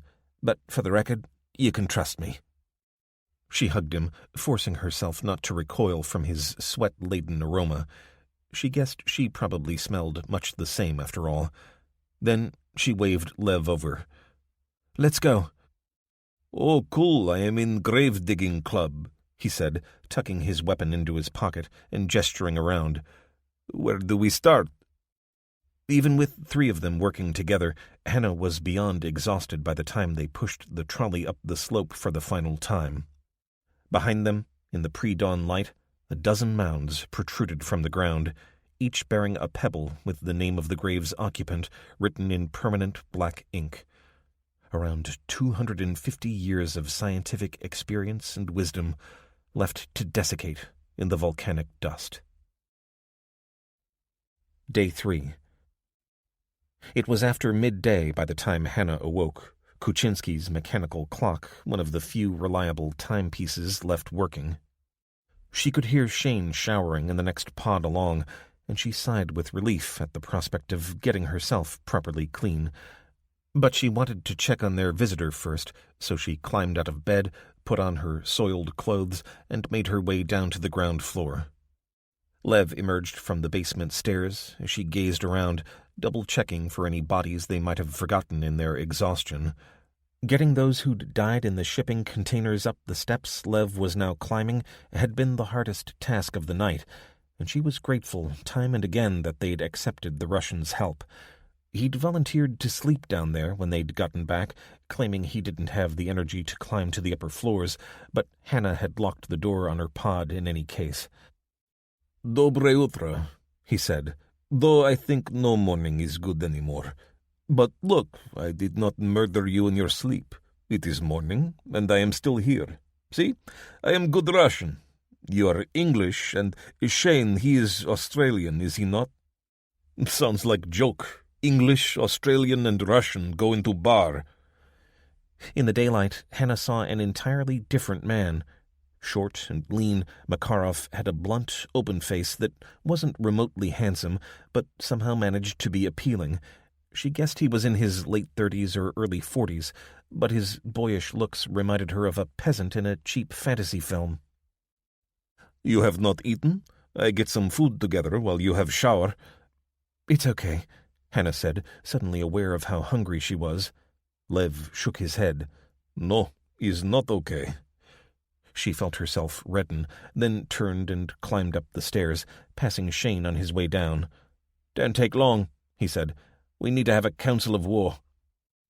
By the time she returned to the cafe area on the ground floor, she found that Shane and Lev had piled up the chairs and pushed the empty tables against the windows. She was glad. This way, she wasn't being constantly reminded of the missing. The observatory was reasonably well stocked with pastries sealed in plastic wrappers, along with preserves, and they tucked into them with abandon. Soon enough, the fresh milk would spoil, and the bread products go stale. Then they'd be left with canned and dried foods, but just for today, they could eat as much as they wanted. "So, tell me," Hannah said, as Lev folded a final pastry into his mouth, a mouth that seemed too big for his face. "What happened at Kozlov? I guess everyone went out and looked at the lights like here?" Lev looked apologetic. I thought we would have to talk about this." Shane choked, then spat out fragments of part-masticated toast. "You son of a... Is okay. I told truth. I was only survivor." "So what is there to talk about?" Shrugging, Lev took in a deep breath. "I was only survivor because team had all gone. Took commercial flight." "The whole team? When was this?" Hannah was amazed. Observatories were expensive to maintain and were generally busy with science work every possible minute. "It was a week ago." "And they left you alone? What did they say?" He nodded. "I was like caretaker. They had data. Could not be trusted to upload. I think... "What is it?" Hannah asked, leaning forward. "I think they knew. I think they knew about lights, and they left me to die." "What?" Shane said, his mouth dropping open. It would have been funny, except Hannah was just as shocked. "Let me get this clear, in case something's being lost in translation. Are you saying they knew that this radiation storm, for lack of a better word, was coming?" Lev shrugged. "I think so. Many arguments, but they did not tell me. Then they left and told me to guard observatory. Told me not to go out if lights in sky." Shane slammed the tabletop, then got up and walked back and forth, obviously unsure what to do with himself. "My God, they could have saved billions of lives," Hannah said. "I think perhaps they tried, but they were not free to speak. Our government is not like Western governments." Shane stood over Lev, hands on hips. "They're scientists, aren't they? They could have brought their data to us." "No, they could not. They are scientists, you say?" "Da, Russian scientists. They do not consult or share without permission, and they would not dare to trust communication systems within United States territory." "So they decided to travel themselves and present their data personally? Is that it, Lev?" The little man shook his head. "I think so, maybe. I am not scientist, but I am Russian, and think like Russian. They have families. I have family." "Wait a minute," Shane said. "Maybe they did get their message through." He sat down opposite Hannah. "Don't you see? Maybe this disaster only happened here. Maybe everyone else hid out of sight. Our families could be okay." Hannah felt hope rise for the first time since people had started dying. She didn't want to believe it was possible, any more than she'd wanted to accept that billions of people might have died. "We need to go to Kozlov, take a look at their data." "I do not think it is there," Lev said, shaking his head. Hannah looked at Shane, who was staring through the glass in the direction of the Russian observatory. "I wouldn't be so sure. They told you to secure the facility and not to go out when the lights were in the sky?" "Duh."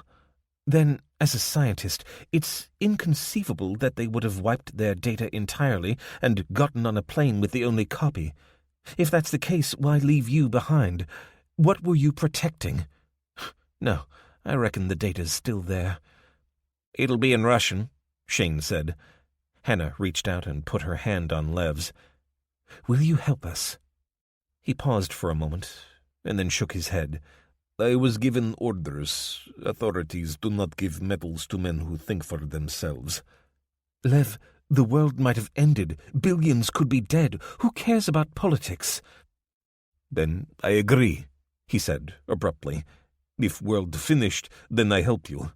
If not, then no." Shane sighed, leaning back in his chair. "And how are we supposed to find out?" "You're scientists, no?" So they agreed on a plan. Lev and Shane would secure the observatory and create an inventory of their supplies, including gas for the generator and the state and capacity of the solar panels. Hannah would go to the control room and look for radio signals and other indications that the world had survived the apocalypse. She had bitten back her hope that the Russians had alerted the world. After all, if they hadn't heard, here at a vital node of the electronic scientific community, then what hope was there for people who were more remote? The best-case scenario? Hundreds of millions had died. And while she was working in the control room, she also needed to find a way to monitor radiation levels, otherwise they wouldn't know when it was safe to make the trip to the Russian observatory. The Aurora might have been a one-off, but she wasn't going to bet on that, especially after what Bixby had said. How tragic would it be for humanity to survive the first blow, only to be finished off by not watching for a follow-up punch? She reached the control room, where she'd last seen Kuczynski alive, hunched over his computer. Avoiding his station, she sat down at the site supervisor's position and, after searching for a while, found and flipped the power switch at her feet. She was rewarded by a sound of whirring, but the monitor array remained dark, and the activity lights on the computer bases remained invisible. She kicked the table.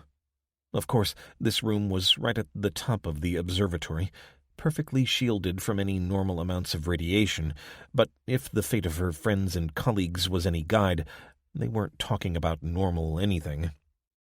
She checked all the computers, but none booted up.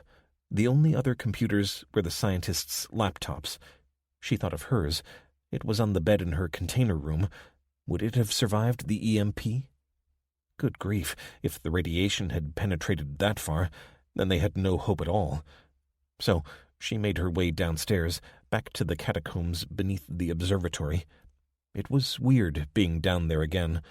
The corridor, made by the line of container bedrooms on one side and the pair being used as the storage area on the other, had been a familiar place of laughter and fun until just a few days ago.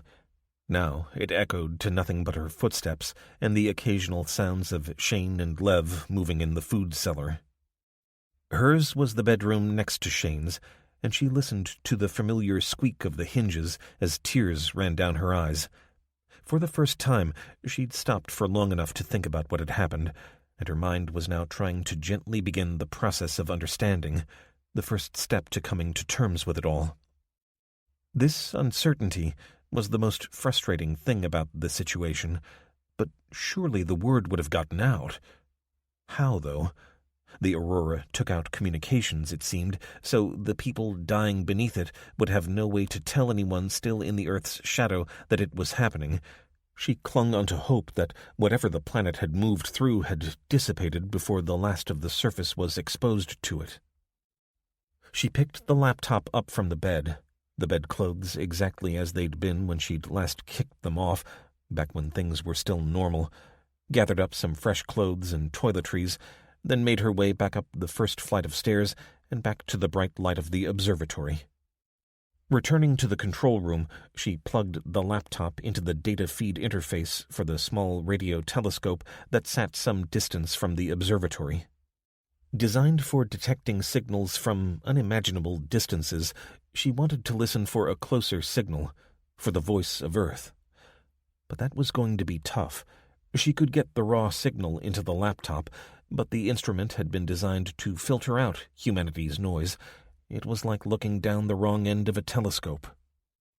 Like most astrophysicists, she was a pretty adept programmer, especially when it came to creating algorithms, but this was work that would normally have taken days, even if it could be achieved at all.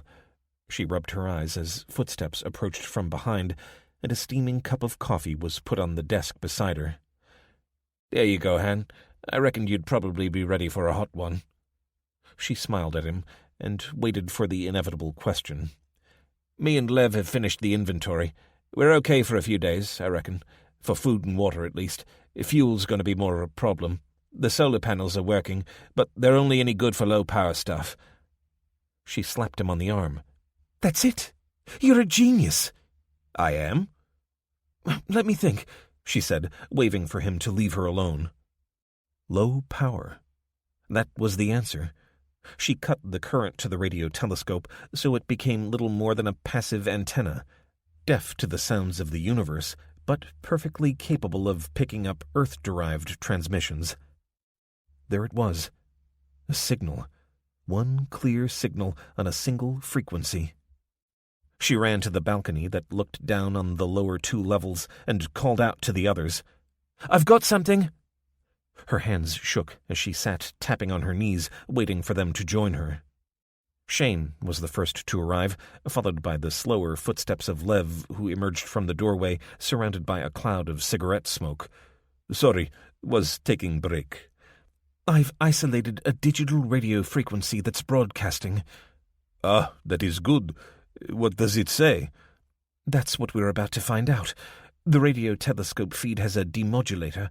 It was only put there for fun, really, just so we could hear a representation of the radio waves we received, the sound of a black hole, for example. But it also works for regular radio transmissions. Here goes."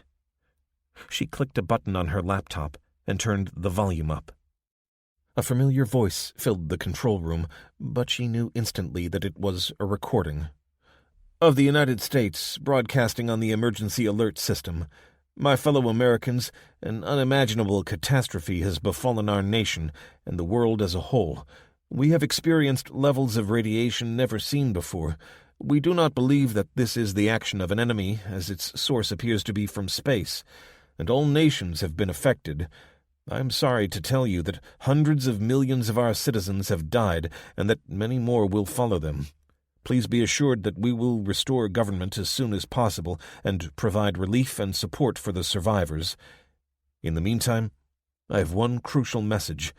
Do not go out if the Aurora is in the sky. This means do not go out in the daytime, or if the night sky is cloudy. Stay hidden. Stay underground as far as possible, and look out for each other. And may God help us in our hour of greatest need. God bless you all. And God bless America." They stood in silence as the message repeated, and then Hannah switched it off. "Well, I guess we have answer," Lev said. "And now, I will help you. We must know if this will come again. Tomorrow, we must go outside." 16. Abby and Ray. Abby poured the hot water from the kettle into a bowl and carried it across the barn to where Rose kneeled beside the wreckage of a man. Owen wandered around, nervously scratching his scalp, as if worried he might catch something. Gray stood by the door, looking out at the falling rain, rifle slung over his shoulder. Ray was hiding in the shadows somewhere. As Rose dabbed his wounds, the man groaned. "What in God's name were you doing out, Randall?" The man had a badge on his chest and wore a deputy's uniform. "Been out all day. Sheriff, yeah." He winced, and Rose withdrew her hand. "I'm so sorry.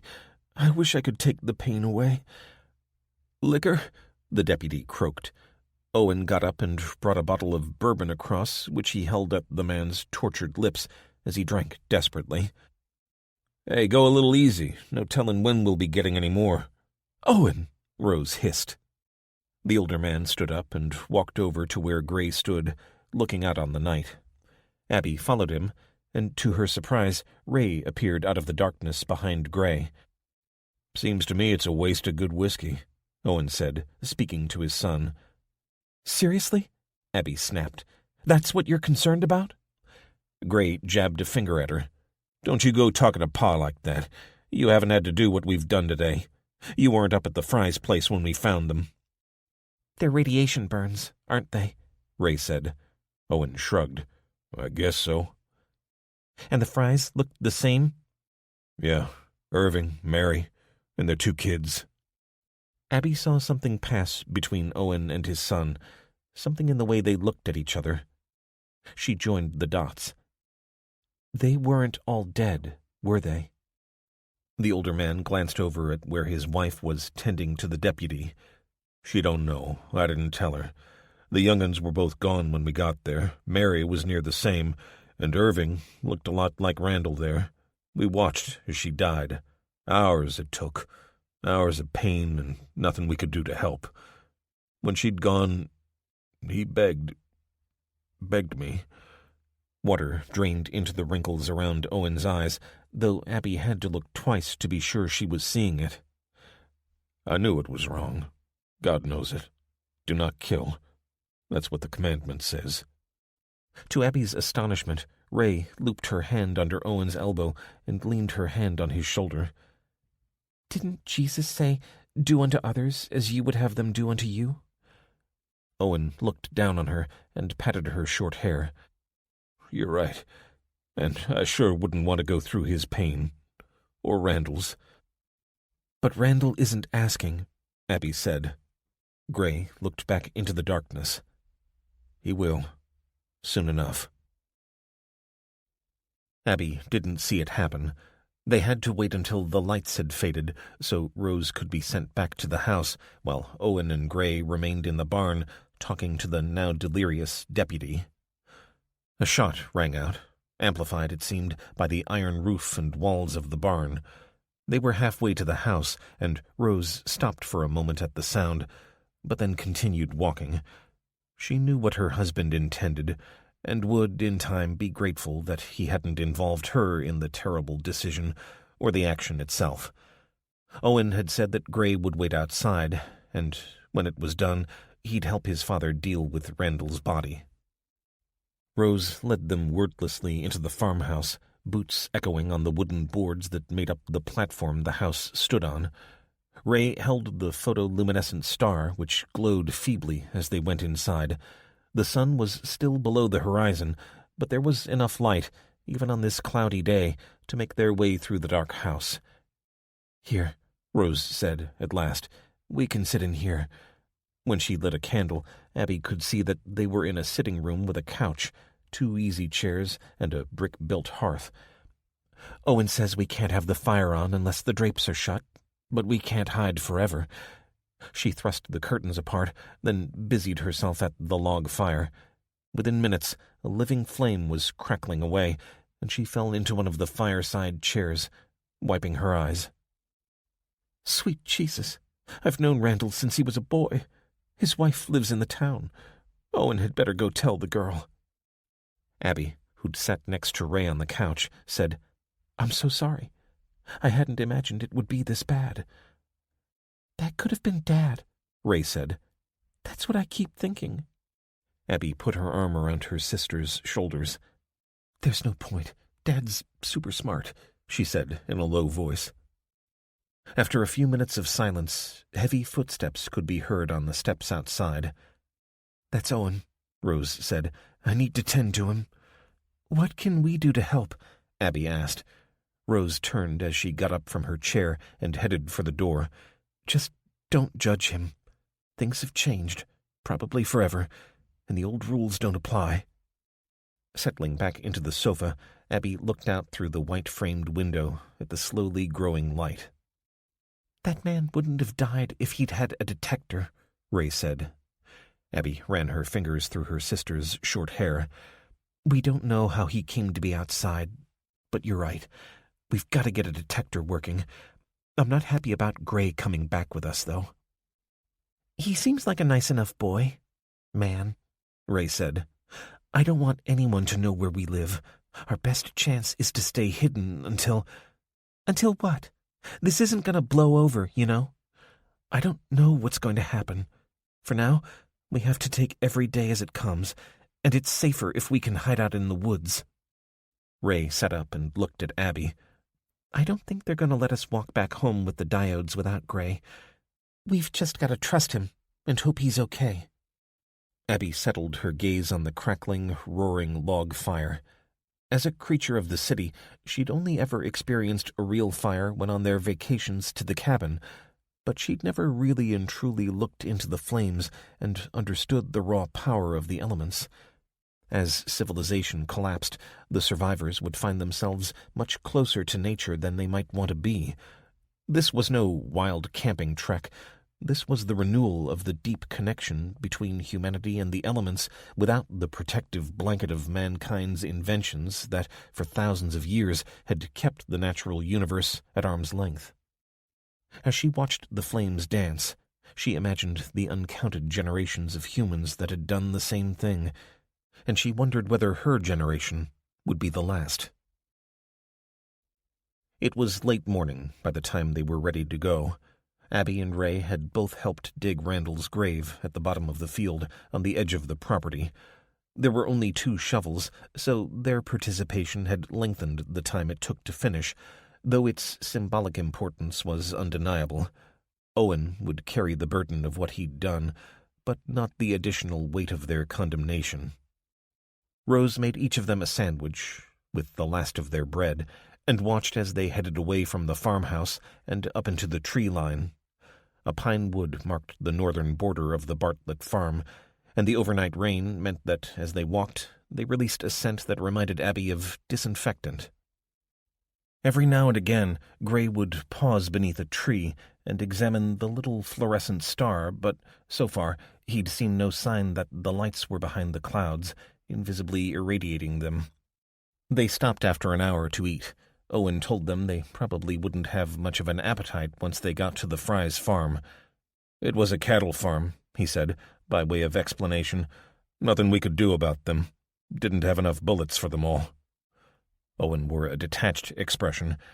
She'd seen the same sort of look on drug users, though she doubted Owen was a user. He was like a robot, going through the motions. She resolved to get away from the Bartletts as soon as she could. She nudged Ray as they trudged along. "Maybe we should make a break for it and head toward the town." "Why? We know those poor people from the farm had a satellite system, so I should be able to find what I need." Abby slowed her pace a little, so they fell back. "Don't tell me you're not freaked out a bit by them." She gestured at the 2 men. "Not really. They've both been through a lot. Enough to make most people crack." Ray glanced at her. "Look, you're much better at this sort of thing than me. Understanding people, I mean. But have you got any clue where we are right now? Could we make it back to the road without them catching us, even if we wanted to?" Truth was, they both knew they stood little chance, and, in Owen's current state, Abby wasn't going to trust him not to shoot as she ran for it. "Just keep an eye on them, okay? We get what we need, and then go." "With Gray? I'm still hoping to find a way to avoid that. Are you sure you can't make the device without going back to the cabin?" "I didn't bring the cyberdeck with me. That's got the circuit diagram on it." Abby grunted. "Here we are," Owen said as they emerged from the pines and looked down on a scene of horrifying contrasts. At first, it was the silence she noticed. Then she saw what had at first seemed to be small brown and black mounds gathered in groups on the dusty yellow soil below. As her eyes adjusted, she noticed the tiny shapes tearing at the mounds, then flying away. "Not a big ranch. They had around 500 head," Owen Bartlett said. "All dead. Damn shame. Come on, we'll follow the line of the trees. Direct route to the farmhouse is across there, and I guess none of us wants to go that way." Abby grabbed Ray's hand as she heard her sister sobbing quietly beside her. "Come on, let's get what we need and get out of here. Where's the satellite going to be?" Gray said. "Generally attached to the house, but we don't want to go inside unless we have to." "Why?" Ray asked, wiping her tears away. Gray looked directly into Abby's eyes, as if unsure how to answer. "Let's just do what Gray says," Abby whispered as she held Ray close. "How far is it from here?" She directed this question to him. "About a half hour." Abby nodded and guided Ray along. She patted her pocket to reassure herself that she had her sister's meds there. This would not be a good time for an attack. She'd have come on this journey alone if she could have, but she knew nothing about technology, and her chances of identifying the right part were close to zero. So she kept her gaze on the grassy bank they were walking along, and the trees to their right, and tried not to look at the horror on their left. There was no way to entirely avoid the stench of death, as, even when they'd spotted the ranch, they still had to walk between open paddocks where shapes lay where they'd dropped. Abby couldn't imagine how many crows and other carrion birds had been killed by the radiation, but she was grateful that the air wasn't full of their delighted cawing. How had any survived?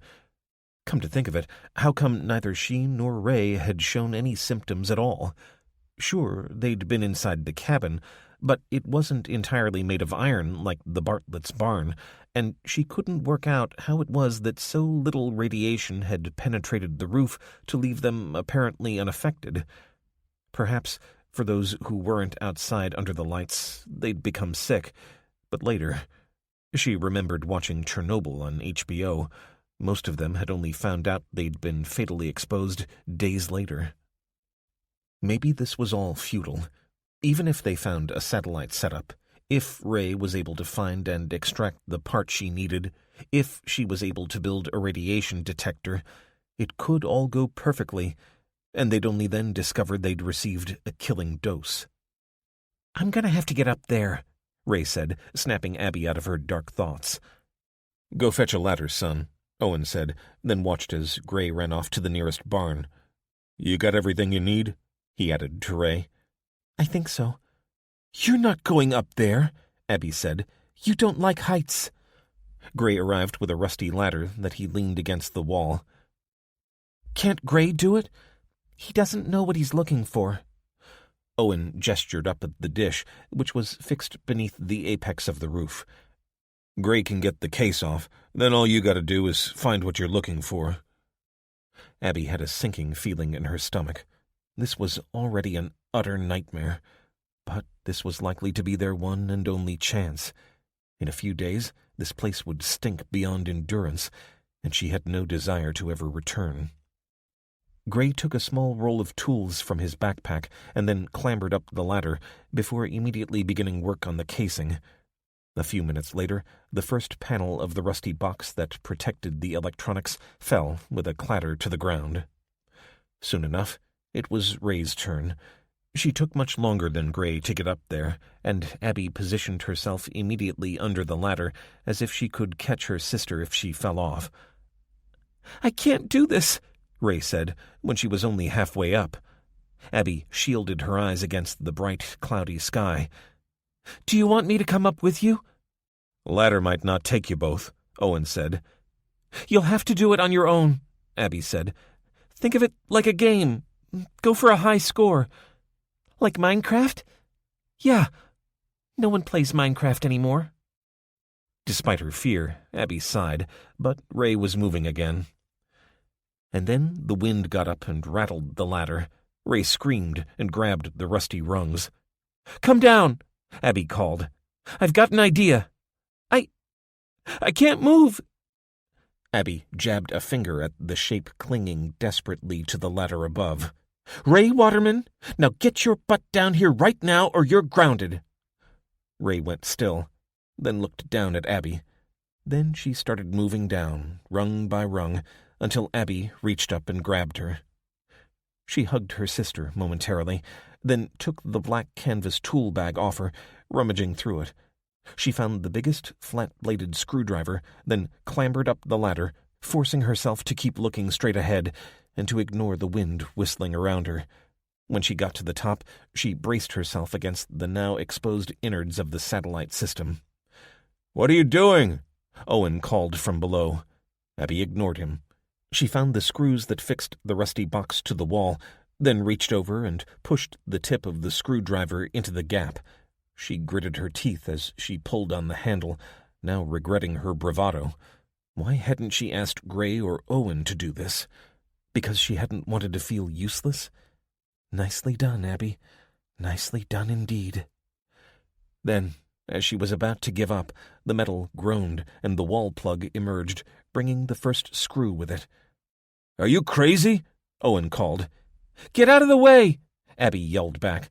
"This baby's going down!" But this baby put up a lot of resistance. She decided to work on the remaining 2 screws alternately, hoping that the unit would then drop from the wall once they'd come out so far. And it was working. The second screw was half out, and she was levering the third one. Any moment now, it would drop, and they could get out of this place of death. Then, quite suddenly, the third screw popped out, and all the force she was using to lever the metal frame off the wall was pushing against thin air. The frame fell. So did Abby. She flailed at nothing as the ladder swung back. The sky went by in a blur. She felt the impact and saw nothing more. "Abby! Abby! Wake up!" At first, she could see nothing. Ray's voice seemed to be calling from far off, as if Abby had fallen down a well. Then she saw a circle of light. Had she really fallen down a well? Was that the opening? No. It was getting bigger. Her vision was returning. "Don't move," a voice said. "Dad?" "Sorry, kid. No. It's just Owen. You took a hell of a fall, but you've got to come round slow-like. Now, can you move your fingers and toes?" She'd never had to think about moving them, but now it seemed as though she had to remember where they were, her mind moving along pathways that had almost been severed, like a computer that's been restarted. "I see them," Ray said, the relief in her voice obvious. "Yeah, that's good. Now, why don't you go tend to Gray while I see to your sister?" The silhouette of Owen's face appeared above Abby. "Does anything hurt?" "Everything hurts." "I mean, like, broken hurt?" She went to shake her head and winced. "I said keep as still as you can. If you're real lucky, you only jarred your neck, but it's going to be mighty painful." "I remember now." "That's good." "I fell off the ladder." "You did?" "I thought I was going to die." "Well, you would have if Gray hadn't caught you." "What?" Owen looked at something nearby. "When I say he caught you, well, he tried, sure enough, but you came down on him like a sack of bricks, and I think you might have cracked a rib, maybe worse. Jeez, how are we going to get you both home?" 17. Abby and Ray. Ray followed Owen as he moved a little away from where Abby and Gray lay, side by side. She could still feel the adrenaline coursing through her body from that moment when her sister had fallen. She'd thought Abby was dead, and the minutes she lay there unconscious as Owen checked on his son were the longest of her short life. She didn't blame the older man for concentrating on Gray first, and only then turning his attention to Abby, but it was a reality check for her. Family came first, especially after the end of the world, and the only family she could be certain of was lying on the cold concrete. In truth, Ray hadn't liked Abby that much. Her tall, blonde, capable half-sister was everything she wasn't.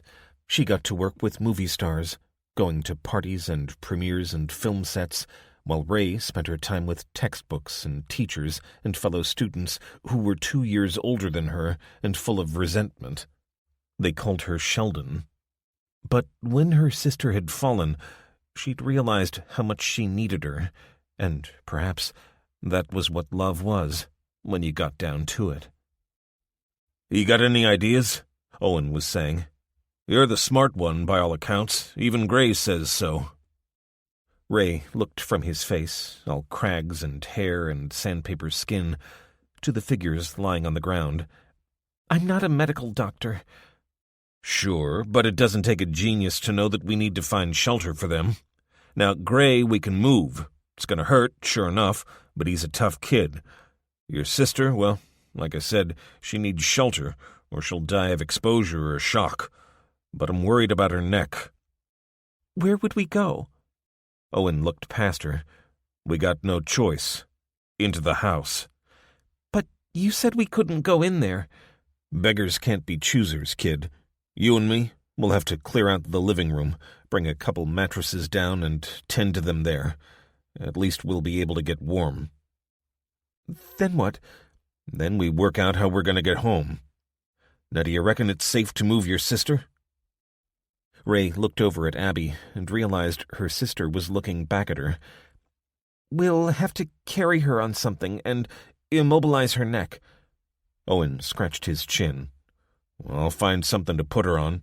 You wrap her up nice and tight." The older man disappeared while Ray thought about how she was going to protect Abby's neck.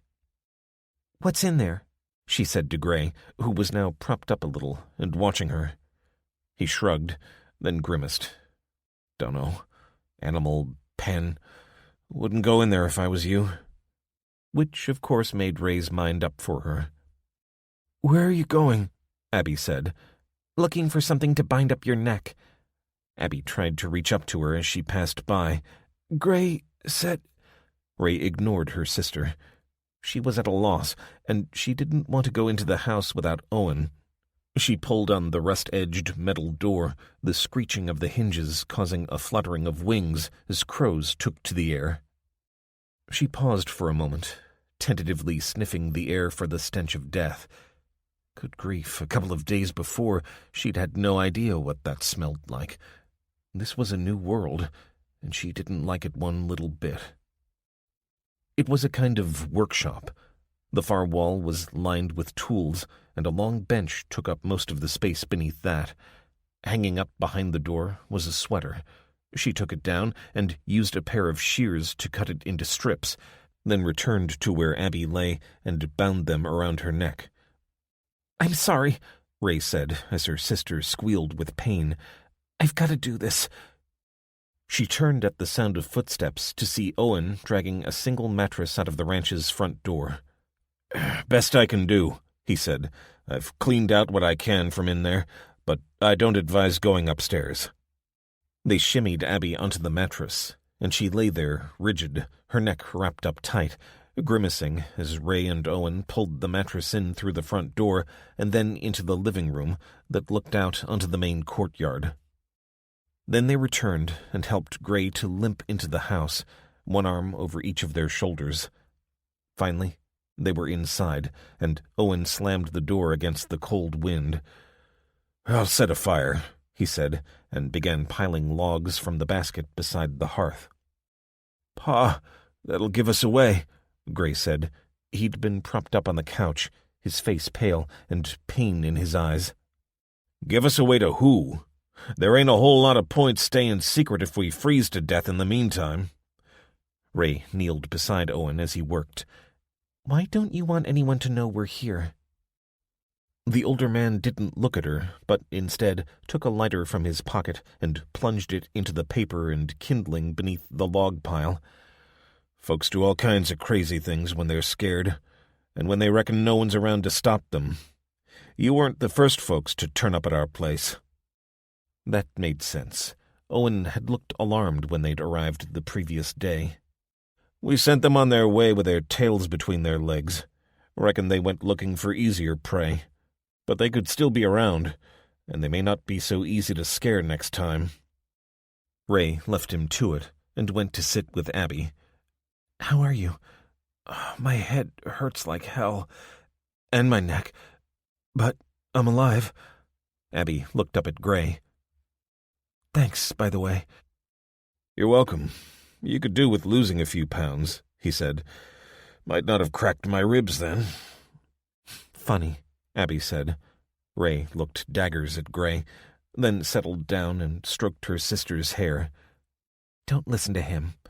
It's all right, Abby said. He's not the first man to tell me I have to lose weight. God help me, I used to pay attention to them, too. Hold on a minute. I was only joking, Gray said. Ray wagged a finger at him. Then you've got a crappy sense of humor. It's okay, Abby said. Gray saved my life. That buys him a whole stack of credits. Owen got up from the fire, which was now blazing away, warm air filling the small living room. Ray said, Can I go upstairs and see if they've got any meds? I'll go. What are we looking for, Advil? They watched him head out. Then his big boots could be heard on the ceiling before he returned. Got a little here. Better split it between them. He handed the meds over, and Ray gave some to Abby first, then Gray. It's getting dark, Owen said, sitting in the armchair. I'm going back to the farm. Fetch the truck round. Should have brought it in the first place, but I ain't sure when I'll be able to get any more gas for it. You kids sit tight. I'll be back in the morning. He got to his feet, shook his son's hand, and, after a final glance at Abby and Ray, left, shutting the door behind him. He's very brave, Ray said, suddenly feeling alone. I wouldn't like walking that way in the dark. He's done it hundreds of times, Gray said. His boots would find their way even if he couldn't see a darned thing. But, come morning, Owen hadn't returned. Ray woke up in the cold light to find that the fire had died down. Abby was asleep under her coat, though they'd all had a disturbed night, made more difficult by her need to go to the bathroom. The bucket was outside the back door. Ray shook her head, amazed at what she could do for her sister when it came down to it. Gray had gotten up first and claimed to be doing a perimeter check, though Ray suspected he was concentrating on the track that led into the center of the farm. Abby stirred, and Ray kneeled beside her. How are you? Abby rubbed the back of her neck. Sore. You're shivering. I'm okay. Ray got up and looked around the living room for anything she could use to cover her sister. Nothing. She'd have to venture into the parts of the house Owen had warned her against. In truth, she was curious about what she might find behind the door in the corner of the room, but it was the kind of horrific curiosity that drew people to public executions, the type of compulsion that told a dark tale of the heart of man. She got up and, casting a glance out of the living room window, but seeing no sign of Gray, she opened the door. It led onto a hallway with a flight of stairs, dimly lit as if the drapes were closed throughout the house. And there was a smell here, not the rank miasma the wind had brought their way as they'd crossed the fields of dead animals, but nevertheless an undercurrent of fear and despair. She didn't want to go on. At least, that's what she told herself. The stairs creaked as she made her way upstairs, gripping the handrail, but keeping her eyes fixed on the landing in case something lurked there, ready to ambush her. The bathroom door was opposite her when she reached the top, and she could see where Owen had been searching for the Advil, boxes of pills littering the floor and, no doubt, continuing inside beyond the reach of the weak light. 3 other doors led off the landing, and she took the handle of the first. It had to be a bedroom, and she'd surely find a comforter here for Abby. She shivered as the back of her neck bristled with goosebumps. Don't be an idiot, she hissed under her breath. Owen and Gray buried the bodies, even if they died in here. She opened the door, saw the ghosts of 2 single beds, and felt her way over to the shut drapes. She thrust them apart, and then looked around. She saw the beds. She saw the blood-stained comforters, and she saw the bullet holes in the wall. She ran from that place, onto the landing and down the stairs, into the arms of Gray. She flung herself backward, but his hands gripped her arms, and she couldn't move. He looked down at her, his jaw clenching and releasing, but whether from the pain in his ribs or anger, she couldn't tell. "Pa told you not to go upstairs, didn't he?" You... "I came back to tell you I'm going to check on him, bring the car around. Maybe he's had trouble with it. Maybe he's had a different kind of trouble. You can stay here and wait with your sister." Ray shook her head. "But you..." "Don't you say nothing you're going to regret, Ray. Your choice whether you wait for me here or try to make your way on foot. Your choice whether you reckon you owe us anything for saving your asses." Then he swung around and, without another look, went out the open front door. After another couple of Advil, Abby was able to sit up and tentatively look around, testing her range of movement. "You shouldn't be moving it at all," Ray said. "No, you're right. We have to get out of here, though I'm not sure how far I can walk just yet."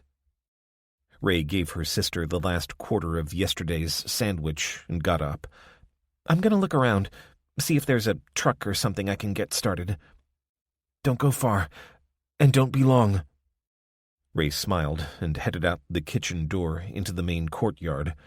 Past the barns, she could see a row of piled-up earth that must be the graves of the family who'd lived here. She wondered if they'd all gone out on the night of the lights and marveled at the sky, not knowing they were receiving a fatal dose as they did so. And she wondered what the bullet holes meant. Gray had taken his glowing star with him, so she had no idea what the radiation levels were at the moment, but she felt like she had no choice but to try to find some way out for them. She didn't trust Gray or his father since she'd been in that bedroom. Maybe there was an innocent explanation, but it sure looked as though someone had shot them as they lay in bed. Owen hadn't mentioned finding them that way, and, given what he'd done to the deputy, maybe he'd seen it as a mercy, but it had a frenzied look about it that didn't suggest it was a calm, rational act. Of course, there was every chance that Gray would be back at some point that day, but Ray wanted to be ready if he didn't return. She'd snipped the diode out of the satellite system, but she couldn't build the radiation detector here, so, without any other way of knowing if they were being radiated than by looking up into the night sky, they'd have to wait until it was dark, assuming she could find some transport. She thought she'd struck lucky, but then saw that the truck's windows had been smashed in. Puncture holes in the doors suggested it had suffered the same fate as the people upstairs. It was a recent model, in any case, so it probably wouldn't have started. She was looking for something older. And, in the end, she found it. A tractor sheltered under a small iron roof on one side of a cattle field. She picked her way past the bloated carcasses, thanking the Creator that a light frosty snow had locked in the scent of death. This place would have been a hell on earth by now if the lights had appeared in the middle of summer. The tractor, a John Deere in rusty speckled green, had a trailer on the back with sacks of cattle food. Ray, who'd never gotten up close to a tractor, climbed up, then found the ignition. Good, the key was in it. Less good, the transmission looked like a medieval torture device.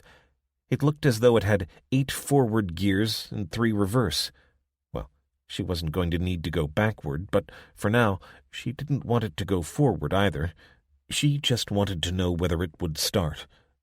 It was a cold morning, and this was an ancient diesel tractor. She pushed the lever to the P marking, then held her breath as she turned the key. The engine turned over, spluttering, but not catching. Ray knew next to nothing about engines, but her only option was to try again. It was on the 3rd attempt that it roared into life, like a machine gun going off. She shut it back down immediately and looked around from her vantage point on the seat as the echoes died away. Nothing moved, at least not yet. She got down and hurried back to the living room, where she found Abby standing on her feet, her hand at the back of her neck. "What was that? It sounded like someone shooting." "I found a working tractor," Ray said. "If they're not back by nightfall, and there are no lights in the sky, we're going to have to risk it." "To get home? But we'd go straight past their farm. They'd hear us." "All I know is We have to get away. We can head into town and find a back lane. Try and cut across to the cabin." "How do you know how to drive a tractor?" "Oh, you don't, do you?" Ray collapsed into the couch, pulling her coat around her shoulders. All her feelings of triumph had disappeared under her sister's questioning. And of course, Abby was right.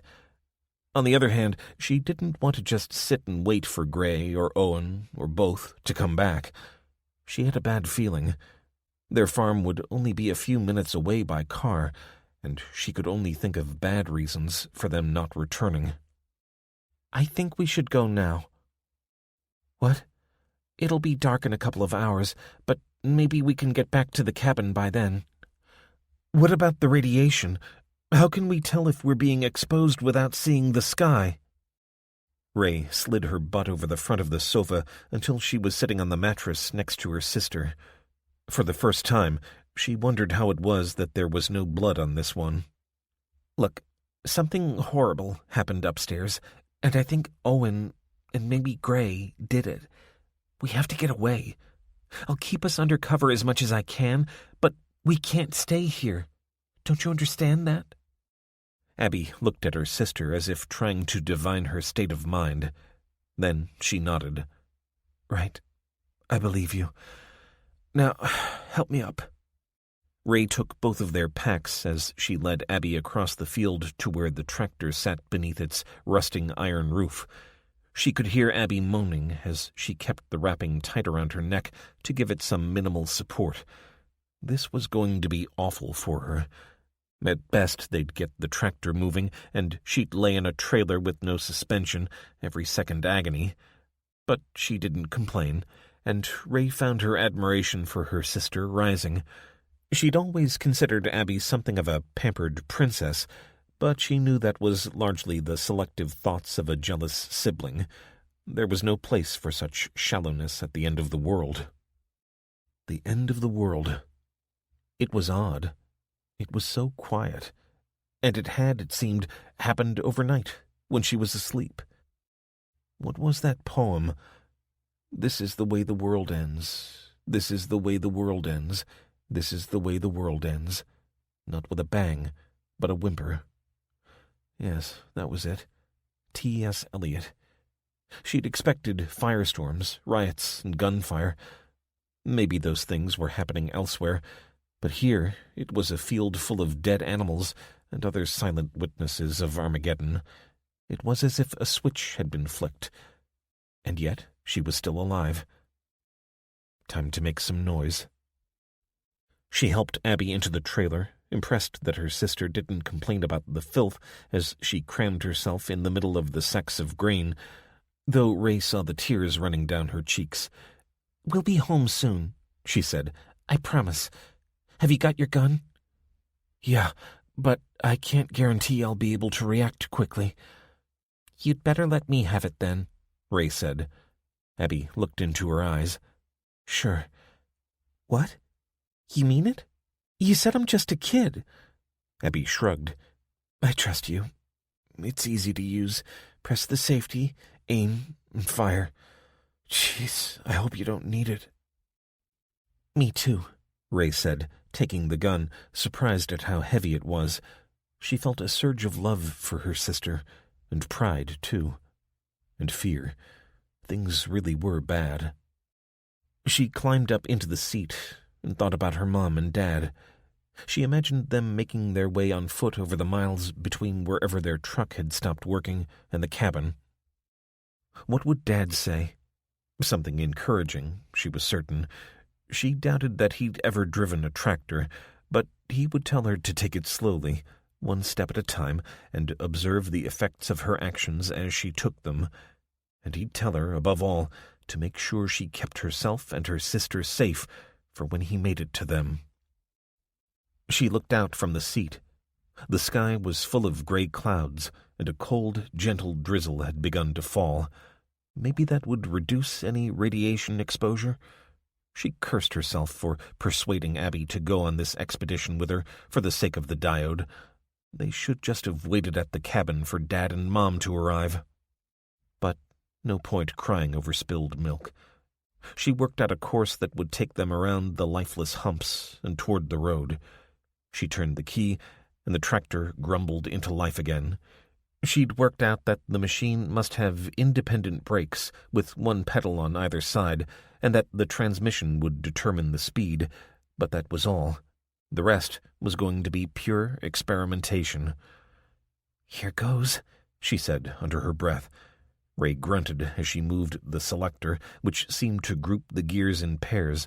She chose first gear, and the tractor lurched forward as she grabbed the wheel. They were moving at a snail's pace, but that was good, because it gave her a chance to get used to the steering. She practiced with each of the brake pedals, noting how much pressure was needed to take effect. Then, once they'd cleared the shelter and she could hear the rain pattering on the open cabin's roof, she shifted into second and carefully steered her course, keeping her eyes away from the still shapes. Growing in confidence, she shifted up again, but something ground inside the engine. Then she realized she had to move the selector to the side and then down and back to the left to move between groups of gears. So she bypassed one pair and chose fifth, the wind and rain refreshing on her cheeks as the tractor crawled toward the ranch. "You okay?" she called over her shoulder. After a moment, she heard Abby call, "Yeah. Well done, sis." She was actually enjoying this. Even here, in the midst of disaster, a frosty breeze blowing, rain falling on her, and for all she knew being exposed to deadly radiation, she laughed into the wind. This was cool. She swung the tractor onto the lane that led to the main road. When she got to the end, she would turn to the left, head toward town, and then find a route to the north, heading roughly in the direction of the cabin. Then she saw something lying in the road, too wide for her to steer around. She could run it over, as it was obviously dead, or she'd have to move it. She brought the tractor to a halt and put it into park. "What are you doing?" Abby called. "There's something in the road. I'm going to move it." She ignored Abby's protest as she climbed down and jogged over, wiping the rain from her eyes. Her hope that it was just a coat that had blown across the road disappeared as she got nearer, and she pulled the gun out of her pocket, pressing the safety. Then she recognized who it was. "Gray!" She held the weapon out in front of her, two-handed like she'd seen in the movies. He didn't move when she poked him in the back. She wondered what had happened to him. He was lying on the wet ground, face pressing against the dirt and the collar of his coat flung upwards as if he'd been blown off his feet. She pushed on his shoulder until he rolled on his back. His right arm, which had been hidden under him, was covered in a red stain that polluted the muddy water beneath. "What is it?" Ray started at the voice, then turned to see Abby there. "It's Gray. I think he's dead." Abby lumbered past her and bent down to grab his boots. "Come on, let's get him out of the way." But as she pulled, Gray groaned. "Oh my God! What do we do?" Ray knew what the human thing to do was, but she desperately wanted to get back home. And in any case, they were supposed to be escaping from Gray. But then, he'd been shot by persons unknown. "Come on, we'd better get him in the trailer," Abby said. "Are you serious?" Abby shrugged. "He saved my life. I may not like it much, but it's payback time." "But we'll have to take him back to the cabin. What if he shot those people? We can't trust him, can we?" "Maybe not, but we've got to try. He probably won't live, but it shouldn't be because of us, should it, Ray?" Ray got up and impulsively pulled her sister into a wet embrace, then reached up to kiss her on the cheek. Abby whispered, "We got this, Ray." 18. Samuel and Ruth. Day 3, Pennsylvania. Samuel drove the cart back to the cluster of English houses and jumped down as he saw Ruth walking toward him. He patted the flank of the gray mare he'd liberated from the miller's stables. She'd been working hard ever since, moving supplies that had been gathered by the foraging parties into the garages of this newly forming community.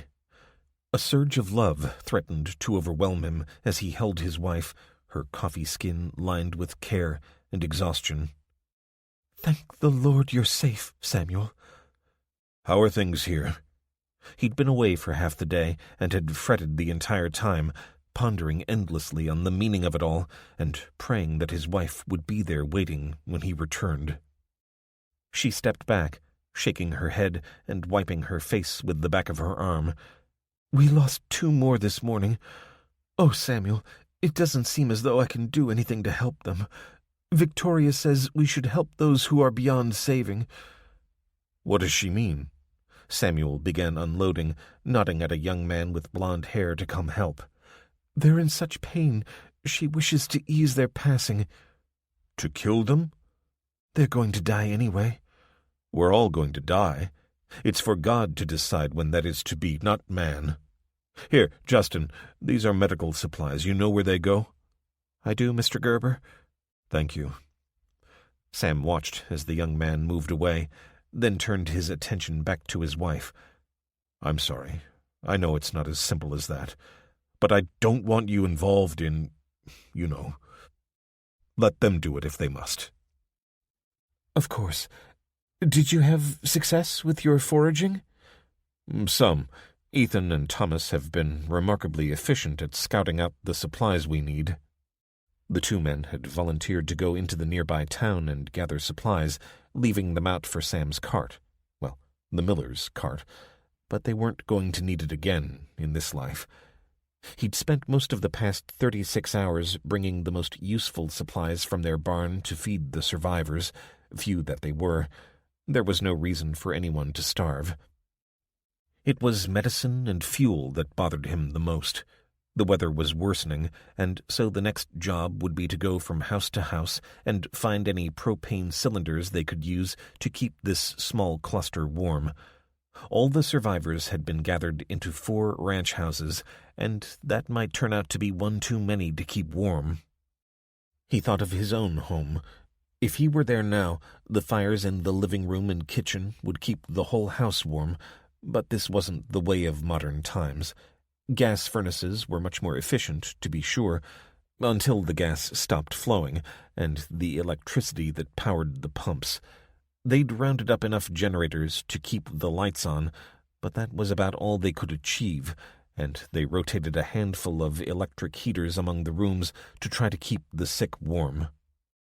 There were 3 fit women, Ruth, Victoria, and Marcy Proctor, and a couple of older women who hadn't been struck down by the dancing lights, but who could do little more than sit with the sick and watch over them. Aside from Justin, who was even now returning to take another box of supplies from Sam, the only other men in the community were Ethan and Thomas. Ethan was, like Justin, in his late teens, but cut from different cloth entirely. Where Justin was a good, well-behaved, and respectful young man, Ethan was more typical of his generation. But Thomas, who was in his 40s, had taken Ethan under his wing and put his restless energy to use in the foraging party. So, these 7 were entrusted with the care of over 20 sick people, and they'd begun with closer to 30. Sam caught Justin as he finished unloading. "I guess we've got digging to do." Samuel was thinking about sleep when he spotted something moving along the road. They'd chosen to dig the graves on a small rise overlooking the ranch houses that sheltered the survivors, and he'd fallen into an exhausted rhythm as he flung the heavy, wet soil out of the trench. From here, he could see the roofs of the town's nearer dwellings, separated by no more than half a mile of highway. Plumes of smoke had risen from many of them, so he knew that some people at least were sheltering there. But around him lay signs of ruin, the field pockmarked by fallen birds and both domestic and wild animals. He'd been forced to throw the body of a fox into a nearby hedge because he couldn't bear the crazy, tortured expression in its face as it stared sightlessly at him. "What's that, Mr. Gerber?" So, Justin had also seen it. A flatbed truck headed along the road from the town. Though he didn't have good eyes, even with glasses on, Sam thought he could see people standing in the bed. He hoped it was just his imagination, but Justin confirmed the worst. Maybe 6 or 7 in the back, some of them with rifles. What are we going to do? Get ourselves back to the houses. Maybe they'll pass us by, but I want to be on hand in case they don't. Sam began running down the hill. He didn't need to have seen Mad Max to know that this looked bad. What would happen when civilization fell, as it surely had? The violent would rule, at least for a time. He had no idea what God's plan might be, but for right now, he needed to be near Ruth. He reached the bottom of the hill just as the truck stopped outside the house. A man in a wide-brimmed hat got out of the front seat, took in the scene, and opened his leather coat to reveal a gray uniform beneath with a gold badge. "Afternoon, folks. Name's Sheriff Strickland. Who's in charge here?" All the women turned to Ruth, who had come outside with Marcy Proctor, who pushed the children behind her. Ruth looked across at Sam. "My husband, Samuel Gerber." The newcomer raised his eyebrows. "You Amish?" "Mennonite." "Huh! Thought that was a kind of fossil." Sam didn't respond. He already knew what sort of man he was dealing with, the kind who derived his authority from pushing others down. Not unique to English, but certainly more common. Strickland, if that was his real name, waited for a reply that never came. His eyes shifted around, and he glanced over his shoulder as if to check his gang was behind him. And it was a gang, that was obvious enough. 5 men and 1 woman, most in denim jeans, all obviously armed. "Where are your deputies, Sheriff?" Sam asked. Strickland's eyes narrowed. "Something wrong with your eyesight, son?" He gestured behind him. "Sure, they're in plain clothes. Helps us blend in and keep order. Now you gonna invite me in or not?" Sam looked across at Ruth, and then at Victoria. Both women shrugged. They all knew they had little choice. "We're caring for a lot of sick people," Sam said. "We're not geared up for hospitality." "Oh, that's okay. My boys will stay out here, and you can fill me in on how things are going." "I can tell you that without going inside." Strickland shook his head. "Well, all the same, I wouldn't mind a sit-down and a coffee, if you've got such a thing." Marcy stepped forward and pointed to the door of the house on the end of the group, the house that had been hers. "Sure, Sheriff." She led the way, as the man smirked at his followers. Sam whispered to Justin, "Will you keep an eye on things out here? Fetch me if you need me."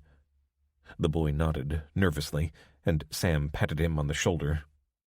He walked with Ruth into Marcy Proctor's house, his mind going back to when he'd first come in here to chaperone Ruth as she tended to Marcy's husband, a man whose grave lay among the others on the rise above the house. He remembered how strange it had been to be inside an English house, but also how utterly trivial that seemed to him now. Behind him, he heard the footsteps of the children running into their bedrooms, giggling. The adults went into the kitchen, which was being used to prepare meals for the community, and Ruth helped Maisie move equipment and ingredients off the table so they could sit down. Maisie poured warm coffee into a mug and slid it over to Strickland, then offered one to Sam. "No, thank you." "Looks like you've got yourself organized," Strickland said, taking off his hat to reveal greasy, white, thinning hair, and putting it on his lap. "It's been hard," Marcy said. "We've got so many people to try and care for." "Do any of them survive?" Marcy shook her head. "Not so far, but they were the sickest. I hope we'll save some." "What do you do with them who won't make it? It's not so hard to tell, is it?" Ruth's mouth opened wide. "We care for them. We just said so." "You give them food?" "Of course." "Folks who are dying anyway? Not very smart when supplies are short." Sam tapped on the table, struggling to cover up his anger. "It might not be smart, Sheriff, but it's the right thing to do. Everyone deserves loving care." Maybe the best thing to do would be to put them out of their misery. You ever thought of that?" Ruth and Marcy exchanged glances. "Yeah, I thought so. You know, this is why this new world needs leaders. The kind who will make the tough call." "Leaders like you?" Sam said. Strickland spread his arms wide, smiling, and held up the sheriff's hat. "Well, if the cap fits." The corridor reverberated to the sounds of running feet, and Justin appeared in the kitchen. "Mr. Gerber, they're taking our supplies." "What?" "I suggest you sit back down," Strickland said, drawing a revolver from the holster under his jacket. "My boys are redistributing, that's all." "But we need those supplies." "Well, think of it as a kind of re-education. You're now going to have to prioritize who you feed, who you tend, and who you don't. Just say the word, and my boys will help, if you can't do it yourself." Sam saw Marcy moving behind Strickland, but he gave the tiniest shake of the head, and she froze. The sheriff looked over his shoulder. "Of course you Amish are pacifists." He spat the last word like a curse before pointing at Marcy. "Now just you mind yourself. Too many have died already, and all we want is a contribution. And you stay where I can see you," he added to Justin, who was standing beside Sam. Then they heard gunshots, and Strickland spun around. "What the hell?" In that moment, Marcy grabbed a knife from the kitchen drawer and leaped across the room to plunge it into Strickland's back. The crack and thud of gunfire outside was overwhelmed by his yell of pain and fury. He threw her off and, in a smooth and practiced motion, fired 2 shots into Marcy's chest. "Mommy!" Caitlin ran in, and Strickland's gun came around, but Sam threw himself forward and grabbed it, the shot going up and out, the window exploding and shattering glass. Ruth was on her knees, cradling Marcy as Caitlin and Logan sobbed beside their mother. Justin pulled the knife from Strickland's back, causing the man to convulse, screaming in agony, and then the blade swept down, and the so-called sheriff went still. Justin took the gun from the dead man's hand and brought it around as boots thudded toward the kitchen. "No!" Sam called out, grabbing Justin's hand as he pulled the trigger, sending the shot into the ceiling, a shower of plaster raining down on them. Ethan emerged, gun sweeping the kitchen, before kneeling beside Marcy. The bloodied face of Thomas followed him inside where he stood, trembling. "Geez, not Marcy," he said. "At least you got him." He pointed down at the still form of Strickland. "Where are the others?" Sam asked. 3 dead, 2 run off. We got a hell of a mess to clear up out front." Justin embraced Thomas. "Thank God you came back when you did." "That weren't entirely by chance. We saw their truck when we were scavenging, nearly got caught by them. We knew they'd come here, so we cut across the town as quick as we could. Damn shame we weren't in time." Sam got up and shook his hand. "I grieve for Marcy." "You didn't do nothing to help, though, did you?" Ethan spat as he looked up at Sam with malice. "It all happened too quickly." Ruth, who was beside Ethan, said, "Sam stopped Strickland shooting the children. He couldn't have done anything about Marcy. None of us knew what she was going to do." "Mrs. Gerber's right," Justin said, kneeling beside Ethan. "I'd have stopped him," Ethan insisted, though with less conviction. "It ain't fair." Ruth got to her feet, pulling the sobbing children away. Their clothes were stained with their mother's blood. "Come on, let's clean you up." "Who's going to look after us now?" Caitlin sobbed. Ruth got onto her knees, so she was at the level of the children. "With God's help, we will. Samuel and I will look after you." Samuel Gerber watched his wife leave with the 2 distraught children, then led Justin and Thomas out front to survey the damage before heading up the rise to begin digging. 19. Elijah. Day 4. Glendale, California. Wade gasped as they emerged from the back street and looked up at the district police station in the early pre-dawn. "What the hell?" Where the station had been was now a burned-out ruin, the air full of the stench of burned wood and melted plastic. Here and there, small fires had been made in garbage cans, and figures picked among the trash by their flickering light. Wade drew his weapon and moved forward, calling a warning to the looters. "Police! I'm giving one warning and one warning only." Instantly, the figures melted into the darkness, though Wade knew they'd be watching from the shadows. "Keep close," he said. "Why are you going inside?" Becky hissed. "I have to be certain about something," he replied, flicking on his maglite before stepping between the blackened frame of the entrance and into the reception area, his boots cracking on shattered glass. Chairs had been ripped out and thrown across the floor to be consumed in the flames. So, rioters had been in here before setting light to the place. He'd originally thought they might have lobbed Molotov cocktails in through the front door. He reached the sergeant's desk, now a mess of tortured plastic and wood, with DeSantos's swivel chair now nothing more than a metal skeleton. The base of the desk was, however, intact, and he opened the bottom drawer to find a second flashlight. He switched it on, gave the maglite to Becky, and swept the light across the scene, aware of watchers moving as the beam filled the shadows they were hiding in. No one challenged him, however, as he made his way to the door between the public area and the offices beyond. The door had been forced, but, if anything, the fire had been even more intense here, and there was little to see except blackened wood and rubble from where the wall had collapsed. "Let's get out of here," Becky said. "If they come after us, we could be trapped." He put his hand up and led her to the pen.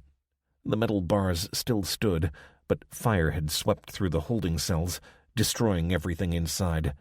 He paused outside one and ran the flashlight over the twisted ruins of the bed. "Look," he said, pointing to a shape on the floor. "Lynch."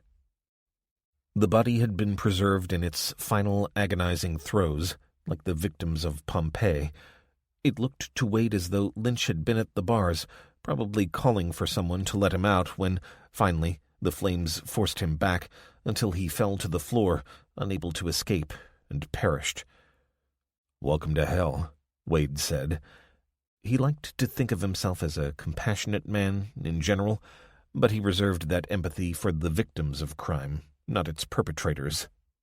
For all the ruin of the past days, the world was a better place without Lynch in it. Becky peered through the bars, careful not to touch them. "I wanted you to see he's gone," Wade said. "Now we can go." He'd seen enough dead bodies over the decades to not be too fazed by this one, especially knowing what the man had done, but even he was a little weirded out by the fact that he was wearing a coat he'd taken from Lynch's closet. The murderer was a little smaller than he was, so he couldn't quite close it at the front. She nodded, her eyes wide, though without the disgust he'd expected of her. "Where?" "To headquarters. If the city has a law enforcement presence, they'll likely regroup there." He could see the disappointment in her eyes. "Becky, I have to know what's happened here, and whether there's a police department for me to belong to. If not, I'll be on the road east." He didn't look back at the shriveled corpse in the cell, but despite the danger, he felt reassured that Lynch at least had received justice. On the other hand, if Sergeant DeSantos had been alive and capable, he'd have gotten Lynch out. He felt a chill as he thought of his friend, and said a silent prayer that he'd escaped with his life. The only crumb of comfort was that, aside from Lynch, there were no bodies here, so likely they'd been able to evacuate. Unless, of course, they'd died here, and a police cleanup squad had been in since. He led the way back out through the inner door, checking for movement before signaling for Becky to follow him. He breathed a sigh of relief as they left the building behind and sheltered in the doorway of a residential building. The street outside the district station was littered with vehicles that had been stopped in their tracks when the EMP, if it had been an EMP, hit. The windows had been smashed on every one, and here and there Wade could see human forms lying, unmoving. Wade was confident that whatever had caused the radiation It wasn't a human enemy. If the Chinese, Russians, or North Koreans had attacked the U.S., they'd know about it by now. Los Angeles would be one of the top few targets for any invading force, especially if their enemy lay to the west. That, however, was cold comfort if it meant that the whole of humanity had fallen. The fact that he'd seen no state-level or federal response told him that this was widespread, almost certainly national in scope, and possibly global. How many had gotten sick? It depended on how long the radiation burst had lasted. If it was only a few hours, then it would only affect those parts of the Earth that had been facing that way at the time. If it was more than 24 hours, then it would have gotten to every part of the planet. And how many people would have resisted the temptation to go outside and look up when the dancing lights were in the sky? How many billions were now dead or gravely ill? He could only have been exposed for a short time, and yet he'd been unconscious for hours, and he'd been looked after. How many hadn't been killed by the initial dose, but would die from the longer-term effects over the coming weeks? Would he be among them? They jogged along North Jackson Street, hugging the sides of the buildings, Wade's handgun held ready, eyes sweeping the shadows. He couldn't figure out why it was so quiet. There was evidence of rioting everywhere, but now the streets were largely deserted. Maybe the looters and rioters had signed their own death warrants by being outside under the dancing lights. Yes, that'd account for at least some of them, but surely not everyone. Though most of the stores they passed had smashed windows, they hadn't been entirely emptied. Surely if people were hiding in their homes, they'd want to venture out to get food. The skies were calm, after all, unless people hadn't made the connection. In his decades as a cop, he'd concluded that most folks were pretty dumb. "Hey, who the hell are you?"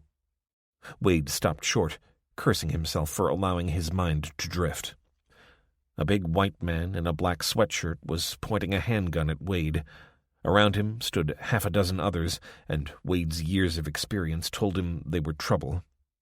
Wade had had just enough presence of mind to slip his weapon into its holster before putting his hands up.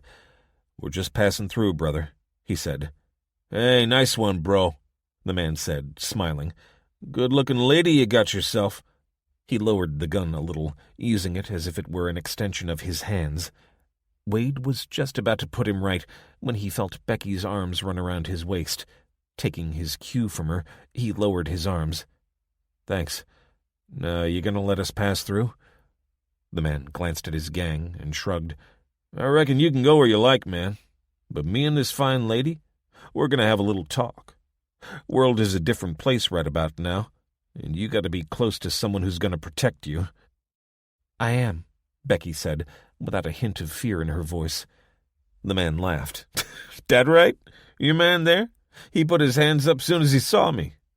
Now you come to me, girl, and we make an arrangement." Becky sneered. "No way. I got standards." The man laughed again, but Wade detected an edge to it. This was getting dangerous.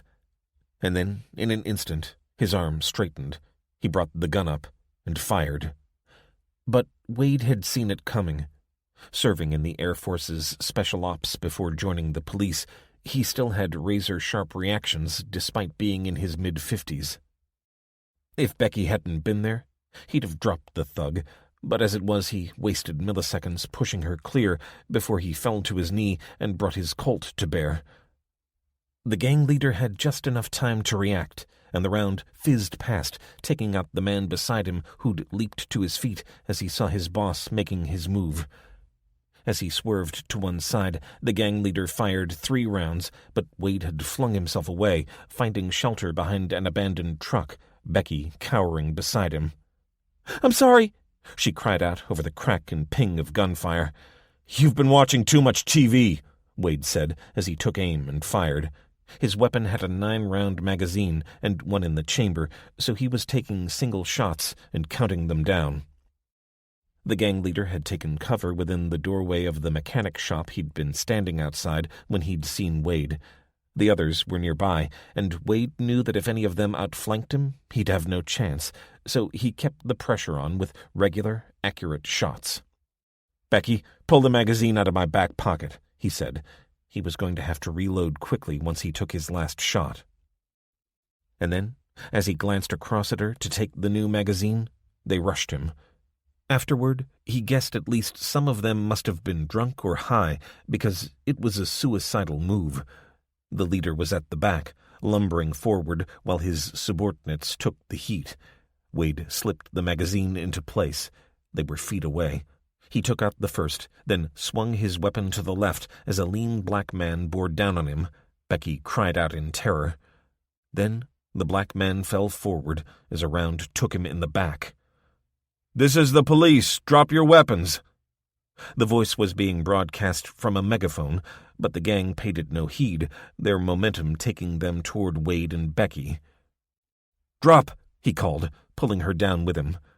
The deep-throated thunks of high-caliber weapons filled the air, followed by yells of pain, and then, as Wade lay flat on the ground, the fat head of the gang leader flopped down, his sightless eyes looking directly into Wade's. "Remain still," a voice instructed from above. Then Wade felt his arms being pulled together as he and Becky were hauled up. Wade let out a huge breath as the police officer, dressed in black body armor, spun him around and pushed him back onto the hood of the car. "I'm a detective," Wade said. "Sure you are, buddy. Detective Elijah Wade, Glendale PD. My badge is in my pocket." The young officer's flushed excitement dissipated instantly as he nodded to his colleague, who frisked Wade.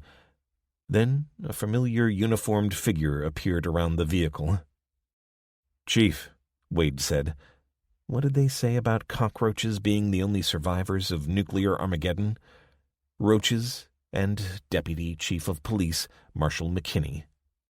"Detective Wade, of course you'd survive, though not for much longer if we hadn't arrived." McKinney was a thin man with a close-shaven mustache. He looked like a bank teller, but Wade knew him to be ruthless. "I appreciate the assist, Chief. Can you give me any news on Sergeant DeSantos and the rest of the team?" McKinney shook his head. "I'm not your secretary, Detective. Report to the police department for assignment. We have much to do, and we need all the help we can get, even yours." He found Joe DeSantos almost as soon as he arrived at the police headquarters building. The sergeant's obvious relief and surprise mirrored his own as they embraced. "Thank God," DeSantos said. "I thought for sure you were dead. Geez, it's good to see you. How's Terry?" Wade could tell from his expression what DeSantos was going to say. "I'm sorry, Elijah. We lost him. And Jenkins. They died before we could get them to the hospital. Then, as soon as the skylights went out, we got attacked by looters. Had to abandon the station and make my way here, or we'd have been burned alive." "It's okay, Joe. I should have been there." "This Becky?" DeSantos said, looking beyond Wade. "Yeah. Then you did the right thing." Wade put his arm around the sergeant's shoulder and guided him to a quiet corner. "Lynch was still in his cell when you left?" "Yeah, I should have gotten him out, but by that time I couldn't get to the pen." "It's okay, Joe. I just wanted to be sure he was in there. I've been to the station and saw a burned body in his cell." DeSantos shrugged. "Well, unless some fool let him out and then put another body inside, I guess we can say he's dead." "Sure. I'd want dental records in normal times, but I figure those days are over. Can you give me a rundown?" DeSantos glanced at Becky. "Of course, but you'd better take Becky to the ghetto. She won't be able to come inside." "The ghetto?" "It's what we call the safe area. It's in the old Civic Center across the street. You'd best see one of the LTs to get a full briefing, but I can give you a summary." Wade nodded, pulling the man closer so they could speak without being overheard. "So, you remember the chief gave that order on the radio just before you headed out?" "Yeah." "Well, everything went to hell pretty quickly. The radio stopped working, so we just had to hunker down and keep the station secure. But Terry was real sick by then, so I was getting ready to carry him and Jenkins to the hospital when we came under attack. We couldn't hold them back, and then they started using firebombs, and I knew it was up. We had no way to get reinforcements, and the world had gone to hell. Terry died as we tried to get away, so I led the survivors here. The chief's dead, so McKinney's in charge now, and we're restoring order block by block centered on here. McKinney's put a curfew in place, and he leads enforcement squads out onto the streets to keep the peace.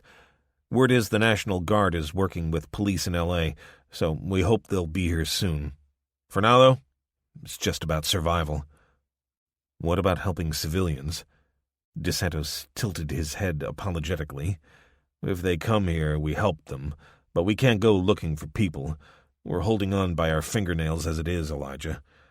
Now, why don't you go find Becky somewhere safe, and you can lend a hand. We sure as hell need you. 20. Elijah. Hey, Wade, you son of a bitch! Elijah had just made his way into the open-plan CIU office when he heard the familiar voice calling. Larry, glad to see you made it. Detective Lorenzo Costa took his hand and shook it vigorously. I should have known you'd make it. Man, it's good to see you. You too. Where have you been? Working a case? Huh, typical. Cracked it? Justice done? Wade nodded. We got lucky and caught the cleaner. I went after Becky Powell, his last victim. And you found her? I did. Costa shook his head. I gotta hand it to you, Elijah. You're one of a kind. What happened to the cleaner? Died in his cell when the station was burned down. Good. I wonder how long it'll be before we're working cases again. We're just keeping the peace here. Only until the National Guard deploys, I hear.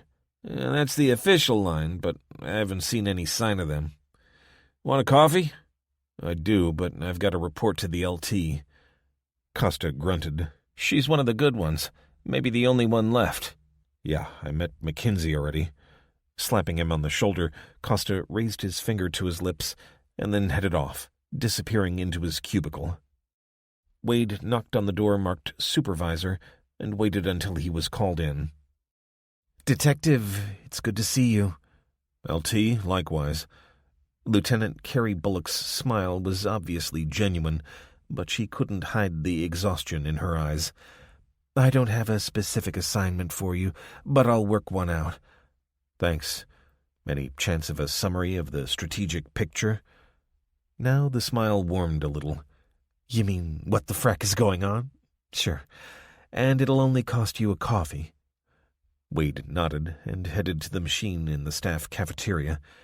Carrie Bullock was the best of the senior officers in the department, but she lacked the political skill of a career officer, which made her the ideal source of BS-free information.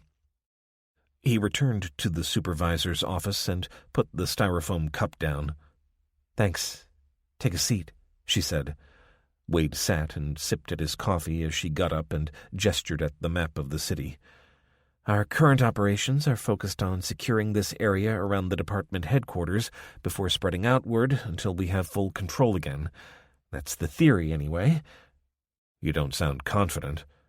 Policing, even as vigorous as this, depends on the support of a justice system that the majority of the public believes in. If all you've got is the threat and use of force, you're going to be vulnerable if someone comes along with a bigger capability. Like who? She shrugged. I don't know, but we lost 80% of our head count on day one, dead or wounded. Now, we have no idea how many people in the city are dead, but we haven't got enough boots to control the entire area. We're going to reach a limit and be unable to go any further. How's John? John was her husband, a detective in LAPD. Alive, as far as I know. He got a message to me, but... She trailed off as she slumped in her seat. Like everyone else, I haven't been able to get in touch with my daughter. I try not to think about what's happened to her and her kids. Wade let out a deep breath. I feel you. Kelly's in New York. She was having an operation on the night it all happened. Look, Carrie, I've got a long journey ahead of me. He took the badge out of his pocket and slid it onto the desk. "No can do, Elijah. You can't abandon your city when it needs you." "I can't abandon my daughter, either. I wish to God I hadn't prioritized the department so much over the years. I should have been with her in the hospital." Bullock downed her coffee. "I know how you feel. Really, I do. I could say exactly the same myself. But you're here, not there, and we can't afford to lose someone like you." "Like me?" She leaned forward. "I know you've got no love for Mackenzie, and I also know you're one of the few people who'd stand up to him if he went too far." "So would you." "Yeah, but I need backup." "What do you think he's likely to do?" "I don't know, but some of the general orders we've been given are turning us from a police force to vigilantes." "These are desperate times, LT. "Sure, but we both know our history well enough to know that the worst despots hide behind preserving security so they can grab more and more power. He thinks he's the only man who can restore order and run the city. The mayor's handed over day-to-day control. I need you to stay, Elijah. Back me up. Things will come to a head pretty soon, and I'll need all the help I can get when the time comes. Please." Elijah groaned. It was bad enough that he knew he had a long journey ahead of him, but it would take even longer if it was delayed. But she was right. He couldn't abandon his brothers and sisters, or the people of the city he'd sworn to protect. "Okay," he said. "I'll stick around for a day or two." Bullock smiled and pushed his badge back at him. "Good. Mackenzie has banned resignations anyway. We're a conscripted service now." "Why didn't you say that in the first place?" "Because I need to know you're on my side. Not that you're staying because otherwise he'd have you shot. Now take a few hours break and find a billet. The duty roster will be posted later. It's good to have you back, Elijah." He took the badge, nodded, and left the room. Wade's mood darkened further as he made his way through the department building. The place had the feel of a castle under siege. They'd obviously gotten the generators running, but half the officers he saw wore the dazed expressions of men and women trying to cope with a tsunami of grief at the loss of loved ones, the loss of a world. It would be post-traumatic stress disorder, except that they were still in the middle of the trauma, with no end in sight. Whole floors had been cleared and turned into temporary accommodations, and he saw rows of exhausted people lying on salvaged mattresses, some apparently asleep, others talking in whispers to each other. He'd worked in this and other department buildings for decades, and they'd each had a life of their own. Here, that life had gone. The people here were simply surviving, with no vision of a future, let alone any hope that it would come about. For now, however, he was most worried about Becky. She'd been through a special kind of hell on top of the one they were all experiencing. She hadn't told him how she'd come to be captured by Lynch, or what he did to her, but he suspected those memories would come to the surface sooner rather than later. After risking his life to save hers, the last thing he wanted was for her to do anything destructive. He had a feeling that the course of their lives would run together for some time, and while he didn't relish the burden that imposed on him, he couldn't abandon her. He greeted DeSantos on the first floor, then emerged onto the street outside the police department building. The bright morning had given way to more typical December weather, and he pulled Lynch's coat around his shoulders before crossing the road to the old community center building. He was surprised by how many people were moving back and forth along the pavement. Many of them were carrying boxes and pieces of furniture, and he realized they were systematically stripping the neighboring buildings of anything useful. They reminded him of an ant colony on the move. He flashed his badge to the guards at the entrance before moving into the relative darkness inside. The community center had been converted into a complex of workshops for small businesses, but the only light came from the tall windows in all the walls. "Elijah!" Becky threw her arms around him and hugged him tight. "I thought you'd left me." "Why would you think that? I told you I'd be back." She shook her head. "I don't know. I was just scared. Maria here, she said you'd be back. Didn't believe it, if I'm honest, the young woman Becky had been sitting with said. Glad to see I was wrong. And right. Let's get something to eat, Wade said. Maria pointed along the hall. You line up along there. Caviar and steaks on the menu today. Smartass, Wade muttered as they headed away. She should be grateful she's safe here. Becky gripped his arm and hissed into his ear, Her husband's dead, and she doesn't know where her kids are. Well, that certainly made Wade feel like a complete idiot. He couldn't begin to comprehend the magnitude of the misery that his fellow humans were experiencing. His parents were both dead, and the only living relatives he cared about were his daughter Kelly and, in the privacy of his own mind, his ex-wife, Lindsay. Not knowing whether they were alive or, indeed, whether he'd ever know either way for sure was torture, but at least there was a chance they were okay. Maria had already experienced greater hurt than he had. "I'm sorry," he said. Becky squeezed his arm. It's okay. I know you're a good guy, really. They joined the end of the line, and Wade groaned. I can't believe how many people there are here." They feel safer here, so they put up with spending their lives lining up, whether it's food, washing, or sanitation. How long are we staying? Wade shrugged, taking in the mass of humanity crammed into such a small space. It made him think of concentration camps and long-distance space flight. He chuckled. To think humanity had been planning a return to the moon, and the Perseverance rover on Mars would be waiting a long time for its next instruction set. The food, when they got it, was fine. Wade had certainly experienced worse in the military, and he wondered where it had come from. Liberated from grocery stores, he supposed. For now, at least, it seemed that food wasn't going to be the main problem. The next line was the one for accommodation. After an hour, they made it to the front, sitting down opposite a young woman who looked as though the end of her tether was in the rearview mirror.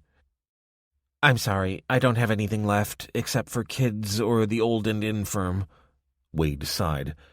Couldn't you have put a sign up? Saved us waiting? Why, you got somewhere else you gotta go? I'll be on duty soon enough. He showed her his badge. Police? Then you'd best find somewhere to crash in the police department building opposite. Becky isn't in the police, just me. The woman shrugged. There's plenty of rule-bending going on. But look, if you want something off-grid, if you take my meaning, you should check out the high school, 2 blocks from here. There's plenty of room in there, I hear, and it's inside the ring. Just about. You can come back here for your meals. Remembering his misjudgment of Maria, Wade thanked the woman and led Becky through the crowd. He pulled her to one side. What do you think? You can either hang around here, or we can try to find somewhere else.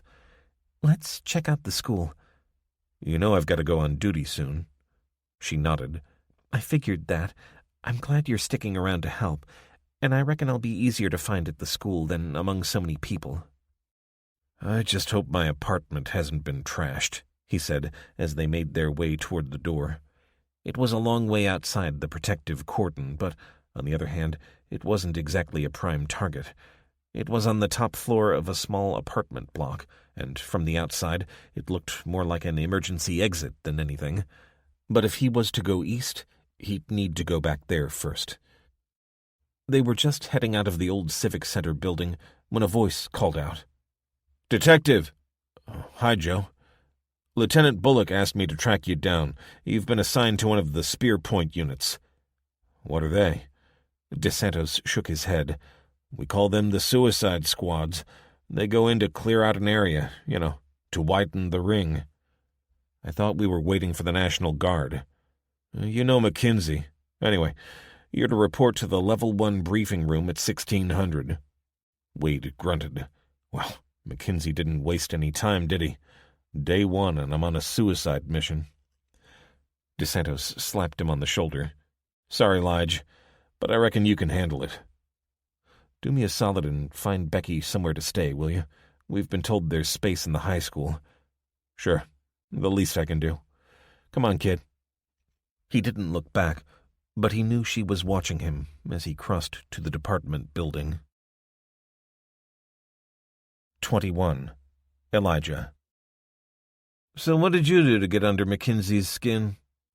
Elijah had walked into the briefing room to find a small group of uniformed officers, 4 men and 2 women, sitting behind a horseshoe-shaped arrangement of desks. 2 were cleaning and checking their carbines, the parts spread over the desk. Others were talking together in low voices. The man who'd spoken was a little younger than Wade, late 40s, he'd guess, and was standing in front of a whiteboard. Wade smiled. "Oh, me and the chief go way back." "You must be Detective Wade," the man said, crossing the room and holding out his hand in greeting. "I'm Sergeant Chris Williams, though I prefer Chip, or Sarge. Elijah Wade, 1st District. Military service?" Wade nodded. 6 years in the Air Force Special Operations Wing, last couple on diplomatic protection. Long time ago now, though. "I was just a grunt, but you never lose it, do you?" "So, what's this all about?" "Ever seen that movie, The Expendables? Well, that's us, except without the big budget. What you see here is the spear point, 6 officers, present and past, who are all unsuited to peacetime policing, but ideal for the end of the world. At least that's what Mackenzie said to me. It's not exactly a coincidence that every single person he's assigned to the team had a beef with him of some kind." "Including you?" Williams shrugged.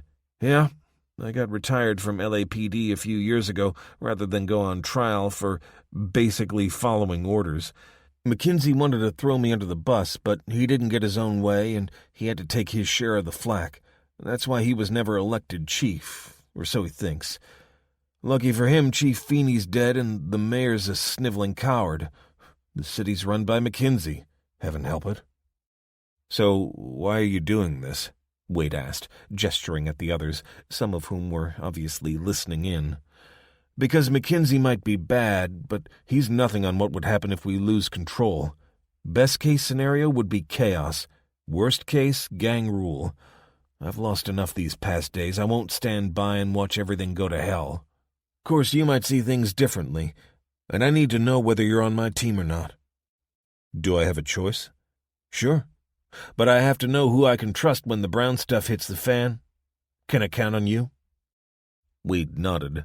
"I'm a man of my word." "Good.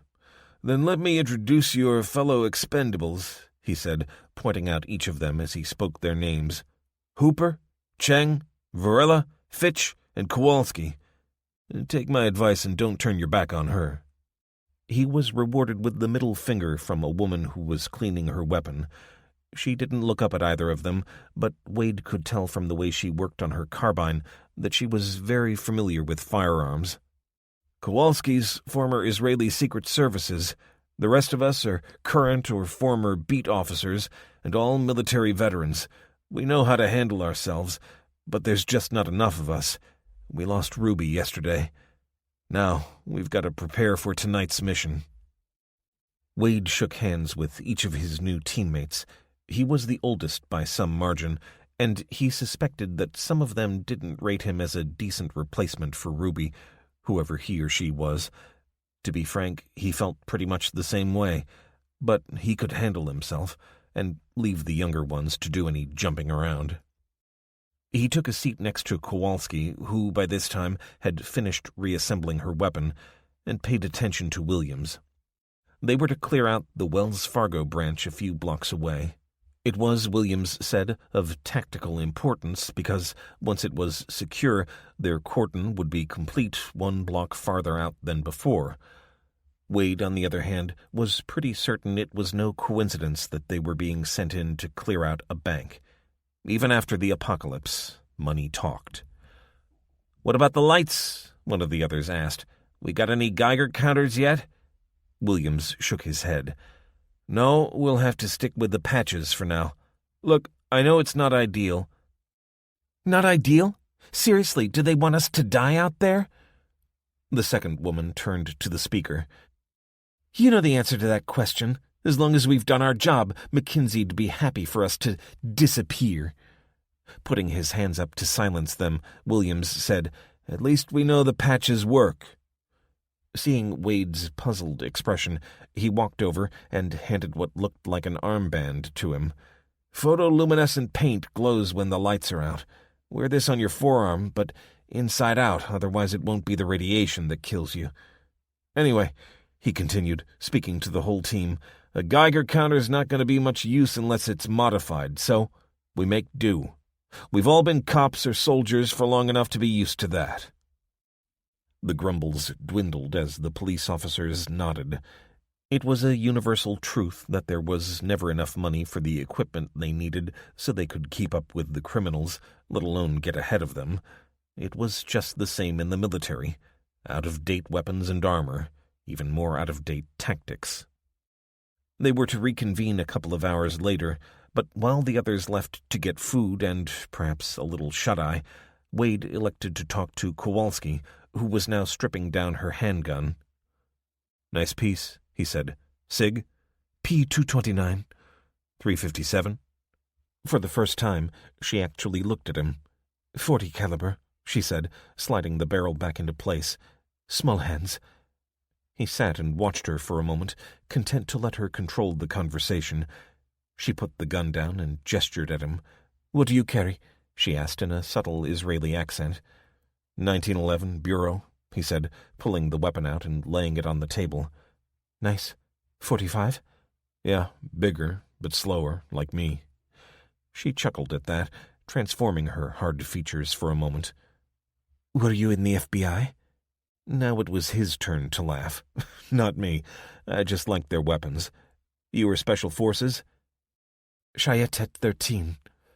He knew better than to ask why she'd left. "I was Air Force Special Services, but that was a long time ago." She paused for a moment, and then looked at him. "Why are you talking to me? Nobody else does." "Because I learned a long time ago to find the best soldier in a squad and stick with him.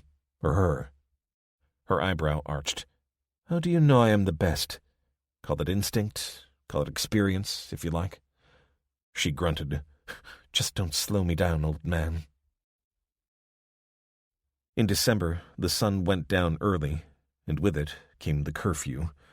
As Wade followed the others along Wilson Avenue, he wondered what the date was. Was it Christmas Eve? But he couldn't afford the mental resources to work it out right now. He flipped the patch on his forearm and saw that there was no sign of any glow. Maybe they'd seen the last of the lights. They'd done enough damage, for sure. Humanity might take decades to recover. But if the lights returned, then they were facing an extinction-level event. A sterilization of the planet. His spider sense had been tingling since they'd emerged into the darkness. Last night's near silence had been replaced by an almost inaudible background noise. It was as if the city was waking up rather than settling down for the night, as it ought to have been. But aside from this non-silence, only occasional sounds punctuated the night. Windows shattering, the crack of gunshot. Never close at hand, but he felt the city closing in on him, and his eyes searched the shadows for danger.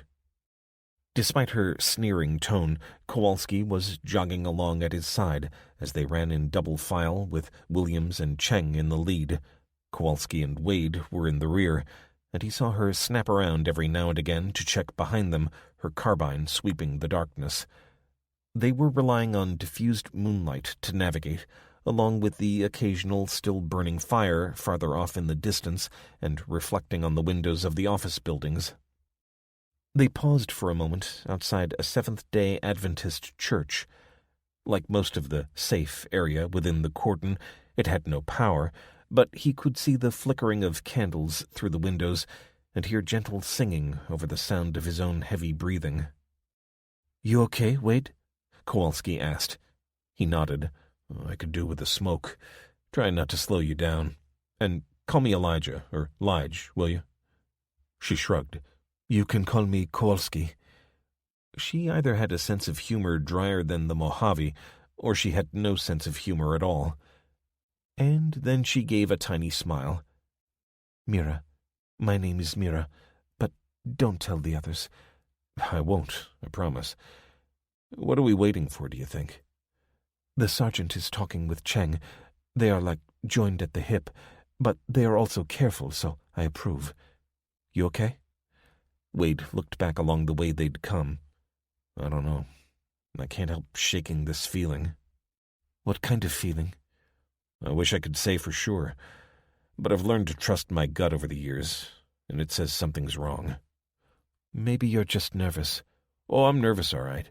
It's bad enough that we've got to clear out an unknown number of gang members, but, Wells Fargo?" She sighed. "Williams says it has tactical value." "And it's also as far away from the police department as we can get without being outside the cordon." "But that is the point. By taking the bank, we complete the perimeter. It will be easier to hold then. And we're not the only spear point operation tonight. We're just the one with the furthest target." He leaned back against the railing and, yet again, checked his 1911. "You're probably right. Maybe I'm just nervous." "Nervous is good," she said. "Stay nervous, stay alive. Come on." They followed the others along the street until they reached a corner where Williams called them together. "The building is 50 yards that way. Varela and Fitch, make your way to your positions, then signal. When we open fire, you're to follow. We've got 10 minutes. Understood?" They nodded, glanced at the others for a moment, and then flitted into the darkness across the intersection and instantly lost. Williams gathered them all together. "I want this to go like clockwork. Don't forget Ruby. Got cocky and lost his head. We go in hard and fast. Oh, and Wade, this is a military operation. Understood?" "No prisoners, Sarge. No prisoners. Unless they're harmless, of course. But be sure. We've got the jump on them, but they'll outnumber us. Let's see this through, and we can all enjoy some R&R tomorrow."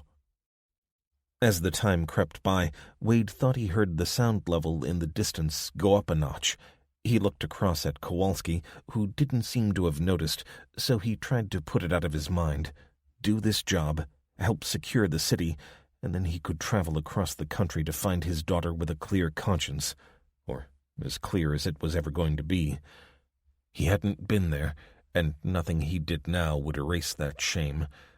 He touched the mermaid pendant that hung from his neck. "That's the signal," Kowalski said, tapping him on the arm. He brought his carbine to eye level and followed the others, wishing for the 100th time that the police department had invested in night sights. But the glow of fires was stronger here, and his old eyes more acclimatized, so he kept pace with the others until they reached the edge of a building overlooking their target. "No sign of any activity," Williams hissed over his shoulder. "Maybe they know we're coming." That bad feeling that had been gnawing at Wade got even worse. If he were commanding this mission, he'd regroup, order a full reconnaissance, and only once he knew the enemy's complete disposition would he go in. But Williams was an action-taker, and he was also exhausted, Wade suspected. The man wanted tonight over as quickly as possible, so he was going to see the situation through that lens. After all, maybe Wade was being overcautious. They were heavily armed, and their opponents were just street scum with likely one controlling mind. Take him or her out, and they would be finished. "Where are Varela and Fitch?" he whispered to Kowalski. "Across the street," she said, moving her head sideways. "At least, I hope so. I'm beginning to think you might have been right about this. Be careful when we go in." "Kowalski, Wade, take the left. When you hear us open fire, come in, weapons hot." "Yes, Sarge," Kowalski said. "Good hunting." Williams nodded to the two of them, but Wade could see the uncertainty in his face. This wasn't going like the other successful raids. Breaking cover, Wade followed Kowalski as she hugged the side of a building, dark against the faint orange glow. They passed across the front entrance of a Staples, hiding momentarily in the palm trees outside, fog rising from them as they caught their breath. Wade tried to ignore the scent of urine and stale cigarettes that wafted out of the vegetation as he scanned the Wells Fargo. To their left was a covered parking area beneath a mall he could just see above it. Beyond, he could see the moon emerging from behind a cloud to illuminate the distant hills. But it was the perfect black of the parking lot's yawning opening that drew his attention. Anyone could be hiding in there, ready to fire on them as soon as they moved out of cover. Kowalski followed his gaze. Yeah, we'd better get across there quickly. There's cover there and there, he said, pointing at a burned-out truck and sedan that were partially blocking the road. Power or no power, those vehicles must have been like honey to a bee to the looters.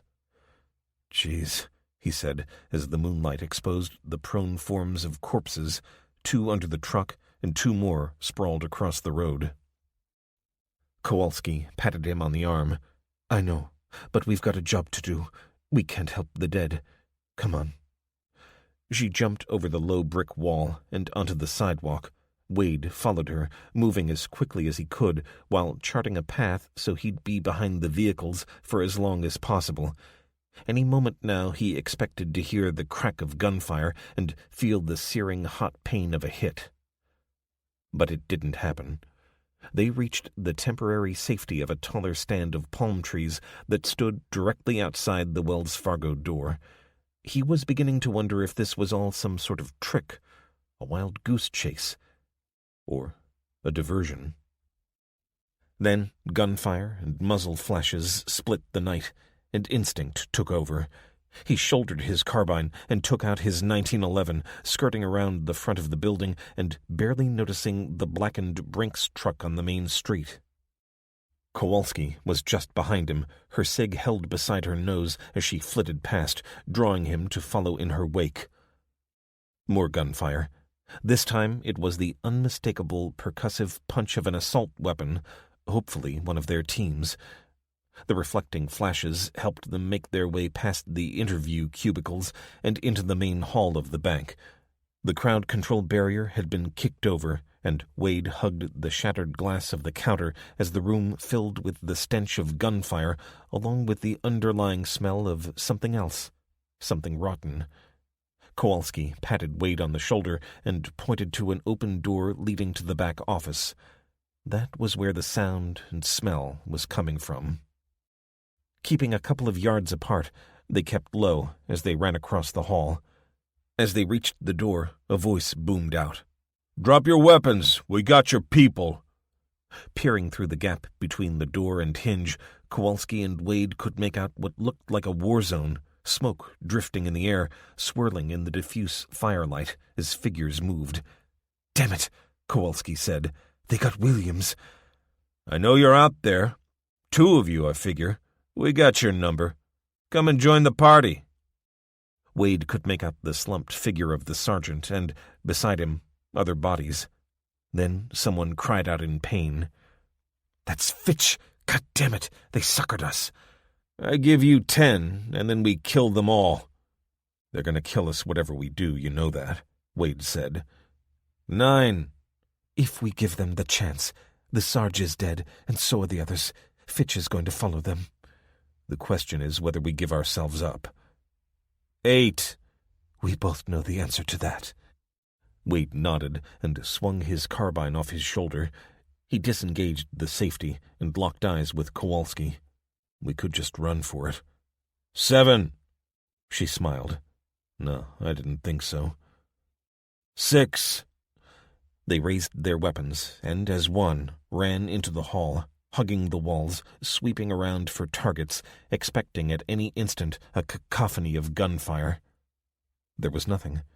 Williams lay on the floor with his hands tied, blood soaking his jacket. Beside him, Cheng was obviously dead. Fitch was suspended from a light fitting, arms bound with razor wire. 5. "Where's the voice coming from?" "Ambush," Williams said. "Get out of here." 4. "What?" "Get out of here! That's an order! Bomb!" 3. With one look at Kowalski, Wade grabbed her by the arm, and together they ran. 2. They'd barely passed through the doorway to the back office when 1. The blast took Wade's feet out from under him, the ear-splitting roar combining with the tearing rumble of the building's roof falling in, enveloping him in dust, concrete, and blood. And then it all went dark. 22. Elijah.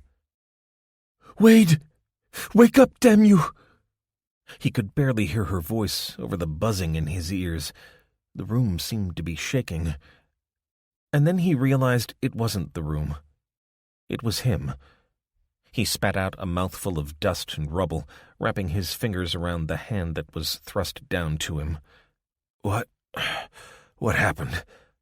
We walked into a trap. You saved my life. Another second and both of us would be dead now. Mackenzie wanted to tidy up all his loose ends in one go, I think. But what about the gang here? Non-existent, I guess. Someone knew exactly what our tactics would be and used that to ambush the others, then drew us in. Lucky for us, we were the last inside. Wade got clumsily to his feet.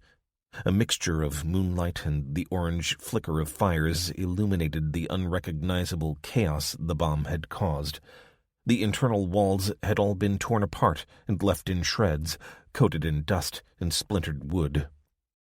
"Can you walk?" Kowalski said as she brushed herself down and regarded him doubtfully. "Yeah." "You're bleeding." She was pointing at the red stain on his arm. It hurt like hell, but he couldn't feel running blood. "It's a graze. I'm okay. Honestly. But what should we do? Back to the station?" "I don't see that we have a choice, but not through the front door.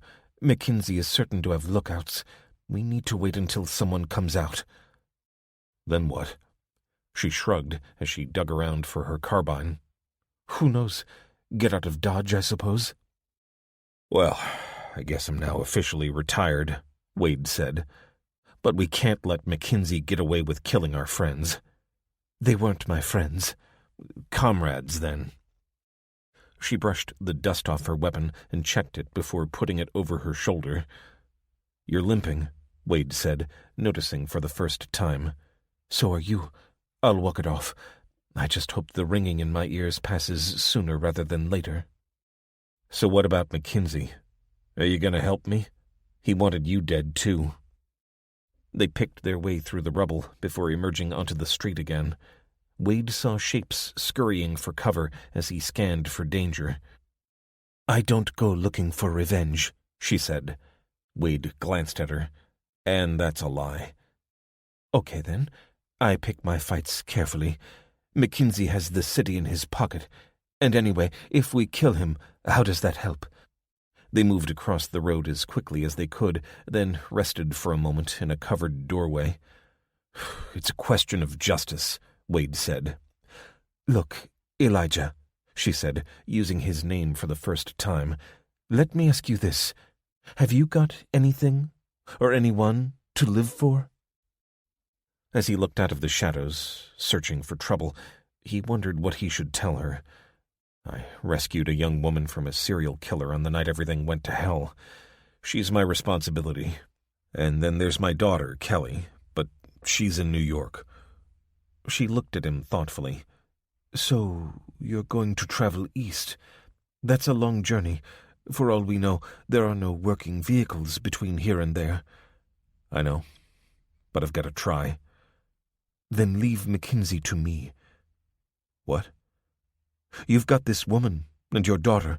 I reckon that'll keep you alive and motivated for a while. Me, I've got nothing." He shook his head. "Of course you have. You're sweet, Elijah, but you don't know me. This is the end of the world, so what hope is there? Without hope, like you say, there is only justice. Now let's move." They slipped into the open, flitting from shadow to shadow until they were crouching under the railings of the Seventh-day Adventist Church.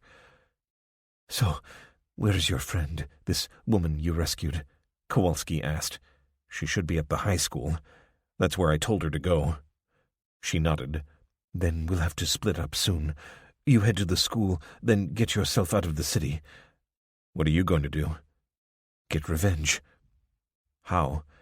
"I'll watch and wait, and when he thinks he's gotten away with it, I'll blow his head off." "Come away with us. I could use your help." "Three's a crowd, Elijah." "Not in this case. Becky's coming with me until we find somewhere safe for her. She has no concept how far it is on foot. Kowalski grunted. Neither do you. But Mackenzie must pay. Even in the ruins, there must be justice. And how many others will die at his hands if he's not stopped? La'azazel, we cannot let that scum live. Okay, I'll come with you. We'll deal with Mackenzie and then get out of the city. She shook her head. No, you have responsibility for another. What happens to this Becky if you get killed? It is likely enough, after all.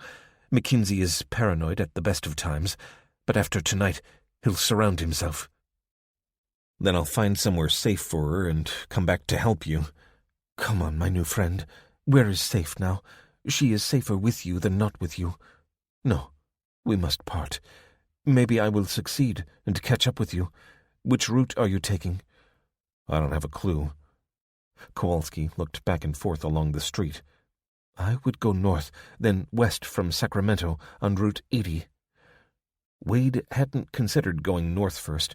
In his mind's eye, he'd imagined traveling west and then veering north once he was closing in. But by heading north through California first, he was making the start of the journey easier, at least in theory. He could tackle the mountains and deserts of the West and Midwest later. Sure, might as well. She turned to him and grasped his hand. Lik la shalom. Go with peace, Elijah Wade. And she was gone. Before he could respond, she launched herself away into the shadows, and all he could do was whisper a prayer for her as she disappeared. He felt an unaccountable sadness as he crouched there, alone in the darkness. He knew that his chances of ever seeing her again were vanishingly small, even if she succeeded in her mission, and he wouldn't like to be in Mackenzie's shoes when she caught up with him. Then there was no practical way she could hope to find him in the vastness of the American continent. But right now, his priority had to be Becky. If Mackenzie had been behind the attack, and his every instinct told him he was, then Wade could expect no mercy if he was discovered alive. He had to find Becky and get them both out of the city before the hunt went up. He wasn't safe in the police-secured area, and he wasn't safe in the far larger zone that, at best, the authorities tried to keep in curfew. They would depend upon being invisible and being fast. As he left the church behind, he took a left, sticking to the darkest shadows, his 1911 held close to his chest. The high school was within the cordon, but if he wasn't careful, he might run into a patrol or a marauding gang, and both would be bad news. His leg had stiffened up as they'd run from the bank, but of all the oddness of this new world, it was the lack of any emergency service response to the explosion that freaked him out the most. It was as if it were a demolition job rather than a bomb, which, in a way, he supposed it was. The street turned from commercial to suburban as he ran, leafless trees in front of low-walled ranch houses replacing the soulless workshops and offices. He could see flickering lights inside some, but most were dark, abodes of the dead. "Hey, you!" a voice called out. Wade froze, then very slowly rotated himself until he was facing an old man holding what looked like an antique revolver in shaking hands. "You police, ain't you?" A lifetime of habit made the word yes form in his throat, but he chewed it back and spat out a no. The old man looked puzzled. "You sure look like one. National Guard? No? You sure as hell ain't from no gang I ever heard of." He lowered the weapon. "What do you want?" "Will you help me with my wife?" The man looked so pitifully forlorn that Wade found himself following him along the path to the ranch house he'd emerged from. "I'm not a doctor," he called. "I don't know how I can help." "Just you follow me, son," he said, disappearing through the front door. Wade reeled from the stench of death as he went inside. "Oh, what the hell?" The old man turned to him in the dark hallway, lit only by a guttering candle. "She died on the first day. Laid there looking out the window at the beautiful lights. Said they was calling her home." "I'm sorry," Wade said, "but what do you want from me?" "I can't rest till she gets a decent burial. but I can't lift her on my own." He wanted to refuse, but the desperation in the man's face melted his resolve. Even as he stood there, still dusty and hurt from the bomb that had almost killed him, ears ringing, he knew that between yes and no lay his remaining humanity. If he was to expect to find a vestige of compassion on his journey across the country and into the future, he must begin by showing a little now, even though it would delay and disgust him. The woman had been wrapped in a stained blanket, and even though the old man opened the windows wide, the stench only grew stronger as he got closer. Taking most of the weight himself, he maneuvered the shrouded body down the stairs with as much respect and care as possible, heaving it along the hallway and out through the door. "Good God, how did you manage that?" he said, as he saw the trench the old man had dug, running along the low fence. "I began the night she died," he said. "Couldn't get it deep enough nearer the house." Together, they dragged the body into the hole, and Wade waited, breathing heavily, as the old man stood at the makeshift graveside. It wasn't the regulation 6 feet deep, but it would do. Wade tried not to listen as the old man said a prayer to his dead love, before turning to him, tears soaking his face. "Thank you, son," he said. "And I sure am sorry I got to do this." He raised the revolver and shot, the round going wide and smashing a window. He didn't get another chance. Wade's bullet took him in the upper chest, and he collapsed to his knees. "Well done," the old man gasped as blood seeped between his fingers. Then the light went from his eyes, and he keeled over, falling headlong into the open grave to land on top of his wife's body. "What the hell did you do that for?" Wade hissed as he looked down on them. But he knew, in his heart, that the old man wanted to join his wife in heaven, and either lacked the courage to shoot himself or feared eternal damnation for doing it. Wade had been duped into providing the way out. He stood at the graveside and said a silent prayer. He had to move quickly now.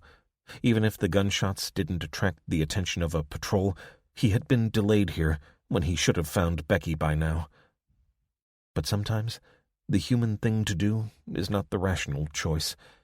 So he picked up the shovel and, as quickly as he could, he filled in the grave. 23. Elijah.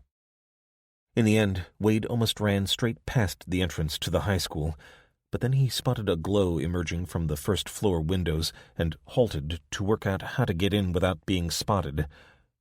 The high school was within the protective cordon, but in an area that hadn't yet been declared entirely safe. He'd seen patrols making their noisy way through the streets here, looking for anyone out now that darkness had fallen, but they'd been easy enough to dodge. Any static guards on the entrances to the school would be tougher to get past. He found a position on a low brick wall he could use to peer into the parking lot. Of course, none of the vehicles were moving, but most had escaped the night of the lights unscathed. On impulse, he checked his arm again. "Jeez," he hissed. A barely perceptible glow reflected off his skin. He had no idea whether that meant he was receiving a dangerous dose, but he moved until he was under an overhang and waited a few minutes as the glow faded out entirely. So he guessed any irradiating lights hidden behind the clouds were pretty feeble. Perhaps they were receding. Maybe the Earth had traveled through some sort of band of radiation that was now going on to sterilize other worlds. Pure speculation. For now, he kept himself under shelter and tried to work out where the guards were stationed. After 20 minutes of impatient waiting, he'd identified a pair at the main entrance and a single guard at what was probably a fire escape. It was so damned dark now that the moon had vanished behind clouds. He couldn't be sure there weren't others, but he had no choice other than to move, and move quickly. He would try the fire escape. He jumped down, aware that he was now out in the open and under whatever radiation was falling on him, but he couldn't wait any longer, so he ran, keeping low across the parking lot, using cars and trucks as cover wherever possible. When he'd made it a third of the way there, he saw someone move. Dropping to the floor, he got onto his knees and peered over the hood of a sedan. There was another guard he hadn't spotted before, making his way slowly around the school building's perimeter, heading toward the fire escape that was Wade's target. He lowered his head as the guard got closer, pressing himself against the driver's window to keep out of sight. Then, as he looked along the side of the car, he saw out of his peripheral vision someone looking back at him. He only just managed to swallow an exclamation that would surely have given him away. He was looking into the dead eyes of a middle-aged woman whose head was resting on the window, her fingers apparently clawing at the door, as if she'd been trapped inside when the pulse had struck and was too sick to get out. What had humanity come to that this poor woman could have remained out here, unmissed, unnoticed, for days? How long would it be before anyone but Elijah Wade would find her? It reminded him of the COVID days, when he would walk quiet streets, totally unaware of the suffering going on behind closed doors. The city was like that, a band-aid of normality holding back the festering sore of coming chaos. He and Becky needed to be long gone by the time that happened. He looked at the patch. The glow had intensified. He had to get inside, or he'd join the woman in the car. Keeping as low as he could, he scampered from car to car, getting closer to the fire escape before stopping to reconnoiter again. The second guard had joined the first. That made things much harder. He could handle one, but he was unlikely to be able to deal with two silently. His plan had been to subdue the guard without using lethal force — the man was probably a cop after all — and then use his own cuffs to restrain him. But he couldn't see how he'd manage that when faced with two. He'd have to try. Then one of the guards moved away until he had gone around the corner, and Elijah could see the glow of a cigarette beneath a shelter of some sort. This was going to be his only chance. He darted out from behind the nearest car, handgun extended, and by the time the guard had seen him, he was already so close that there was no chance for the man to even draw his weapon. The guard put his hands up. Then he said, in an astonished voice, "Elijah? That you?" "Joe, what the hell are you doing here?" Sergeant Joe DeSantos wagged his finger. "No time for this. You gotta get yourself out of here before Johnson comes back." "I came for Becky. I won't go without her." "Why not leave her here? Can't imagine anywhere safer." Wade shook his head. "I promised to come back for her. Look, Joe, we were ambushed. McKinsey set us up. Killed Williams and most of the others." "Geez, Elijah, you just can't stay out of trouble, can you?" "You don't sound surprised." DeSantos looked toward the corner where his comrade was smoking. "We need a strong leader." "We need a leader, not a mob boss." "I'm sorry, Elijah. I really am." DeSantos snapped his weapon up before Wade could react. "Johnson, get over here at the double." "You son of a bitch. I guess you've chosen your side." Wade heard swearing from behind him. "Where the hell did he come from? Who is he?" "You shouldn't have come back," DeSantos said, taking Wade's 1911, then pushing the door open and guiding Wade into the half-light beyond. "Things have changed around here." "They sure have." DeSantos ignored Wade. "Cuff him." As Johnson, a man half his age and, if he were any judge, half his brains, moved past DeSantos and reached for his handcuffs, he stumbled and cried out. Wade took his chance. He brought his elbow up, connecting with Johnson's nose with a sickening crack and leaving the guard writhing on the floor, hands to his face. DeSantos raised his sidearm, but he was slow, and Wade's backswing knocked it from his hands, sending it spinning across the floor. The sergeant seemed to overbalance, falling on his back as if he'd been poleaxed. Wade picked DeSantos's gun from the floor and thrust it into his midriff. "Elijah, shut it. On your front." The sergeant complied, and Wade took out his cuffs and expertly fastened them one-handed before going over to Johnson, who was trying to groggily stem the blood flow and repeating the exercise. "You're a dead man," Johnson said, spitting blood across the floor and Wade's jeans. Wade pinned him with a knee in the back, then got up and kicked Johnson in the head before coming back to DeSantos. "You'd better hope you never see me again," he hissed before raising the sergeant's gun and pistol-whipping him across the head. DeSantos slumped to the floor, and Wade retrieved his 1911, then threw Johnson's weapon into a garbage can along the dark corridor before giving one final look at the carnage and running. He had minutes at best. As soon as either of them regained consciousness, the call would go up, and he'd be hunted like a rat. Where could she be? The hall was at the center of most school layouts, and that would be as good a place as any to start his search, so he stumbled through the darkness, squinting up at barely visible signs until he finally emerged near the internal entrance. How was he going to find her and get her out before the place was crawling with police? Then, as he passed a wall-mounted fire alarm, he had it. The oldest trick in the book. He smashed the alarm sensor with his elbow, and instantly the corridors filled with a weak, oscillating siren powered by the battery backup. Almost instantly, the dim shapes of people began emerging from ahead. He ran toward them, hands outstretched like a blind man, then plunged into an empty classroom, just in time to see the flow of people moving quickly past him. Then, just as he was giving up hope, he saw her. She shrieked as he pulled her into the classroom, but none of the others tried to stop him, all focused on saving themselves from the fake fire. "It's me," he said, holding his hand over her mouth. "Elijah? Oh, my God! We've got to get out of here! There's a fire!" "No, there isn't. But we do have to get out of here." He peered through the gap in the door. "That's the last of them. Come on."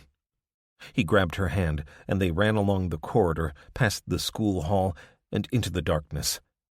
"Where are we going?" "I don't know, but I want to find a way out on the other side of the building, as far from the main entrance as possible." "Why are we running? I don't understand. Have you done something bad?" "No, I don't have time to explain. You've got to trust me, okay?" She mumbled an affirmative as they turned 90 degrees and continued through what looked like a science block. Wade could just make out lab benches through the open doors. Then the fire alarm stopped, and the only sound was the echoing of their footsteps on the polished high school floor. He could hear the sounds of voices calling, as if someone was organizing a hunt, and he knew who they were looking for. He felt like a cornered prey animal. Which way should he turn? "Detective Elijah Wade!" Someone was using a megaphone. It was hard to tell which direction the sound was coming from as it reflected off the hard walls. "Detective Wade, you are surrounded. For your own sake, surrender, and you will be taken without deadly force." The implication was obvious. Give up, or be shot like a dog. "What did you do, Elijah?" Becky hissed. "Survived. So far, anyway. McKinsey set a trap for me and the others, sent us on a fake mission, then blew us up. I survived, and one other. Now they want to finish what they started." She looked up at him, eyes wide. For a moment he thought she didn't believe him, but then she nodded. "What do we do?" "Look, you should just hide here, then make your way back to the hall and mingle with the others. No need for them to know you had anything to do with this." "No way. You came back for me. I'd rather take my chances with you." "That's crazy." She shrugged. "Maybe you're right, but I don't care none. I'm coming with you, and that's flat."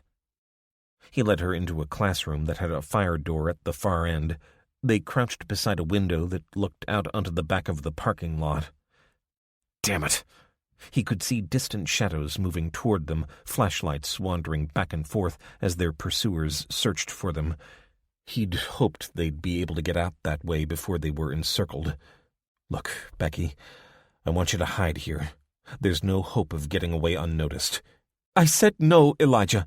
"Don't you understand? This will have been for nothing if you get shot along with me. Now do as you're told and let me go." He got up and ran for the door. Elijah!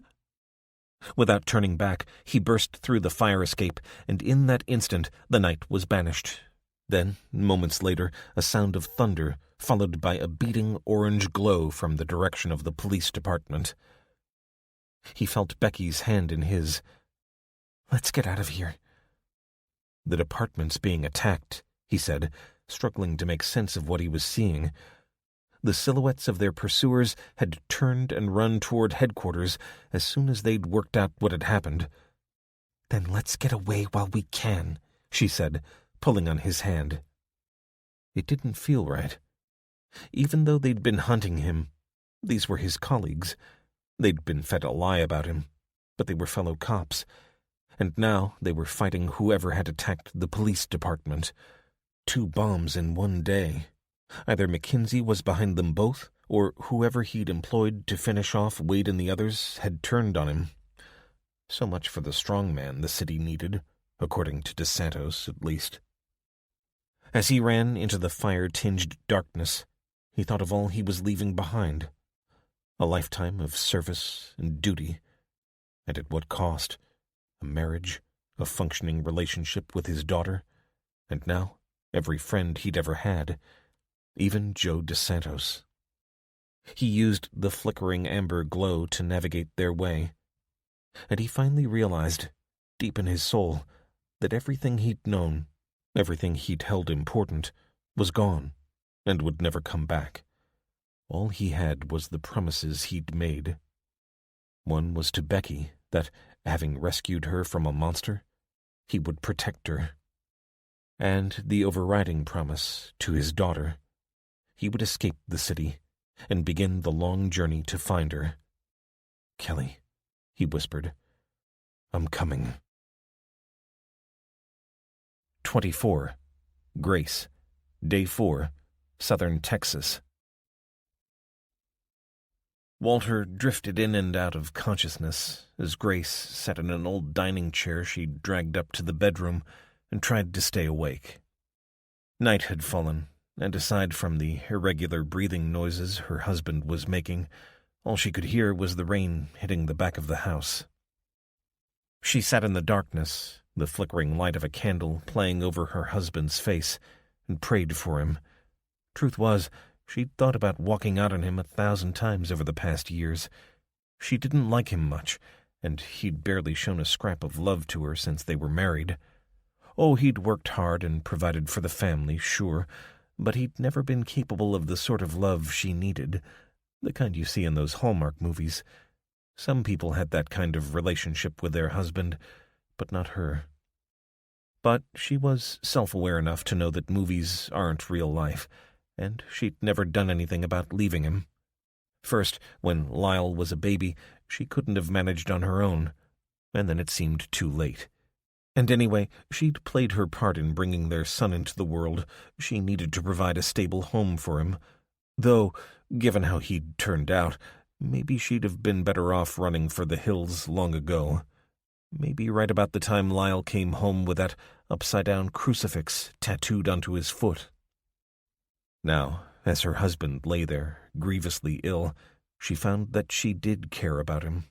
She didn't want him to go, and not only for the practical reason that the world was turning upside down and she was scared of being a woman on her own. They hadn't loved each other in any romantic sense, but they'd grown together like 2 trees planted beside each other that merge into one over time.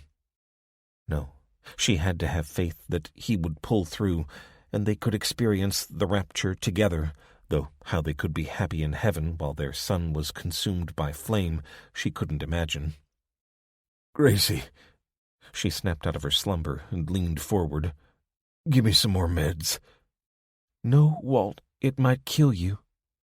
His head rolled back and forth on the pillow. "I don't care. Give me some Jim Beam, will you?" She looked into his desperate eyes, sighed, and went downstairs to fetch the bourbon.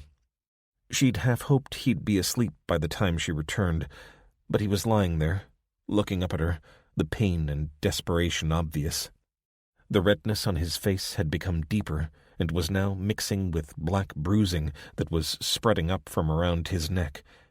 She hoped this was a sign of healing, but knew in her heart it wasn't. "Here, but just a little, mind," she said, pouring a measure into his favorite glass.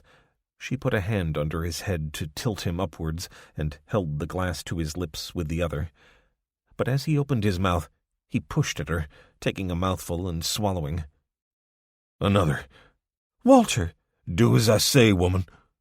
She could have ignored him, taken the bottle away and shut the door, but then he'd try to get up, and she'd have to lift him back to the bed when he fell. With all the meds he'd had, he'd struggle to put one foot in front of the other, even if he was stone-cold sober. And, after all, who was she to refuse him? He wasn't a child, though he sure acted like one often enough. "Okay, but take it slower this time." He did, but the second glass was soon empty. "Now go to bed, Gracie. Get some sleep. I'll be okay." She leaned forward to ask him if he was sure, but he'd fallen asleep. Grace woke to the sound of a dog barking. After a moment's confusion, she realized it was Boomer. He had free rein from his kennel near the house's front door right up to the wire fence that linked with the road outside, and he was barking his lungs out. Opening the drapes, she couldn't see anything, but it was late, and the earlier gentle rainfall had turned into a torrent. She pulled the Savage .24 rifle from its place in the frayed easy-chair she'd used to nurse Lyle all those years ago, back when she'd imagined a world of possibilities in front of him, none of which involved a jail cell. Once she'd realized that Walter wasn't getting up any time soon, she'd retrieved it from the armory and kept it close. Cracking the rifle open, she ran her fingers over both chambers, checking they were loaded, then shut the rifle and pushed the selector down to choose the .410. "No time for pussyfooting around, Gracie," she muttered to herself. She kept her combination rifle nearby whenever she was outside, and brought it upstairs at bedtime. She'd only fired it in anger a couple of times, and only ever at animals, but she was a woman on her own right now, with Walter dosed up on meds, and she felt a whole lot more comfortable with a shotgun shell locked and loaded. Running one hand down the wall, she made her way slowly down the stairs, wondering whether she was more likely to break her neck in the darkness than she was to come to harm from whomever or whatever was out there. But this was the procedure, and even though Walter wasn't awake to check on her, she was going to stick to it. She shook her head to clear her thoughts. That was her problem. Always going down rabbit holes when she really needed to focus on what was in front of her.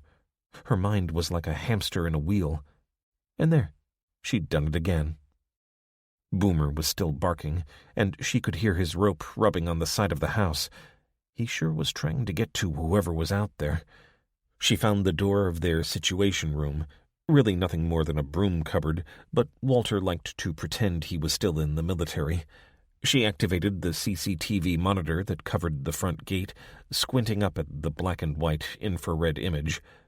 There was Boomer, and beyond him, a dark, indistinct shape leaning against the bars. She couldn't see it moving, and it didn't look threatening to her, but she had to be careful. She returned to the hallway that led to the front door and pulled on her coat and a baseball cap. The intruder had to be desperate to be out at night, in weather like this. There was no way of knowing whether the lights were in the sky above the rain, or whether they could penetrate the cloud cover if they were, but she wouldn't take the risk. Boomer was smart enough to keep under cover when they were there, perhaps by some animal instinct or sense that humans didn't possess. As she stood by the front door, Grace glanced over her shoulder, seeing that all the lights in the house were off, and slipped into the dark. She felt the cool drips of water running down her face as she half-tiptoed her way along the driveway, keeping to the edge, looking out of the corners of her eyes to help her follow the line of thorny bushes that marked where the gravel gave way to scrubby grass.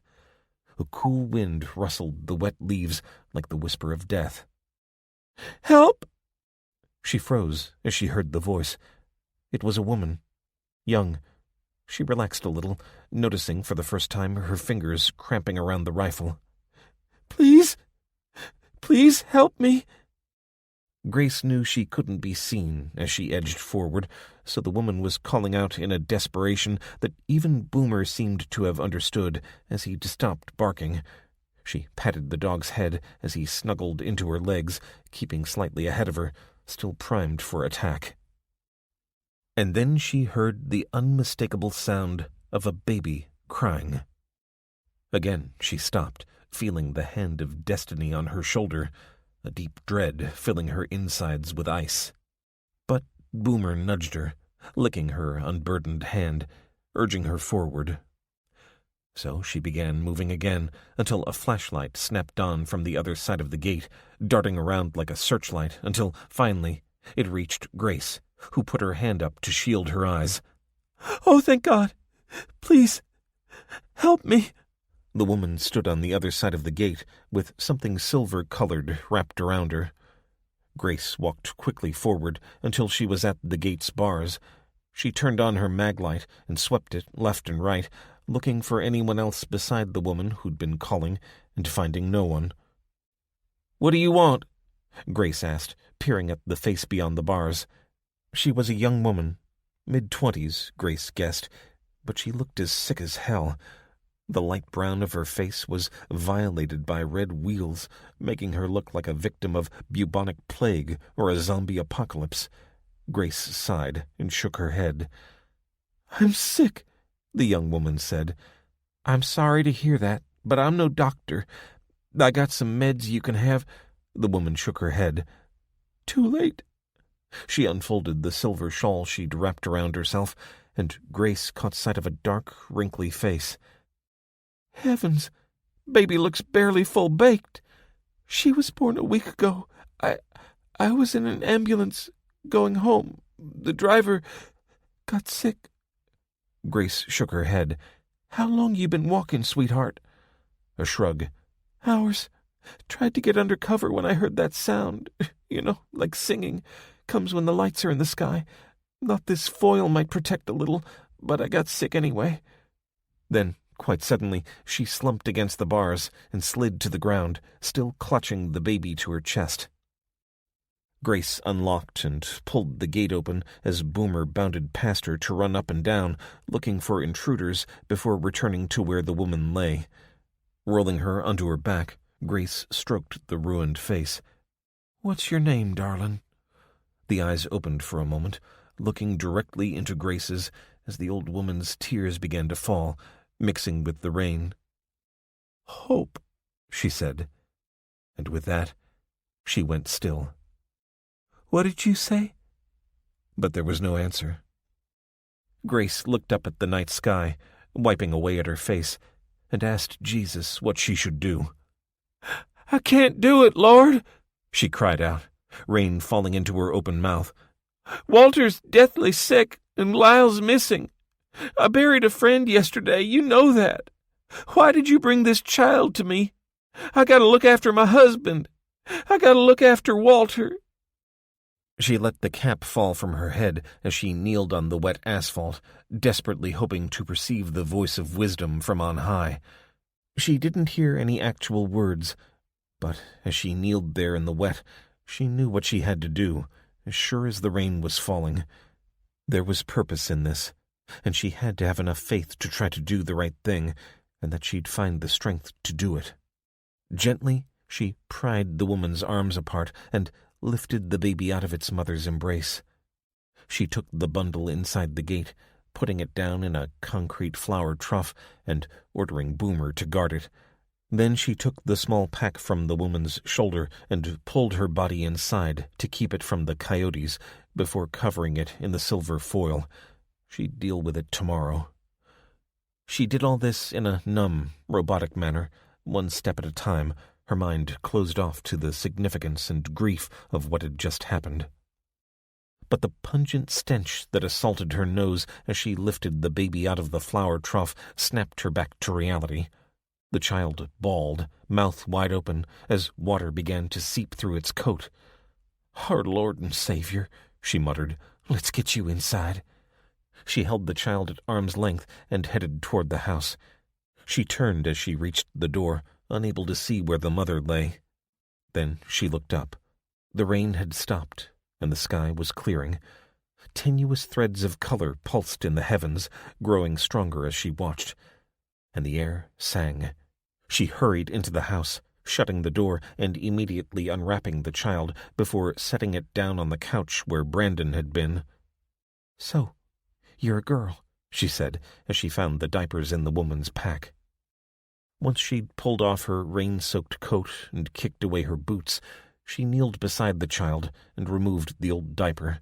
"Oh, Lord, but I'd forgotten that smell," she said, wrinkling her nose. As she worked, she tried to focus on the practical and the short term.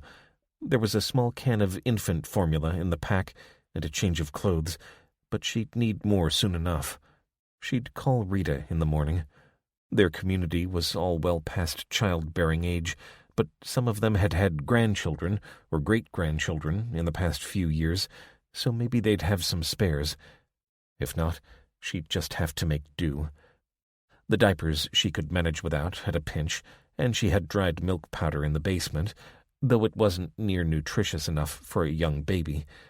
She could probably make something for the child to wear out of one of Walter's T-shirts. Yes, one way or another, she'd managed the practicalities. Plenty of children had been born into worse conditions than this little one. Our Lord, for one. She went into the kitchen and made up the infant formula with some cool water from the kettle, then settled back on the couch, looking down at the baby as she guzzled the milk. Then, as she felt that surge of joy and relief that comes when a baby is feeding, she noticed that tears were falling onto the child.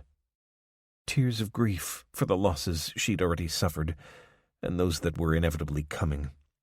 Tears of fear for an unknowable future, and tears of happiness and relief because, as she fed this baby, she knew that, at least for now, she'd found her purpose. She would do her duty by Walter and help him recover, if that was God's will. But she had discovered a greater responsibility. She would protect this child with her life. Grace looked down at the baby as she finished the bottle and drifted off. "Now you need to have a name. What did your mommy say right before she passed? I asked what she was called." Grace thought back to the last moments of the child's mother. She'd uttered one word. It might have been her name, or it could have been simply the start of a sentence she never finished. But either way, it would do for now. "Sleep well, my little one," Grace said, the world consisting of nothing but her and the child in that moment. "You are my hope." Epilogue. Day 1. Glendale, California. Silas Lynch sat in the pen with the flashlight on his lap, listening to the sounds of a city dying, and smiling. He switched the flashlight off and began his count to 100. 100 seconds with the light on, 100 with the light off. That way he doubled the life of the battery. He shouldn't have to do it. The cop had promised to come back, but he guessed all bets were off now. And he didn't forgive Wade. Of course he knew the name of the detective leading the hunt for him. Silas wasn't your common or garden-variety serial killer. He was an artist. He took pride in his craft. And he was so fastidious, removing every trace of the victim from the scene of their murder, that they'd named him the Cleaner. But he must have slipped up somewhere. Otherwise, how had Wade caught up with him just as things had begun to get interesting? He was on his way home to drug Molly and use the truck to take her to a new location. He named each of his victims after a famous prostitute. It robbed them of identity, as he robbed them of breath. 99, 100. Silas examined his hands in the flashlight beam and began picking away at the tiny traces of blood still under his fingernails. He should have worn gloves. Foolish, foolish. If only he hadn't been caught just as the city was falling apart. What fun he could have had. It was obvious to him that the illness and madness was caused by the Aurora. He'd heard and felt some sort of impact that he guessed was a plane crashing. Grinding his teeth, he got up and wrapped his fingers around the bars, staring at the door that led to the sergeant's desk. Then he heard shouting. Closer this time. Glass smashed beyond the door, and the distinctive voices of police trying to exert control and failing. The smell of burning. They were petrol bombing the police station. When he'd been delighting in the destruction of the city, he hadn't imagined he'd be trapped here, helpless to either take part or escape. The door to the sergeant's desk swung open, and a silhouette looked in at him. "Get me out of here!" Silas shouted. He was really beginning to panic now. He hated confined spaces at the best of times, but he could smell burning plastic and knew that if he didn't get out, he'd likely be burned alive. The figure looked over its shoulder, yelled, "Roast in hell!" and slammed the door. Silas yelled at the top of his voice, but all he could hear beyond the door was the sound of the police station being wrecked and voices shouting in delight. In the end, he slid down the bars and lay sobbing on the floor. He didn't know how long he sat there, by turns raging and crying, but he could barely breathe by the time the door opened again. "Help me!" Figures stood there, silhouetted against the amber flickering of flames. "There ain't nothing in here, just the jail," one figure shouted above the crackling of the fire. "Come on, let's go!" "Help!" Silas yelled. A slim shape detached itself from the others, but the first speaker called to him. "What you doing? We gotta get our asses out of here. Leave 'em be." But the slim figure moved toward the bars. "You go on." He didn't look behind as the others vanished. "What you in here for?" "Dealer ratted me out," Silas said, snatching the first idea that came into his head. "For sure?" It was a young black man, carrying a knife. He looked at Silas for a moment, then nodded. "Where are the keys?" "I don't know. I saw the sergeant come out of there." The young man ran into the office as Silas waited, gripping the bars in sweaty hands. He coughed and tried to breathe through his sleeve, but he wouldn't last long, and the air was getting hot. "Got them." His rescuer began trying each key one at a time. "Bad enough to be shut up like an animal, but to be left to burn to death?" "I appreciate it," Silas said as the key finally turned and the door swung open. "Now you follow me, and I'll show you the safe." Silas reached out, grabbed the young man's knife, and plunged it into his chest before pulling it out again. He fell like a sack of bricks, and Silas grabbed him by the boots and dragged him into the cell. He left the flashlight there, slammed the door shut, and, for a final theatrical flourish, wrapped the young man's hands around the bars as if he'd been trying to escape. He wiped the blade on a police jacket and opened the door to the outer office. Heat blasted his face, but he could see a path between the flames that would take him outside. He hoped he wouldn't run into his rescuer's friends, but if he did, he'd deal with them as well. Silas ran for it, the heat burning his arms and legs from both sides. He felt his hair ignite, and he roared in pain as he tripped, falling face down in the hot detritus. Pulling himself up, he leaped for the door and emerged, his clothes on fire, into the night where, mercifully, a cold, gentle rain was falling. From nowhere, the thought struck him that he must have looked like the Human Torch to anyone watching. But no one moved, so he dragged himself up out of the wet and slipped into the night. He would find somewhere to hide. Not his apartment. Wade was sure to go there, and Silas was too weak from his wounds to face him just yet. Silas had been lucky. That young man had appeared just in time. People with a conscience were so useful, so easy to manipulate. Their great flaw was to believe the lie that you should do to others what you would have them do to you. He could have let his rescuer go, but he knew Wade might return, and that he'd check on the cells, expecting to see a charred body there. And now he would find one. Silas would hole up, nurse his wounds, or find someone to nurse them for him, and when he was well again, he would go after Wade. Chances were he'd stay in Glendale to help out. But if not, Silas would find someone who knew where he'd gone. That sergeant, for example. The one who'd left him to burn. Oh yes, Silas would make him pay for that. And once he knew where to find Elijah Wade, no power on heaven or earth would stop him. He would take his revenge on Wade and get him to tell Silas where Moll was. Then he would find her and finish the job. And finally, he would be able to wash his hands clean. This concludes Extinction Pulse by Kevin Partner, narrated by Eric Jason Martin. Copyright 2021 by Kevin Partner. This unabridged audiobook is published by arrangement with Scribble It Limited and was produced in the year 2022 by Tantor Media Incorporated, a division of Recorded Books, which holds the copyright thereto.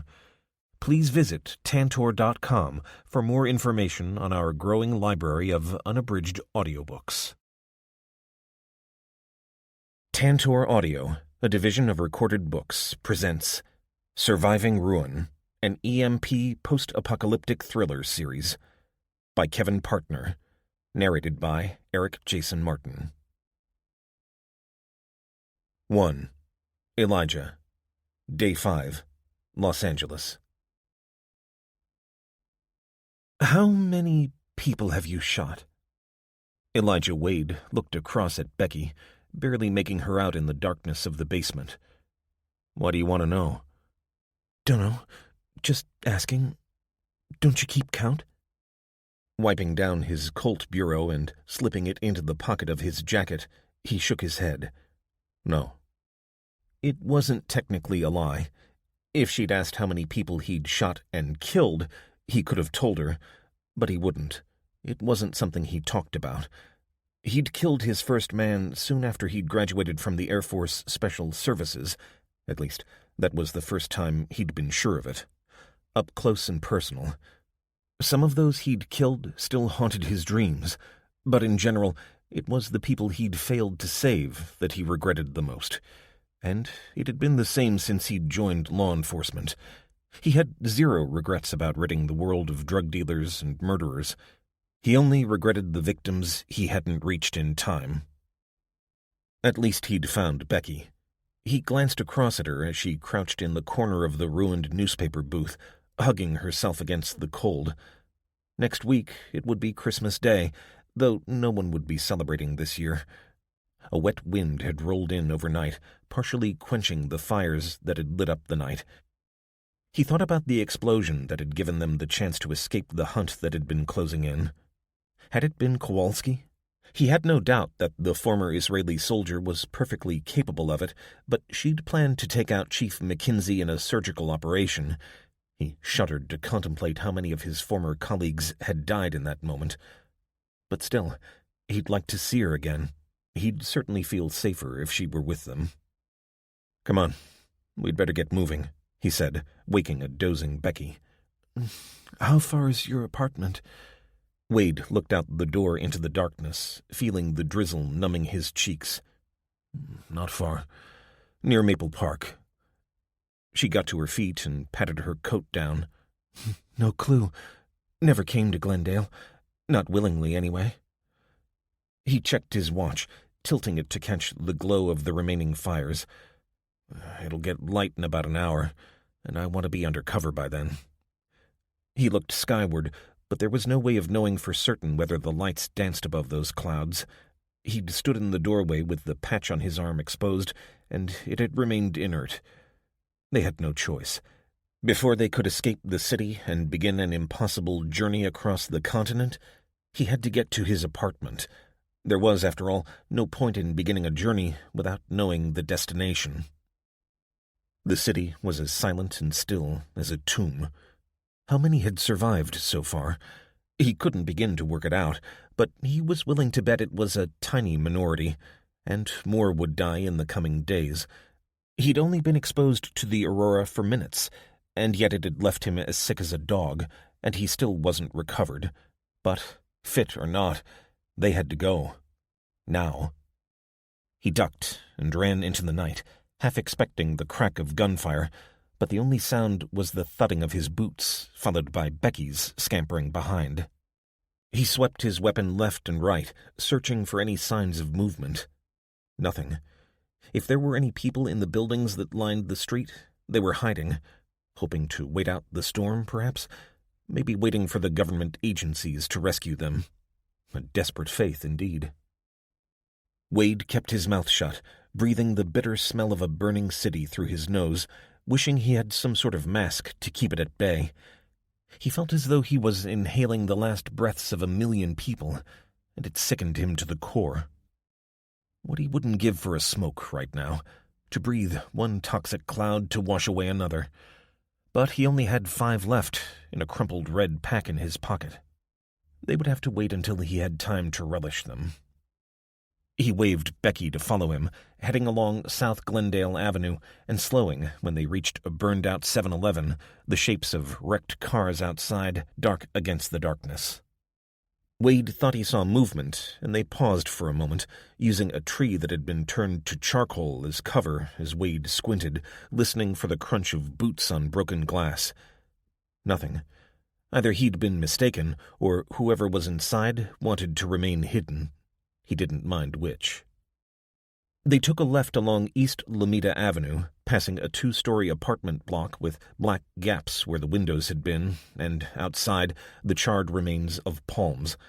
Nothing moved, and Wade became increasingly aware of the thud of his boots on the asphalt.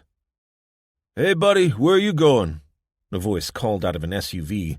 Wade swung around, aiming his weapon at the source of the noise. "Whoa, don't get all heavy on me, dude. I ain't gonna hassle you." Wade lowered his gun as he recognized the unmistakably sweet aroma of weed. It was coming from inside the car. A face leaned through the broken window. "This your car?" Wade asked, unable to help himself. The man waved both hands as if warding off a swarm of bees. "Hey, brother, that don't mean nothing no more. I was just walking by, minded my own, and I saw this car. Guess what I found in the glove box?"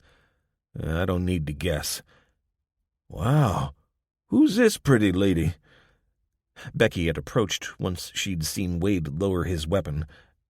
"My name's Becky." "I'm Ziggy," he said, his hand snaking out to take hers. "Sure you are," Wade snapped. "But we've got business." "You looking to crash around here?" "Yeah, I live in this neighborhood." "Been away?" "For a few days." Ziggy nodded sagely.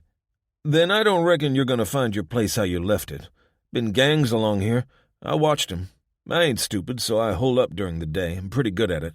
Seen 'em smashing up places and loading trucks up with all they could carry." Wade sighed as the stoner put his fears into words. "Well, I'm going to take a look. You want to come?" "No, I told you. I'm good at keeping my head down. I figure you're a cop, and you'll find trouble soon enough." "Well, you take care, brother," Wade said, "and thanks for the heads up." They left the cloud of cannabis behind and used the line of cars to provide a little cover as they made their way slowly along the road. "How far is it?" Becky whispered as they took a breather. Wade pointed. "It's there, behind the market. Jeez, it's been gutted." The building rose silhouetted against the gradually lightening sky, but even in the half-light, he could see it was a ruin. His eyes darted back and forth, but when he was satisfied, he ran quickly across the road, waving at Becky to stay where she was until he'd made it. "You live in a store?" "Above the store, out back. I knew the owners. Jamil's a good man. He didn't deserve this." He crept along the front of the market, boots crunching on glass, weapon sweeping the darkness inside, until they reached the far corner. He gestured for her to follow him, taking a path alongside the store. "Oh, good God." "What is it?" "It's that one," he said. "Mine's the one at the top of the stairs." "You live there?" Wade grunted. "Don't sound so surprised. Alimony's expensive, and cops don't get paid much." Even from here, looking up the metal stairs to his front door, he could see that it had been kicked in and the place ransacked. "Come on, let's get it over with. But watch out, they may still be in there. And if they are, they're sure going to wish they weren't." He ran to the stairs and began climbing as quickly and quietly as he could. Pushing aside a bedside table, he reached the top, then scanned around before going inside. As soon as she'd followed him, he pushed the door shut, though the locks were busted, so it simply hung there, knocking in the breeze. Switching his flashlight on, he directed it downward and let out a curse. The door had opened onto a living room that was covered in clothes, cardboard, and other detritus. His TV was lying face down, and she followed him through another door and into the bedroom. The dresser drawers were strewn across the room, their contents forming a thick layer over the carpet. "I'm really sorry, Elijah." He ignored her, hurrying back the way he'd come and into the open-plan kitchen. "Come on," he muttered. "Let it be here." He dropped to the floor and grunted as he slid the oven out, then, once it had moved a few inches, wrapped his arm in the gap and reached around. "What are you doing?" For a few moments, his fingers searched, and then, finally, he sighed with relief. "Thank God. Come on, help me get this out." Together, they pulled the stove away from the wall, and Wade extracted a green metal box from a cavity behind the kitchen dresser. Ziggy was right. They were stupid. Anyone with a brain would have noticed that the drawer in front isn't as long as it should be. But then it looked like they were in a hurry. "What have you got in there?" He hauled it to the counter. "The key to everything that matters to me." Elijah screwed up his eyes as he tried to focus on the small combination lock on the side of the metal box. Geez, getting old sucked. His eye doctor had prescribed glasses for close work a decade ago, but pride and stubbornness had combined to put off the fateful day, and now he was forced to get real close to make out the numbers. Finally, however, the lid freed up, and he opened the box. They'd righted the table and salvaged a couple of usable chairs once Elijah had satisfied himself that the place was secure, temporarily at least. Luckily, the windows were in one piece, so the apartment began to warm up as soon as they barricaded the door shut. Elijah had closed the blinds, leaving just a small shaft of light so he could see what he was doing. He would have given good money to be examining this box on his own, but Becky had earned the right to be here, and it wasn't fair to deny her curiosity. "Is that Kelly?" she asked.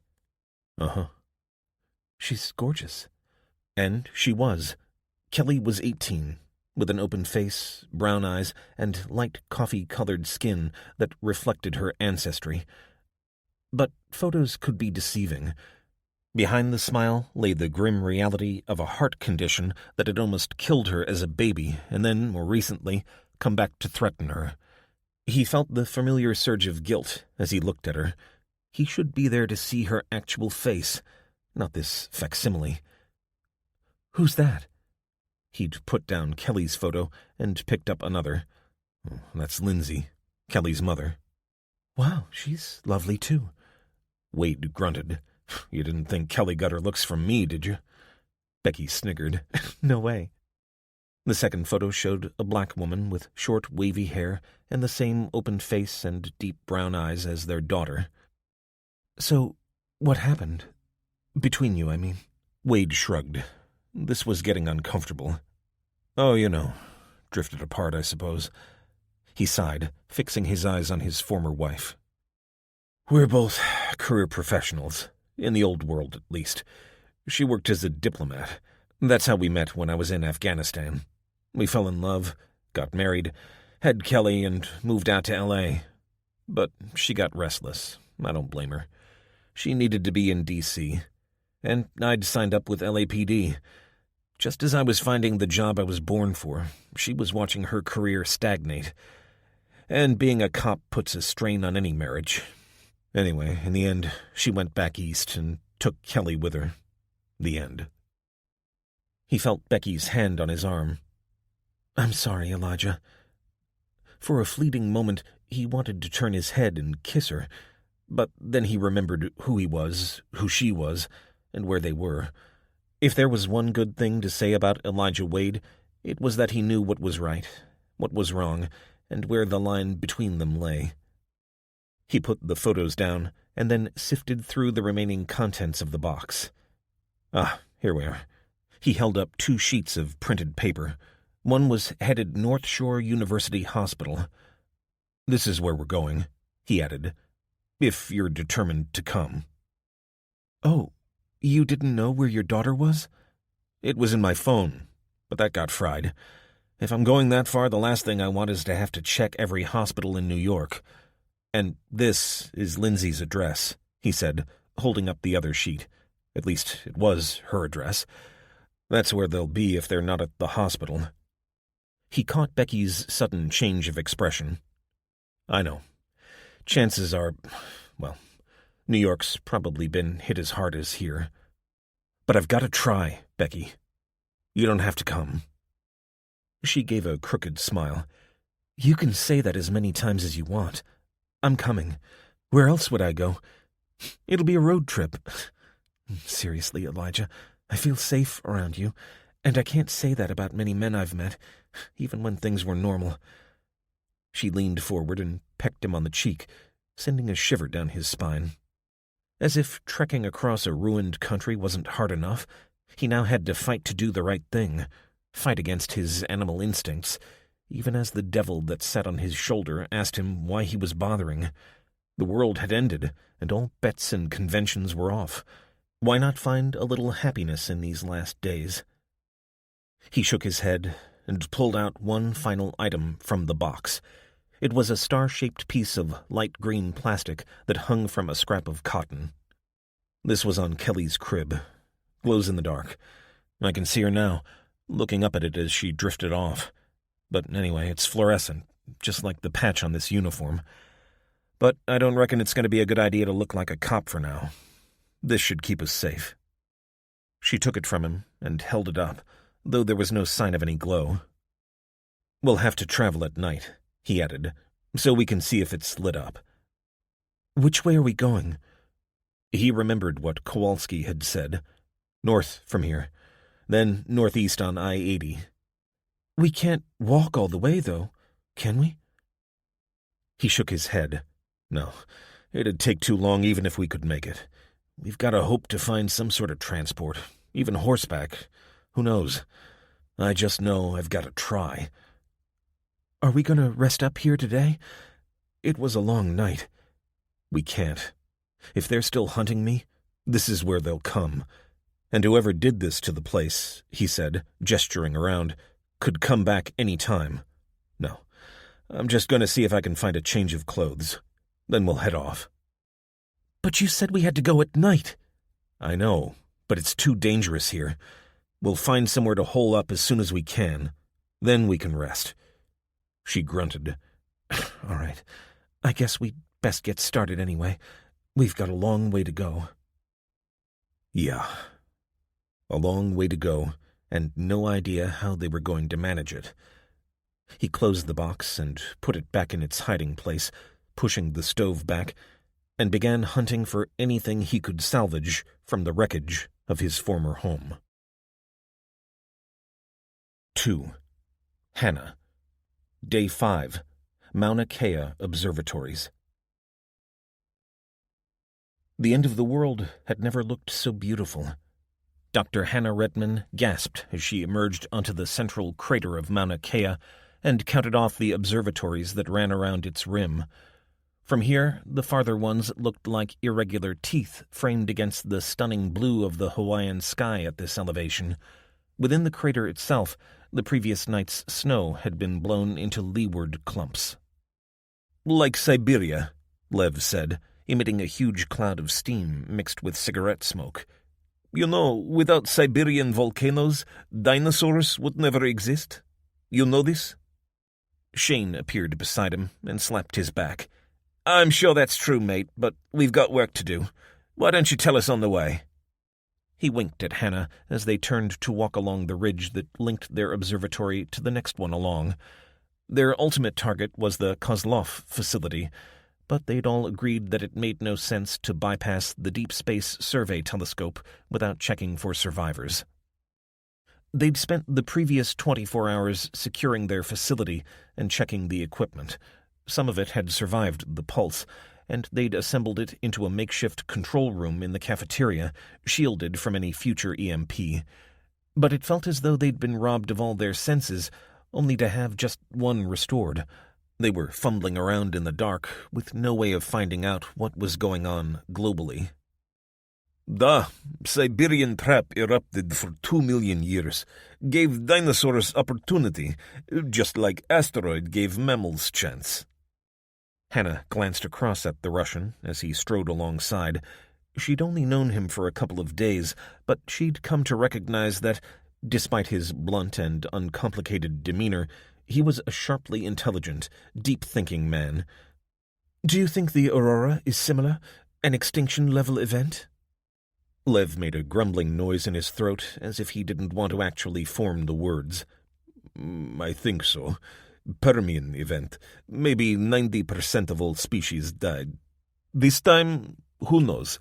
Human-caused extinction was bad enough, but maybe animals smart enough to stay under cover. Still, billions, trillions dead, I think. Perhaps in the sea they do better. "So dolphins might be our successors?" Shane laughed. I hope not. They're bloody idiots. Or maybe osminog. What do you call them? 8 legs? Spiders? Niet, in sea. Octopuses? Da, octopuses. Maybe they come onto land. Maybe show Americans how to drive with manual shift. The echoes of their laughter died out, to be replaced by an oppressive quiet, only broken by the wind whistling around the crater. Now the observatories no longer looked like teeth. They were tombstones, and she felt her mood darken again. Extinction events, after all, weren't likely to provide a deep well of comedy. The Deep Space Survey telescope loomed above them, the cylindrical silver of its telescope housing reflecting a warped view of the panorama. But they were heading for the control room, which was a separate single-story building off to the side. Any survivors would be there, in all likelihood, though DSST had a much smaller complement than their observatory. "Oh, shh," Shane hissed. Hannah looked where he pointed. There was something wrong with the control room building. It was the wrong color. Lev said, "Fire." As they jogged clumsily toward the building, Hannah could see a black rectangle where the door was open, with gray stains above it. It certainly looked as though the place had been consumed from within by fire. "Wait!" Lev barked as they neared the building. He pulled his pistol out and went ahead of the others, shielding his eyes from the bright sun as he squinted into the darkness before slipping inside. Hannah followed him, waiting for a moment as her eyes adjusted to the sudden darkness. It looked as though several of the computers that had been squeezed into the control room had gone up in flames, the air still carrying the pungent aroma of burning plastic, even though the door was open. Carbonized paper littered the desks and the floor, and chairs, some of them half-melted, were scattered around. It had all the hallmarks of a place that had been abandoned in a hurry. She'd been in here before, when it was alive with talk and excitement. Now, the monitors were black and dead, and the voices long stilled. She felt an overwhelming sadness, and wanted nothing more than to be out of the place. "Is nothing here. We go to Kozlov now." She looked across at Shane, who, having surveyed the destruction, looked just as keen as she was to get into the fresh air. Then, as she was about to follow him, she noticed an internal door and was seized by a strange curiosity she couldn't resist. "Hold on. I'm going to check the director's office. Might be some useful data in there." She ignored their protests as she threaded her way between the desks, pushing the office chairs away until she reached the door. "Guys, give me a hand," she called out. "I think it's locked. Come on." She could hear them grumbling as they made their way over to where she stood, but she allowed Shane to nudge her to one side so he and Lev could put their shoulders against the door. As they groaned with the effort, it slowly moved backward. "Careful," Hannah said. It wasn't locked, it was obstructed, and as she looked inside, helped by a shaft of light from the open front door, she saw what was there. "I can see someone in here." "Oh, geez, Han, you haven't seen enough dead bodies already?" But she was squeezing through the widening gap, stepping on the bookcase that had fallen, part blocking the wall, and kneeling beside the prone figure which was lying on its face. Without hesitating, she put her fingers to its throat and pressed, ready to recoil if she felt the cold of death. "He's alive!" Lev and Shane pulled the door wide open and looked over her shoulder as she rotated the figure onto his back. "It's Professor Akihiro." "You know this man?" "No, but I can read a name badge." "Look at those burns. Poor fellow's not long for this world." Hannah examined the man's ruddy face, running her fingers over the blistered skin. "It's not radiation sickness," she said, looking up at them. "His eyebrows have been burned away, but he doesn't have any ulceration I can see, and he's not burning up." "So he got left behind when the others scarpered?" Shane said. "Looks that way." "Professor," Hannah said, sensing the tiniest of movement. "Anata hadare?" "I'm sorry, I don't speak Japanese." Slowly, the man's eyes opened and focused on her. "Kawaii onnanoko," he managed, before the eyelids closed again. "We'd better get him back to the observatory." "We have business at Kozlov," Lev said. "We come back for him." Hannah shook her head. "He's survived over 4 days here after suffering burns and smoke inhalation. We have to get him out." When she got no response from the two men, she stood up and jabbed a finger at each in turn. "Geez, guys, how can you even think about leaving him here? I shouldn't have to persuade you, but think about how valuable he might be. He's one of only 3 scientists that we know for a fact survived the Aurora. We can't afford to lose his decades of experience. Don't you see that?" Lev looked unconvinced, but Shane nodded his head. "You're right. Come on, Lev," he added, slapping the Russian on the shoulder. It annoyed Hannah that it seemed to be Shane's authority that tipped the balance. Misogyny was alive and well at the end of the world, it seemed. By the time they got back to the Mercury Observatory, all 3 were exhausted. They'd taken turns on the way, but testosterone and pride had meant that Shane and Lev had taken the bulk of the professor's weight. When they'd gotten back and looked up the stairs to the quarters in the upper block, they unanimously decided to respect gravity and take him down to the shipping container bedrooms that had housed the junior members of the observatory staff. "Who's going to get his pants off?" Shane asked as he stretched his back after dropping Akihiro on the bed. "Not me. I go out for a smoke," Lev said, and without another look, disappeared. "Oh, leave it to me," Hannah said. "You big men go and take your well-earned rest, while the little woman does the dirty work." She expected Shane to protest at her characterization, but it seemed he knew an escape clause when he saw it, so he followed Lev out of the door. "I'll get some water," he said. Hannah sighed. Akihiro had muttered some more words in Japanese, but he was still barely conscious and didn't protest as she pulled off his shoes, pants, and underwear, then covered him with the blanket. Preeti's blanket. Hers had been the first habitable room they'd reached, and practicality trumped any other considerations these days. The only good news was that the professor's injuries were confined to his face and hands. Painful, certainly, but not life-threatening. Shane returned with a bottle of water, a med kit, and a coffee. "So what's the plan? Lev's spitting feathers. I think he reckons it's a dereliction of his duty not to go back to Kozlov." "We will, just as soon as the professor's stable." "Take it from me," he said as he left. "Make it tomorrow, or Lev will go on his own." "He can't do that. We need to find their data backup." "Then make it tomorrow, Han." Hannah sat beside the bed and fumed at the pig-headedness of men. Preeti had always said they had one-track minds. Well, one track at a time minds. Lev was a perfect example of the breed. He would not rest, would not consider anything else, until he'd returned to Kozlov. And Shane was right. If they didn't go quickly, he'd go alone, and that could be disastrous. "Koko wa doko desu ka?" Hannah looked down to see Akihiro's brown eyes opening. "Professor? Where Where is here? You're at the Mercury Observatory, Professor. My name is Dr. Hannah Redman. We found you in the DSST control room and brought you here. She watched him wince as the muscles of his face stretched inflamed skin.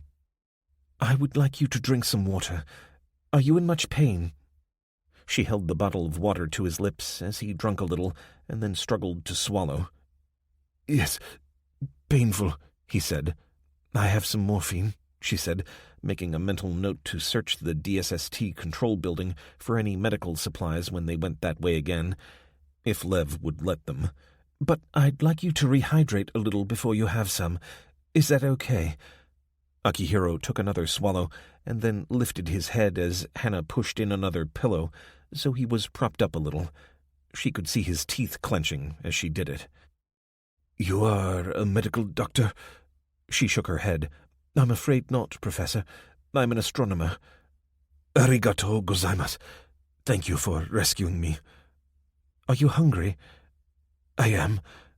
I'll go and get some food. As she got up, he touched her arm. How many? Here? Hi. 3. There's me, Shane, he's a cosmologist from Australia, and Lev from the Kozlov Observatory. 3. That is all? And no one from DSST? Hannah tucked the blanket in around him. No. It looks as though they got out in a hurry, but none of them came here. But for now, let's focus on getting you better, okay? I won't be long. When she returned, he was sitting up, and he'd smoothed his gray hair. This was good. She'd worked with enough Japanese scientists and staff to know that dignity was all important, and finding himself in a strange room with a strange woman would have been unsettling, however grateful he was for being rescued. I'm sorry, it's cold, she said, handing him a mug of chicken soup. She watched his face as his desperate hunger fought with his self-control and obvious disgust at the cold soup, and perhaps the shame of having to drink soup from a mug. But this future, if there was to be a future, had no place for personal dignity. Thank you, he said. Tondemonai. You speak Japanese? Not really. Just picked up the rudiments when I visited Tokyo. You're very welcome. Are you ready for some pain relief? Yes, please. Not opiates, though, if possible. She gave him a couple of Advil and some water. Are you able to talk? He nodded, though his eyes were heavy. What happened? The professor gave a tiny shrug. I was in the main control room monitoring the data as it came in. You didn't go out and look at the sky yourself? For a time I did, but it seemed to me that I could learn more through the eyes of our instruments than through my own. This opportunity was too valuable to waste on indulging myself. And the others? I was not alone in my concerns, but I was concentrating on the extraordinary readings. I did not pay my colleagues much attention, I'm afraid. And then the instruments began to go down, and a fire broke out. Everyone evacuated, but I took a wrong turn and became trapped in the director's office. Foolish. But it was dark, except for the flames. I was overcome with smoke, and when I awoke, I could not unblock the door. The pain was so great, Doctor. I am sorry. Redman, thank you. The pain was so great that if there had been any means to end my suffering, I would have taken it. Selfish. I do not understand why my colleagues or the emergency services did not rescue me. It is some days, is it not? This is the 5th since the Aurora first appeared. Tell me, Professor, what did your data show? He leaned his head back against the metal wall. It was astonishing. I concluded it could only be a malfunction. High-frequency electromagnetic radiation, as energetic as the instruments were suggesting, has never been experienced. If those values were correct, the effect would be catastrophic for life on this planet. I'm sorry, Professor, Hannah said. There was no malfunction. We saw the effect here with our own eyes. Shane and I are the only survivors from this facility. Akihiro's eyes widened. What happened to the others? Hannah blinked away the tears. They died within hours. Most electronics are down, and we've only been able to pick up an automated transmission that confirms our worst fears. The 4 of us are the only people we definitively know have survived this far. I'm sorry. I wish it wasn't true." "Others would have survived," Akihiro said, with an unmistakable pleading tone to his voice. Hannah nodded. "Yes, I'm sure. It would have been worse here than at lower altitudes, but still, the combination of exposure to high levels of radiation and the loss of most electronics must have caused many, many deaths." "Did the Aurora last more than 24 hours? She knew what he was thinking. If the Earth had rotated less than a complete turn, then some parts of its surface would have been spared exposure. "We don't know. There's a lot we don't know. That's why we were heading to Kozlov. We think they've left important data there." "What is the point, can I ask? For all we know, the planet has been sterilized." Hannah shrugged. "We're scientists, Professor. It's our job to know.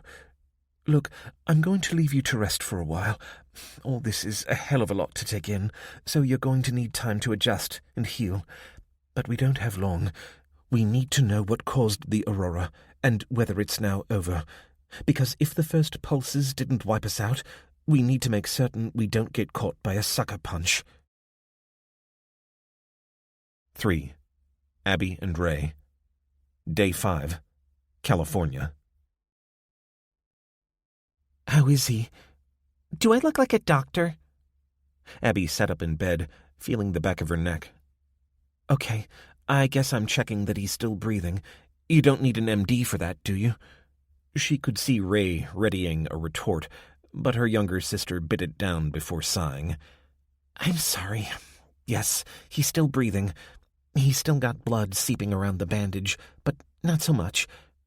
I'll get up and give you a hand." "Really? Are you sure?" That was all Abby needed to hear. Ray had confined her to bed as soon as they'd gotten back to the cabin the previous night, so if she wanted Abby's help, she must be desperate. Truth to tell, Abby knew she should rest her neck for several days after falling from the ladder at the Fry's farm. She also needed to bind it, ideally in a brace, but while their father's cabin had been well equipped, it didn't include a neck brace in its inventory. Ray had spent hours huddled over the cyberdeck, a small battery-powered computer in a ruggedized case, researching how to treat gunshot wounds, but Gray hadn't yet regained consciousness, so he couldn't take in the fluids his body needed to balance the blood loss. Neither of them was prepared to insert a drip, especially given that they didn't know whether Gray had been involved in the murder of the Frys. Murder? They would probably argue that it was simply a matter of putting those people out of their misery, but Abby found it hard to believe the younger members of the family would have been willing participants. Abby sat on the side of her bed and rubbed her neck again. "I've found you one of Mom's scarves," Ray said, running out of the bedroom and back again, carrying a thick woolen multicolor scarf and wrapping it around Abby's neck. "Sorry, did I hurt you?" "No, it's fine." Actually, it hurt like hell, but Abby knew she was going to have to get used to pain over the coming days. She got to her feet, straightened her back, and glanced in the mirror on the opposite wall. "What's so funny?" Ray asked. "Just thinking what my clients would say if they saw me now." Probably something monosyllabic and utterly without meaning. Her good humor vanished instantly, replaced by anger at the years and energy wasted on the entertainment industry's bottom feeders. The Abby Waterman, looking back out of the mirror, was careworn, exhausted, and wounded. She'd aged 10 years in 5 days, but had neither the time nor the inclination to mask it with makeup. She looked herself in the eyes and sighed. It was as if she'd seen who she truly was for the first time in a decade. "Come on, let's take a look at the patient."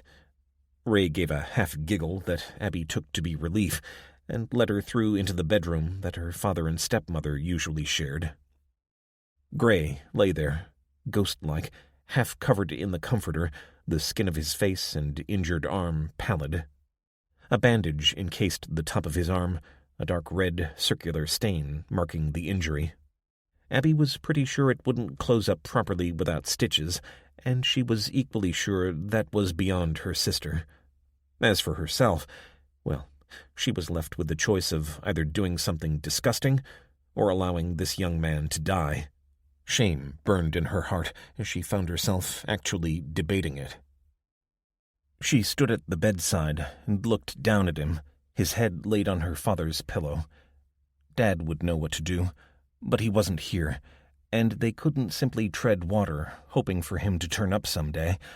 They had to take action to keep themselves safe in this dangerous new world, a world where their best defense was invisibility. And yet Gray endangered that. If he recovered, he'd know where they were. Gray had blood on his hands, as well as his arm. The safest thing to do would be to suffocate him while he lay there, helpless.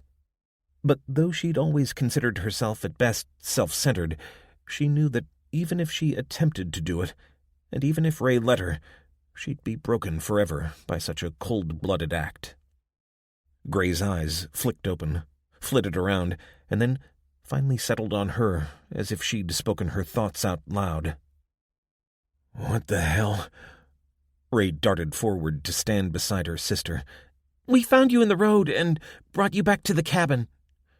He frowned, and Abby could see him trying to reconstruct events into a coherent narrative. "When?" "Since yesterday. What happened when you went back to your farm?" Gray stared up at the ceiling, frozen, as if he'd just seen something. "It wasn't a dream. Mom and Pa are dead." "Oh my God! I'm so sorry," Ray started. He raised his injured hand an inch off the bed. "When I got there, I saw them laid on the grass. Somebody was in the barn, and I wasn't quick enough. Winged me as I ran." Ray put her palm against his cheek. "You poor thing." As if he hadn't heard her, Gray swiveled his eyes to look directly at Abby. "I gotta go home." "Don't be an idiot," Abby snapped. "You're not in a fit state to go anywhere. You've lost a lot of blood, and the wound needs stitching. You wouldn't get a quarter mile." Ray touched her on the arm. "Don't be cruel, Abby. He's lost his parents." "So have we," Abby said, instantly regretting it as her sister broke away and ran out of the room. "Don't go outside," she shouted, even as the front door slammed shut. Gray touched her hand as she turned to go. "I'm sorry," he said. "For what? Being alive?" "Yeah, I guess so. I'm not so sure I'd have taken a stranger in. You could have left me there, and I'd be dead now." "Well, you've got Ray to thank for that. Be careful with her." It was a lie. Abby had been the one to insist on bringing him home as a kind of repayment for Gray's attempt to catch her when she fell off the ladder. Which reminded her, "How are your ribs?" Gray's lips parted in a slim smile. "Oh, not as sore as my arm, I reckon. And yeah, I hear what you say about your sister. But I'm not what she thinks I am. I didn't kill no one." "I'll get you something to drink," Abby said, as if she hadn't heard him. She found Ray in their father's bunker. She'd dug out one of his old woolen sweaters and sat, hugging it in his swivel chair, making a noise like a growling dog. "I'm sorry," Abby said, putting her hands on her sister's shoulders. Ray twisted away. "Get off me!" "Calm down, Ray. You're going to have an attack." "I don't care." She jumped down from the chair, intending to stomp away, but her words were lost as she bent over double, coughing into the floor. Abby grabbed her arm, but Ray resisted. "For the love of God, Ray, let me help you. You think Dad'd be happy to see you coughing up your lungs on his account? Or Mom?" That did it. If Dad was the magic word to unlock Ray's resistance, using the M word to refer to her stepmother was the cherry on the cake. Abby pulled her sister upright and hugged her. "Breathe, nice and slowly. Be calm." "They aren't dead," Ray sobbed into Abby's shoulder. Abby held her close as her sister's breathing eased a little. "I know. Can you make it up the stairs, or shall I fetch your meds? I can do it. The air's all musty down here anyway. Abby's neck was so sore by the time they made it back to the cabin that she felt like her head was going to drop off. But she was, right now, the fittest of them, and she didn't expect help to arrive any time soon. So once she'd helped Ray into bed and supervised her as she swallowed her pills, she then took a glass of water into Gray. To her surprise, he was sitting up. Sorry I was so long. Ray's got cerebral palsy, and it sometimes affects her breathing when she gets stressed. Gray's eyes widened. I didn't realize. She seems normal to me. Kind of geeky, but normal. She knew he was trying to be kind, but it took an effort for Abby to swallow down a retort, something on the theme of what he thought normal actually meant. She okay? She'll sleep it off now she's had her meds. She watched as he finished the glass of water. I'll fetch you another. Then you'd better have some antibiotics. And stop picking at your binding. I couldn't see nothing anyway.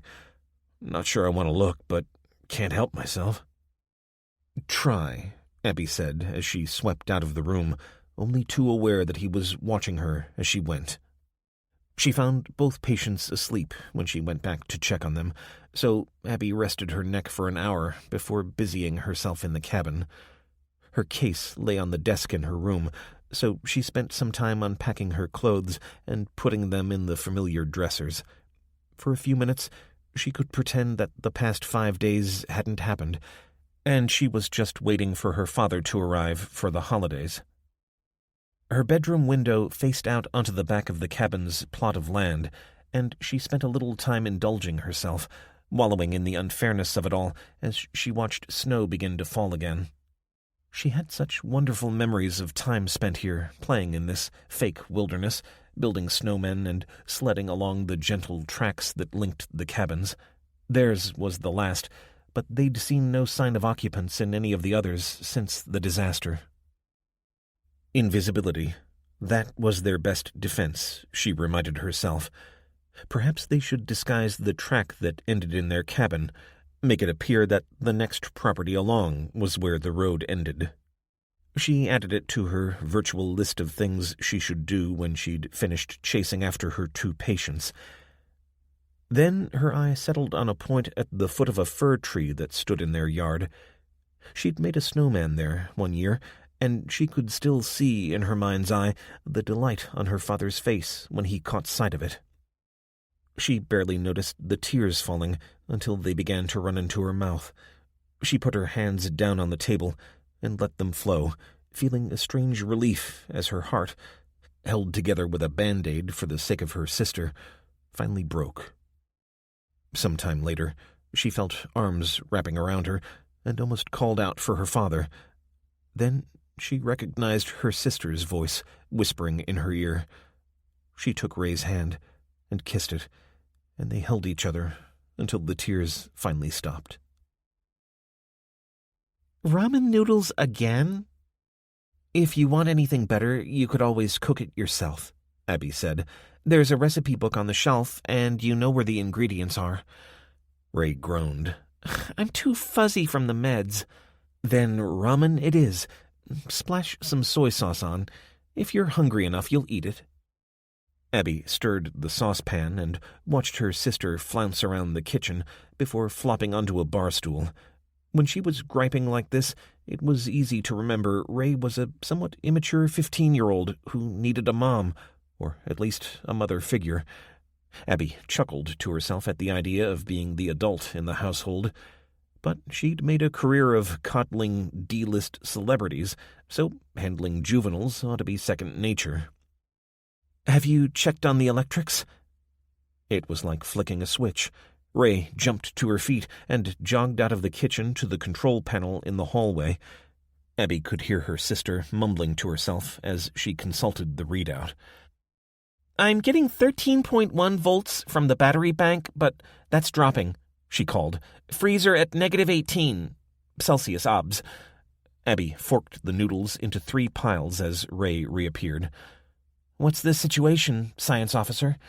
Systems optimal, Captain. Recommend we run the generator for a couple of hours before bed, and I still need to check the furnace. And fuel? Dilithium reserves are declining, sir. We may need to visit a mining colony to replenish. When? At current rate of consumption, and factoring in the low solar output due to proximity to the winter solstice, probably within the next 2 to 3 days. That soon? Here, enjoy your ramen. The food replicator's not up to much, I'm afraid. I'll take some through to the patient. She left Ray, who was screwing her face up, having put too much soy sauce on her noodles, and took a bowl and fork through to Gray, who lay dozing. He awoke as she sat down beside him. "It's only noodles with a splash of sauce. Do you want me to feed you?" "Thanks. I'll handle this on my own." "How are you feeling?" "I'm okay. Sore." "You can have some painkillers with your food. Then I'm going to have to sew up your wound." "Nice." Abby winced at the thought. She'd only completed the first year and a half at veterinary college, and that had been almost 10 years ago. But since Ray couldn't do it, and Gray could hardly be expected to sew himself up, it would have to be her. Bile rose in her throat at the thought. "I better go have something to eat myself," she said, getting up to leave. "I appreciate you looking after me," Gray said, causing her to turn to face him. "I'll get out of your way as soon as I can." She smiled at him. "Oh, that's okay. Concentrate on getting better for now." "I'm going after them." "What? Who?" "The scum who killed my folks. And I gotta go back and give them a Christian burial." Abby looked into his stern, determined eyes. "That's up to you, but I don't think your parents would want you to throw away your life on their account." "You don't know what they'd want," he snapped. "But I know what I've got to do. I couldn't save them, but by God, I'll make the lowlife who killed them pay." Without another word, Abby left the room, trying desperately to hide the chill that had swept through her body as she watched a young man barely able to contain his rage. 4. Elijah. Day 6. California. It had been a long night, and Wade sighed with relief when it was finally over. They'd made it a few miles north of Glendale before the lights had appeared in the sky again. He now wore Kelly's little fluorescent star around his neck permanently, and its glow had warned them before the clouds had dispersed and their danger had been confirmed. At that time, they were passing a ranch house set back from the road, whose front yard was landscaped with various sizes and species of palm. Becky had shrieked when she'd spotted the shape of a stag emerging from the cacti beside the path, but it was fake. Wade wondered whether that was true of every apparently tropical plant. A Ford truck was parked on the driveway, but the insistent glow of the fluorescent star drove them on. Wade would give it a try tomorrow, though he'd be amazed if it hadn't been fried by the EMP. To his relief, the house itself was empty. He'd been forced to use one of the rocks in the garden to smash a small window, and Becky had insisted on squeezing through the gap and opening the door from the inside. As he stood with his back to the door, he tried to make anything out in the darkness, then swept the house, ears straining for any sign of occupants waiting to ambush him. But instinctively, he knew there was no one here. They'd lucked out, finding a place that was both empty of people and hadn't been ransacked. "Are we safe?" Becky asked. "There's no one here." She pointed at his throat. "What about the radiation?" He grabbed the star and rotated it. A faint glow lit up his palms. "Trouble is, I've got no idea how much exposure is dangerous. Come on, let's see if it's lower somewhere else."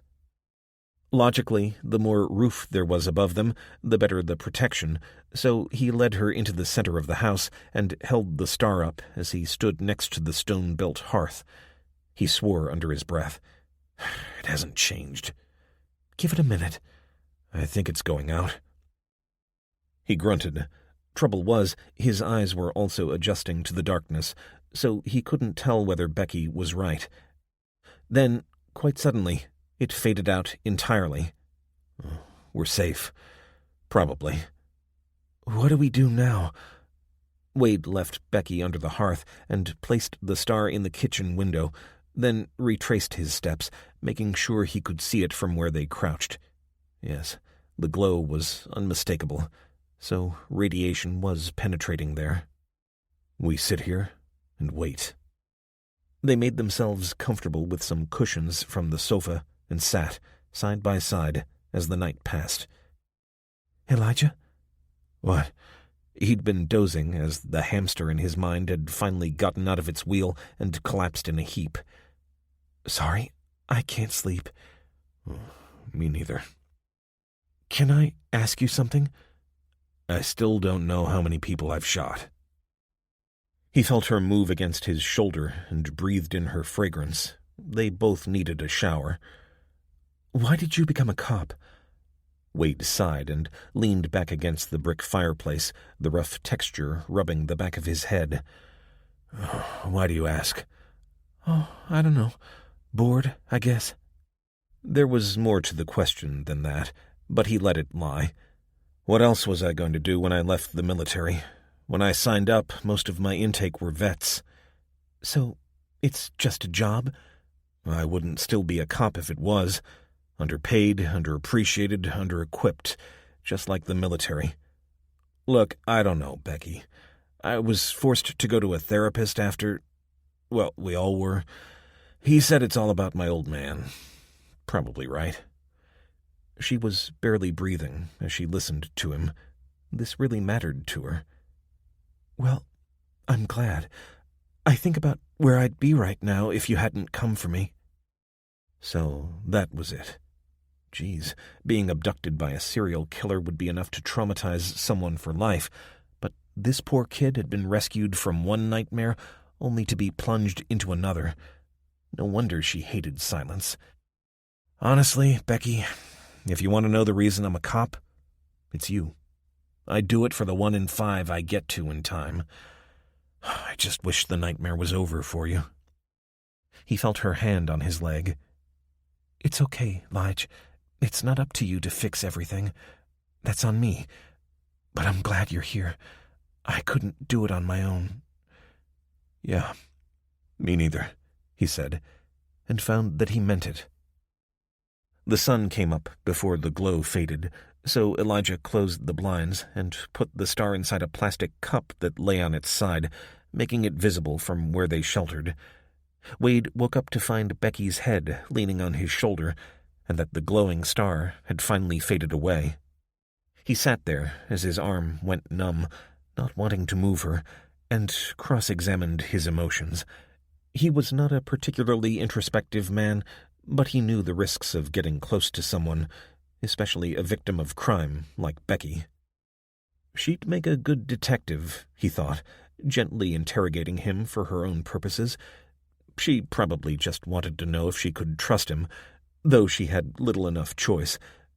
But he was too old and had spent too long in the company of the worst examples of humanity to be coerced into opening up much. Why was he a cop? Because he couldn't think of anything else to do? That was the pat answer, the answer cops gave to each other when the question came up.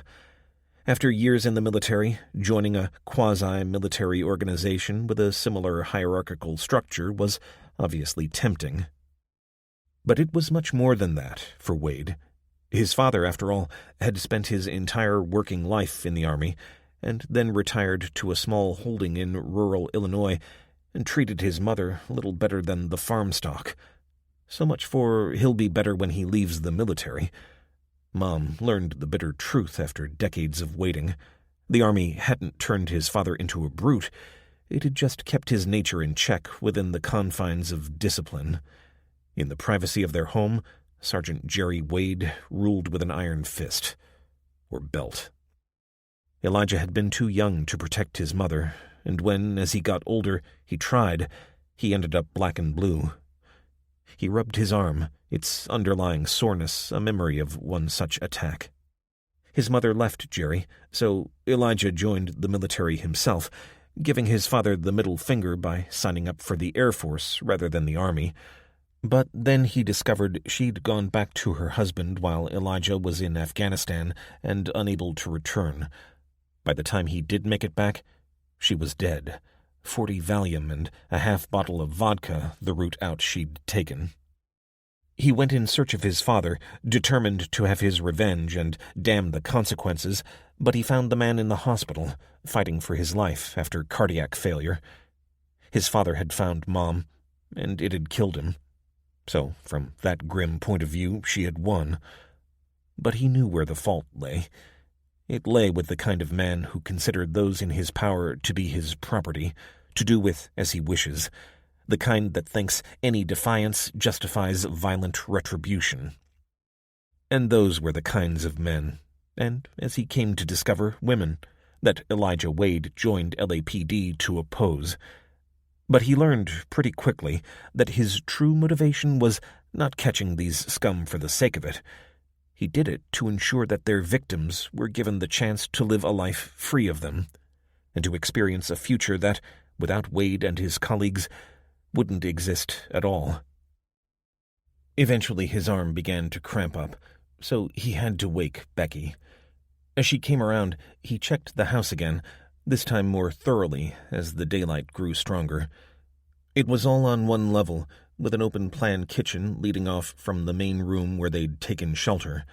A big TV screen took up most of one wall with a leather couch facing it, and, dotted around, the heads of stags stared out at him. This place had the feeling of a hunter's refuge, even though there was nowhere around here that deer could be stalked. "Do you think the shower will work?" Becky said, appearing at his shoulder as he looked inside the bathroom. Wade shrugged and examined the cubicle. "Looks to be gravity-fed," he said. "You'll get water, but it'll be cold." "That's okay," she said, beginning to peel off her clothes. "Can you find me a towel?" He felt his cheeks flush and turned immediately away, heading for the master bedroom. He heard her shriek as he found a pile of fresh towels in a closet, but when he got back to the door, she was giggling. "I'll leave them out here," he called, then went back to the bedroom to find some clothes that might fit her. But, feeling uncomfortable again as he rifled through women's underwear, he focused instead on finding anything that he could add to his own pack. Most of the clothes at his apartment had been soiled one way or another, but the pants he found folded up in the closet were far too large for him, so he contented himself with underwear and a couple of T-shirts. He was just turning to go when Becky appeared in the bedroom with a towel wrapped around her, dripping water from her wet hair. "For God's sake, Becky," he snapped, instantly regretting it as her face dropped. I'm sorry." "I make you uncomfortable, don't I?" He nodded. "Yeah, sorry. It's my problem." "Because I was a whore?" "Don't use that word." She shrugged. "Why not? It's true enough. But I didn't think you were that kind of a man, Elijah." "What kind?" "The kind that looks at me like that. I know what you're thinking. I see that look all the time." Fear stabbed at him. What look? Had she managed to read the thoughts of his monkey brain? Was he that obvious? Disgust. "No." Relief flooded his body, the tension evaporating in a moment. "Becky, I'm 55. You're young enough to be my daughter." Her jaw dropped. "Oh, my God, I'm so sorry." "It's not your fault. Really, it isn't. It's just when I'm exhausted, it's harder to keep my instinct out of the gutter. I want you to feel safe with me. I don't want any misunderstandings between us. Do you get what I mean?" She turned around and found a bathrobe that had been hanging on the back of the bedroom door, pulling it around her and tying it at the waist. It didn't entirely solve the problem, but Wade appreciated the effort as she pulled him into an embrace that smelled of cotton and fabric conditioner. Her eyes were moist as she released him. "I do feel safe with you, Lige. I guess it's tough sometimes to get out of bad habits. It's been so long since a man cared about anything other than, what I could do for him, to him, or about the money I could make for him. I'll be more careful, okay?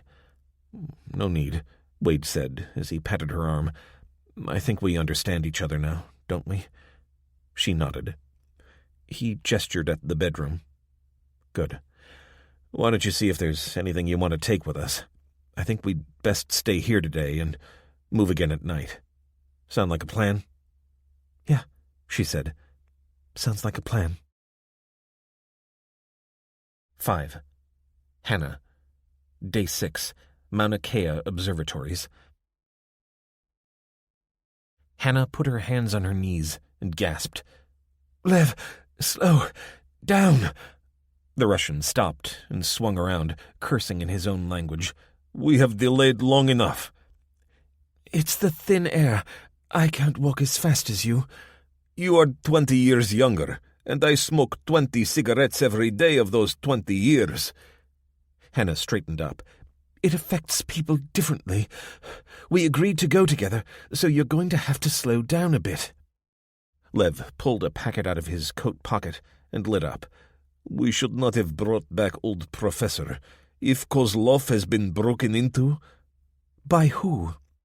We found old man in first observatory. There will be others. Even if there are, they've got better things to do than to try to get into Kozlov. Lev's eyes narrowed. Nothing in stupid Russian observatory? No? That's not what I said. Now come on, I've got my breath back. Lev blew a cloud of smoke into the pristine sky and began marching away.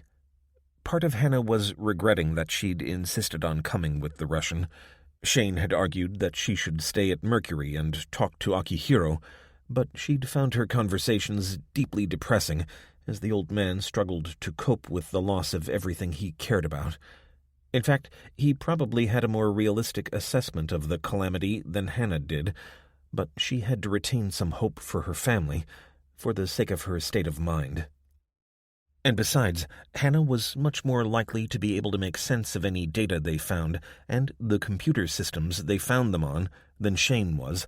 The Australian was, contrary to the cliché, much more of a theoretician than an engineer.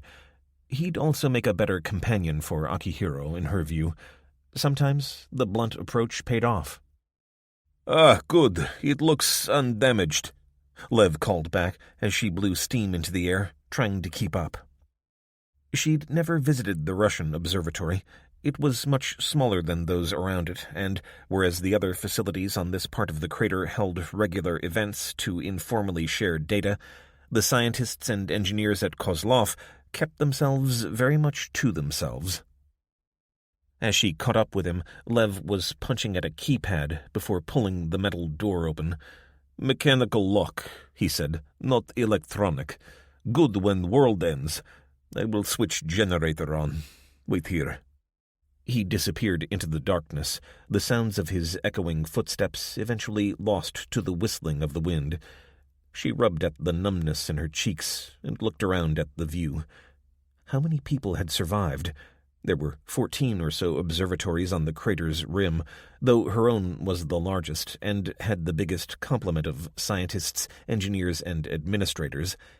And yet, only 2 of them had made it. The support staff would have been at home by the time the lights appeared, but they would have been just as fascinated as the scientists and, indeed, their neighbors.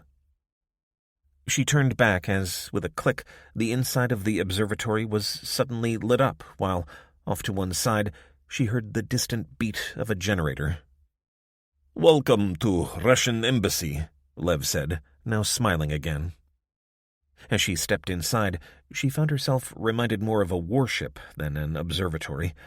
The familiar computer screens were mounted on gray and white metal panels, giving everything a decidedly utilitarian look. "Is not as, what would you say, decadent as Mercury. In Russia, we say comfortable man is lazy man." Hannah smiled back at him. She recognized a chip on the shoulder when she saw one. "So, where will we find the data backup?" Lev shrugged. "Is there backup? I do not know. There has to be. As she said that, the lights died. Suppressing a shriek, she heard Lev curse and then move off. Stay here. I will fix. Chinese generator. She flicked on her flashlight. Do you want this? But he had gone. Is okay, his voice called out. I know this place like back of my... A thunk echoed from somewhere in the darkness beyond her flashlight beam, followed by another outburst of Technicolor Russian.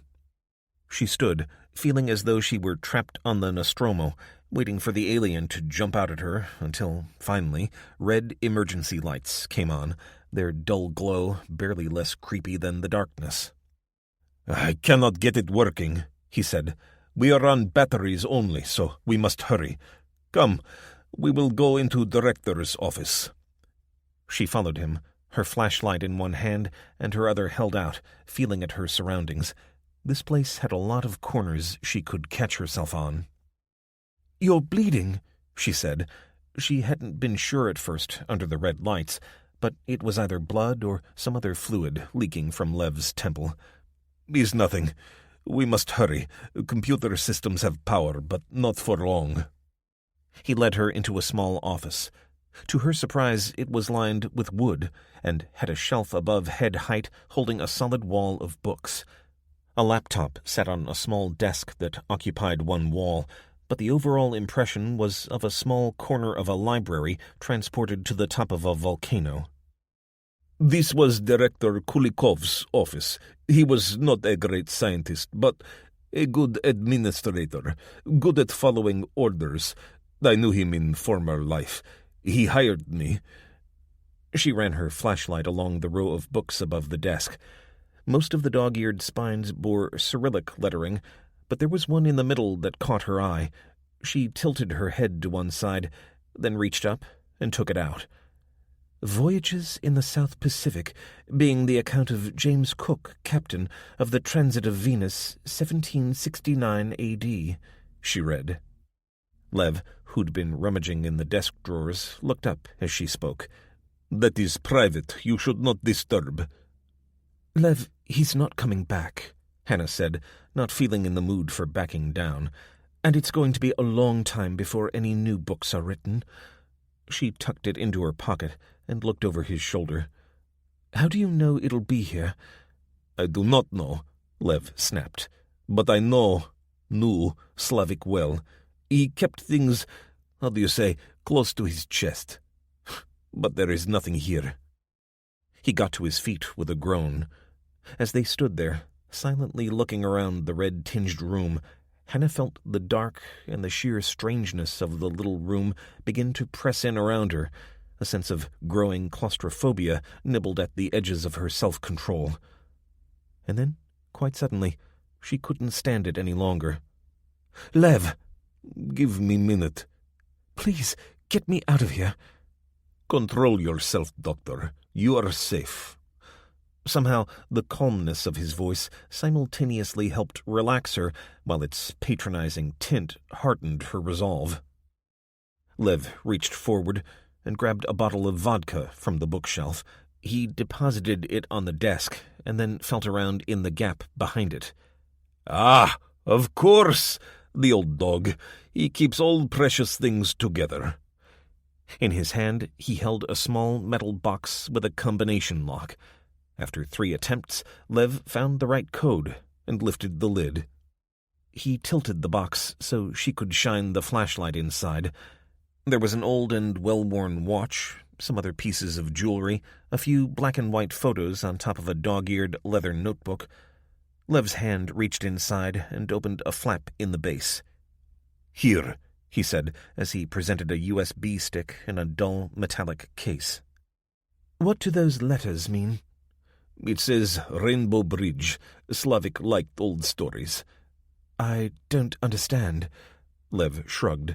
Rainbow Bridge is way to other world, where souls go until names are forgotten. Hannah shook her head, trying to process what he was saying.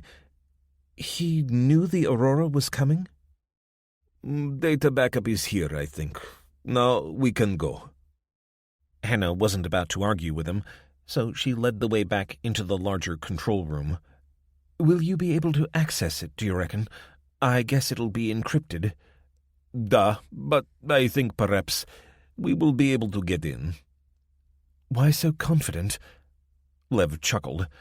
Because we have Slavik's little book, and because, perhaps, he wanted us to read it. As they stood by the now-open front entrance, squinting in the sudden light, he handed her the little black book. I told you he followed orders, but he could have hidden this. He did not. So, he wanted me, to find it. But that means he knew something was coming. Lev sighed. Then why didn't he tell the world?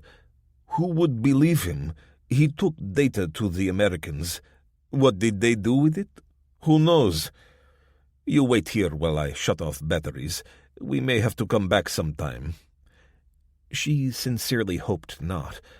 Coming out into the gorgeous, wide-open landscape felt like such a relief after the cramped quarters of the Russian observatory. Lev emerged with a stack of ring binders under his arm. These are logs, may be useful.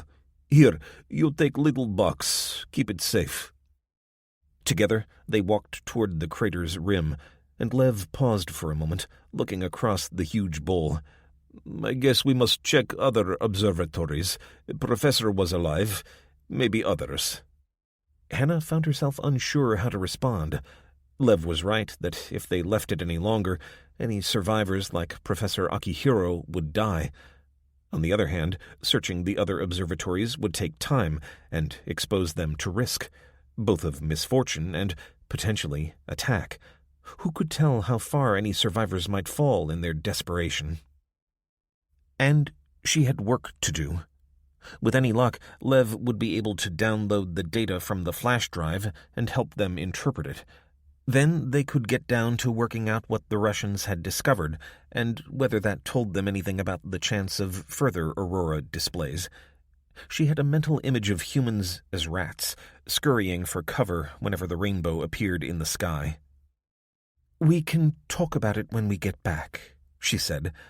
Thinking about the Aurora had reminded her that, while Bixby's detector had shown clear when they set off, they'd been gone for over 2 hours now. 2 hours during which they could have been exposed to the radiation if the Aurora had returned, invisible in the bright sunlight. Lev nodded, and they retreated from the crater's rim and kept themselves in the shadow of rocks and, when they got there, the DSST observatory. It wouldn't help much, but it would reduce their potential exposure a little. Hannah was puffing again as they neared Mercury, so she barely paid attention as Shane ran out and shook Lev by the hand. Good to see you, mate. Had me worried." "Our leader is not as fit," Lev said, gesturing back at Hannah. She straightened her back and accepted an embrace from Shane, who, for all his bravado, had obviously been worried. Our leader? Was Lev being sarcastic? She wasn't sure how she felt either way, but perhaps, just perhaps, she'd misjudged him. Hannah found Professor Akihiro sitting up in bed with an unmistakable look of relief on his face as he recognized her. "Ah, Dr. Redman, it is good to see you. How are you feeling?" "I am much recovered. I believe I am ready to resume my duties." She dropped into the chair beside his bed and examined him with her eyes. The injuries to his face were still as raw as they had been when they'd first brought him here, except perhaps around the edges, where narrow scars were forming as dark lines. But it was his mind she was most concerned about. "You want to go back to DSST?" "No," he said with a gentle chuckle. "I have been reassigned to Mercury Observatory under your direction." "Mine?" He gave a curt nod. "Who else? I do not think your Australian colleague wishes the responsibility of leadership, and I am given to understand that Mr. Makarov is not a scientist." Hannah leaned back in her chair. He was right, but the responsibility sat heavy on her shoulders. "Well, the first thing we should do is find you more suitable quarters. Do you think you could climb 2 flights of stairs?" Akihiro straightened up in bed as if he were a soldier being inspected. With some help, I believe I can. It took the best part of an hour to achieve his relocation, but once the professor was installed in the last of the suites on the upper level, Hannah turned off the power to the basement and pulled the access door shut behind her. It felt like sealing a tomb, and she said a silent prayer that this hadn't upset any restless spirits down there in the cold earth. She was utterly exhausted when she finally made it back to the cafe, but she'd hardly sat down before Shane handed her a mug of coffee. "Fancy some peaches?" "Sure, thanks," she said, reflecting that knowing their food supply was limited had made her considerably less fussy about what she ate. He opened the can and poured the fruit into a bowl before pushing it across at her. "Want to share?" she asked. His eyes widened. "Seriously? You must be starving." "It's okay. I'm not the only one." He fetched a second bowl, and she decanted a third of her portion into it. "Thanks, Han. I appreciate it." "Are you rationing the food?"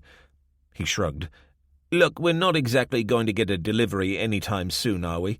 Best to make it last as long as we can." "We'll have to check out the other observatories, though I'm not sure there's going to be much that's edible at Kozlov." "Why? Is it a bit basic?" She giggled as a chunk of peach slid down her throat. "You could say that. I suspect the food is going to be very Russian." "You don't want to let Lev hear you talk like that." "Where is he?" "Up in his room, trying to break the encryption on the memory stick." Hannah's eyes drifted up the curving metal staircase. "So much for being easy to crack. We're stuffed if he can't do it. God, I hope we don't have to go back to Kozlov." "You won't be able to go back for a while, anyway. The UVS is showing rising levels. I reckon we could be on for a light show tonight." Hannah sighed.